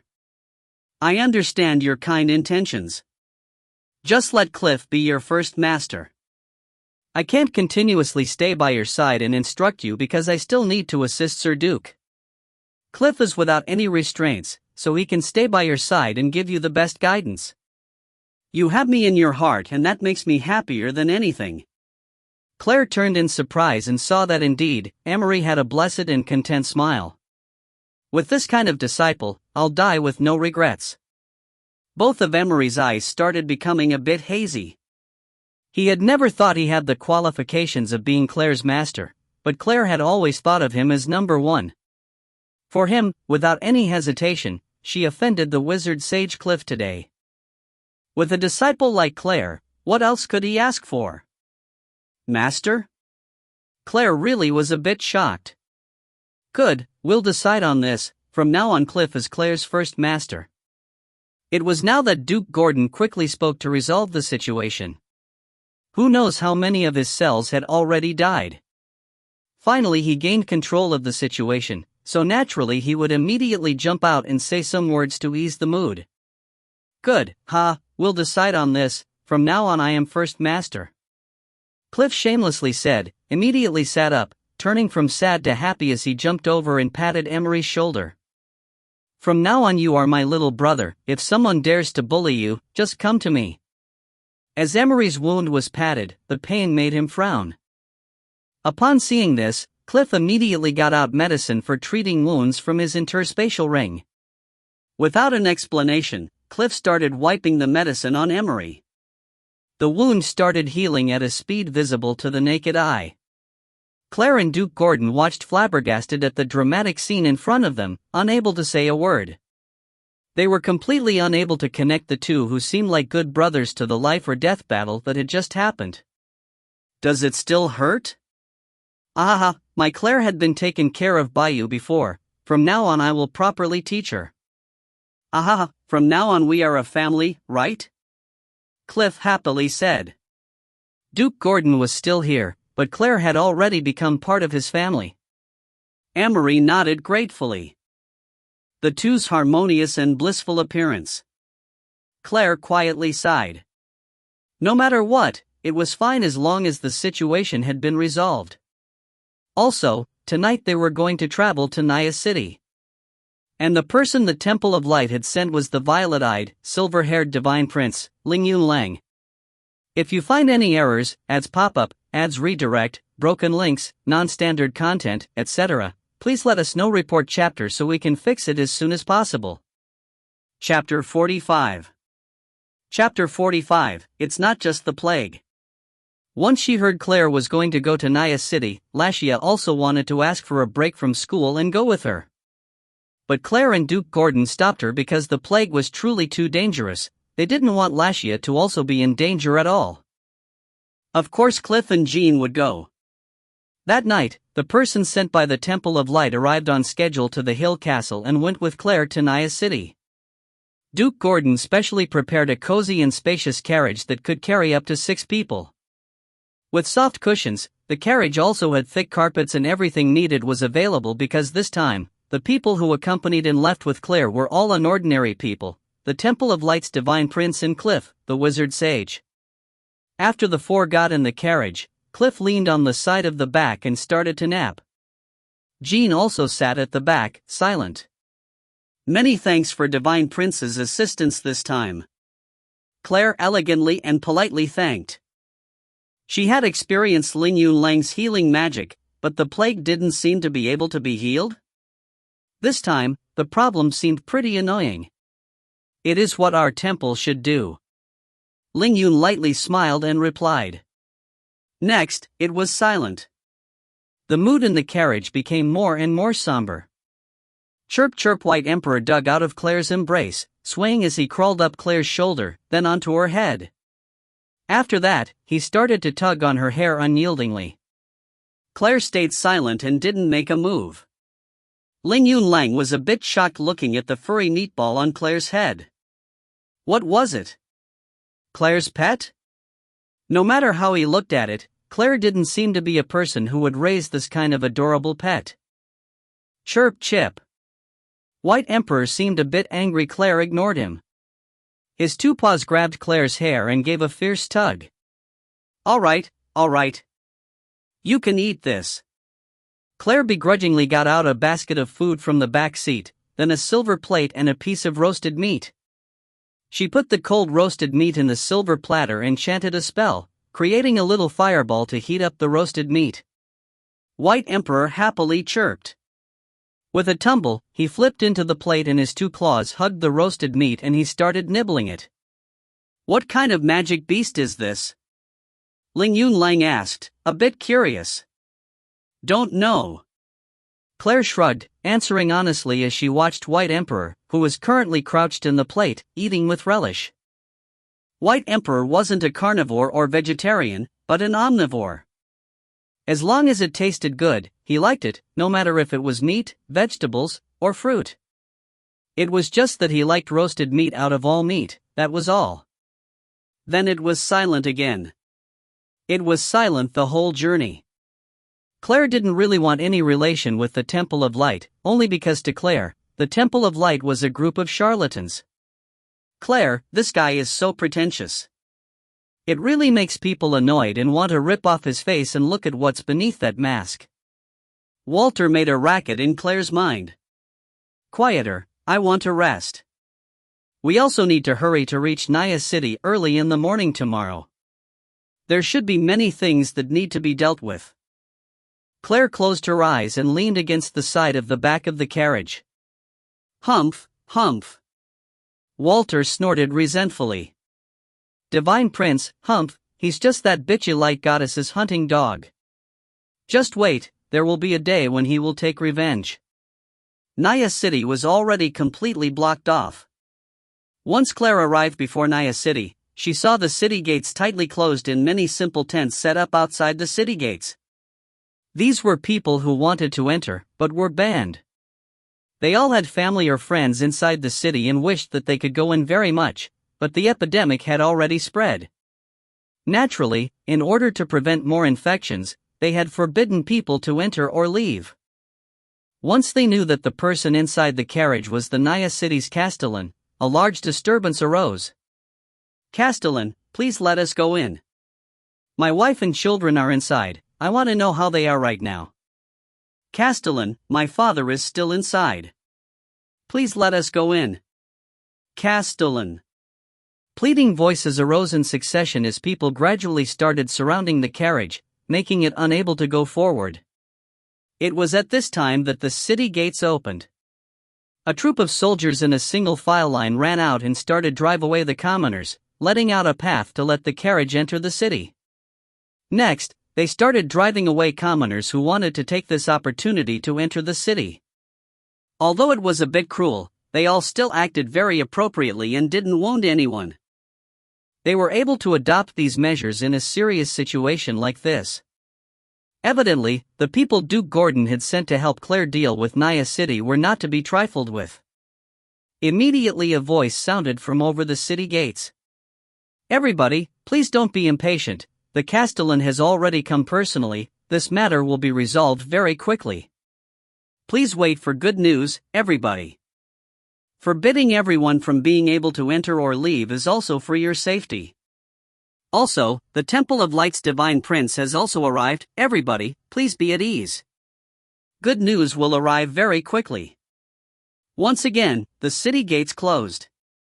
The people were nervous, but not panicky. A strange smell pervaded the air in Naya City. The rotting smell was mixed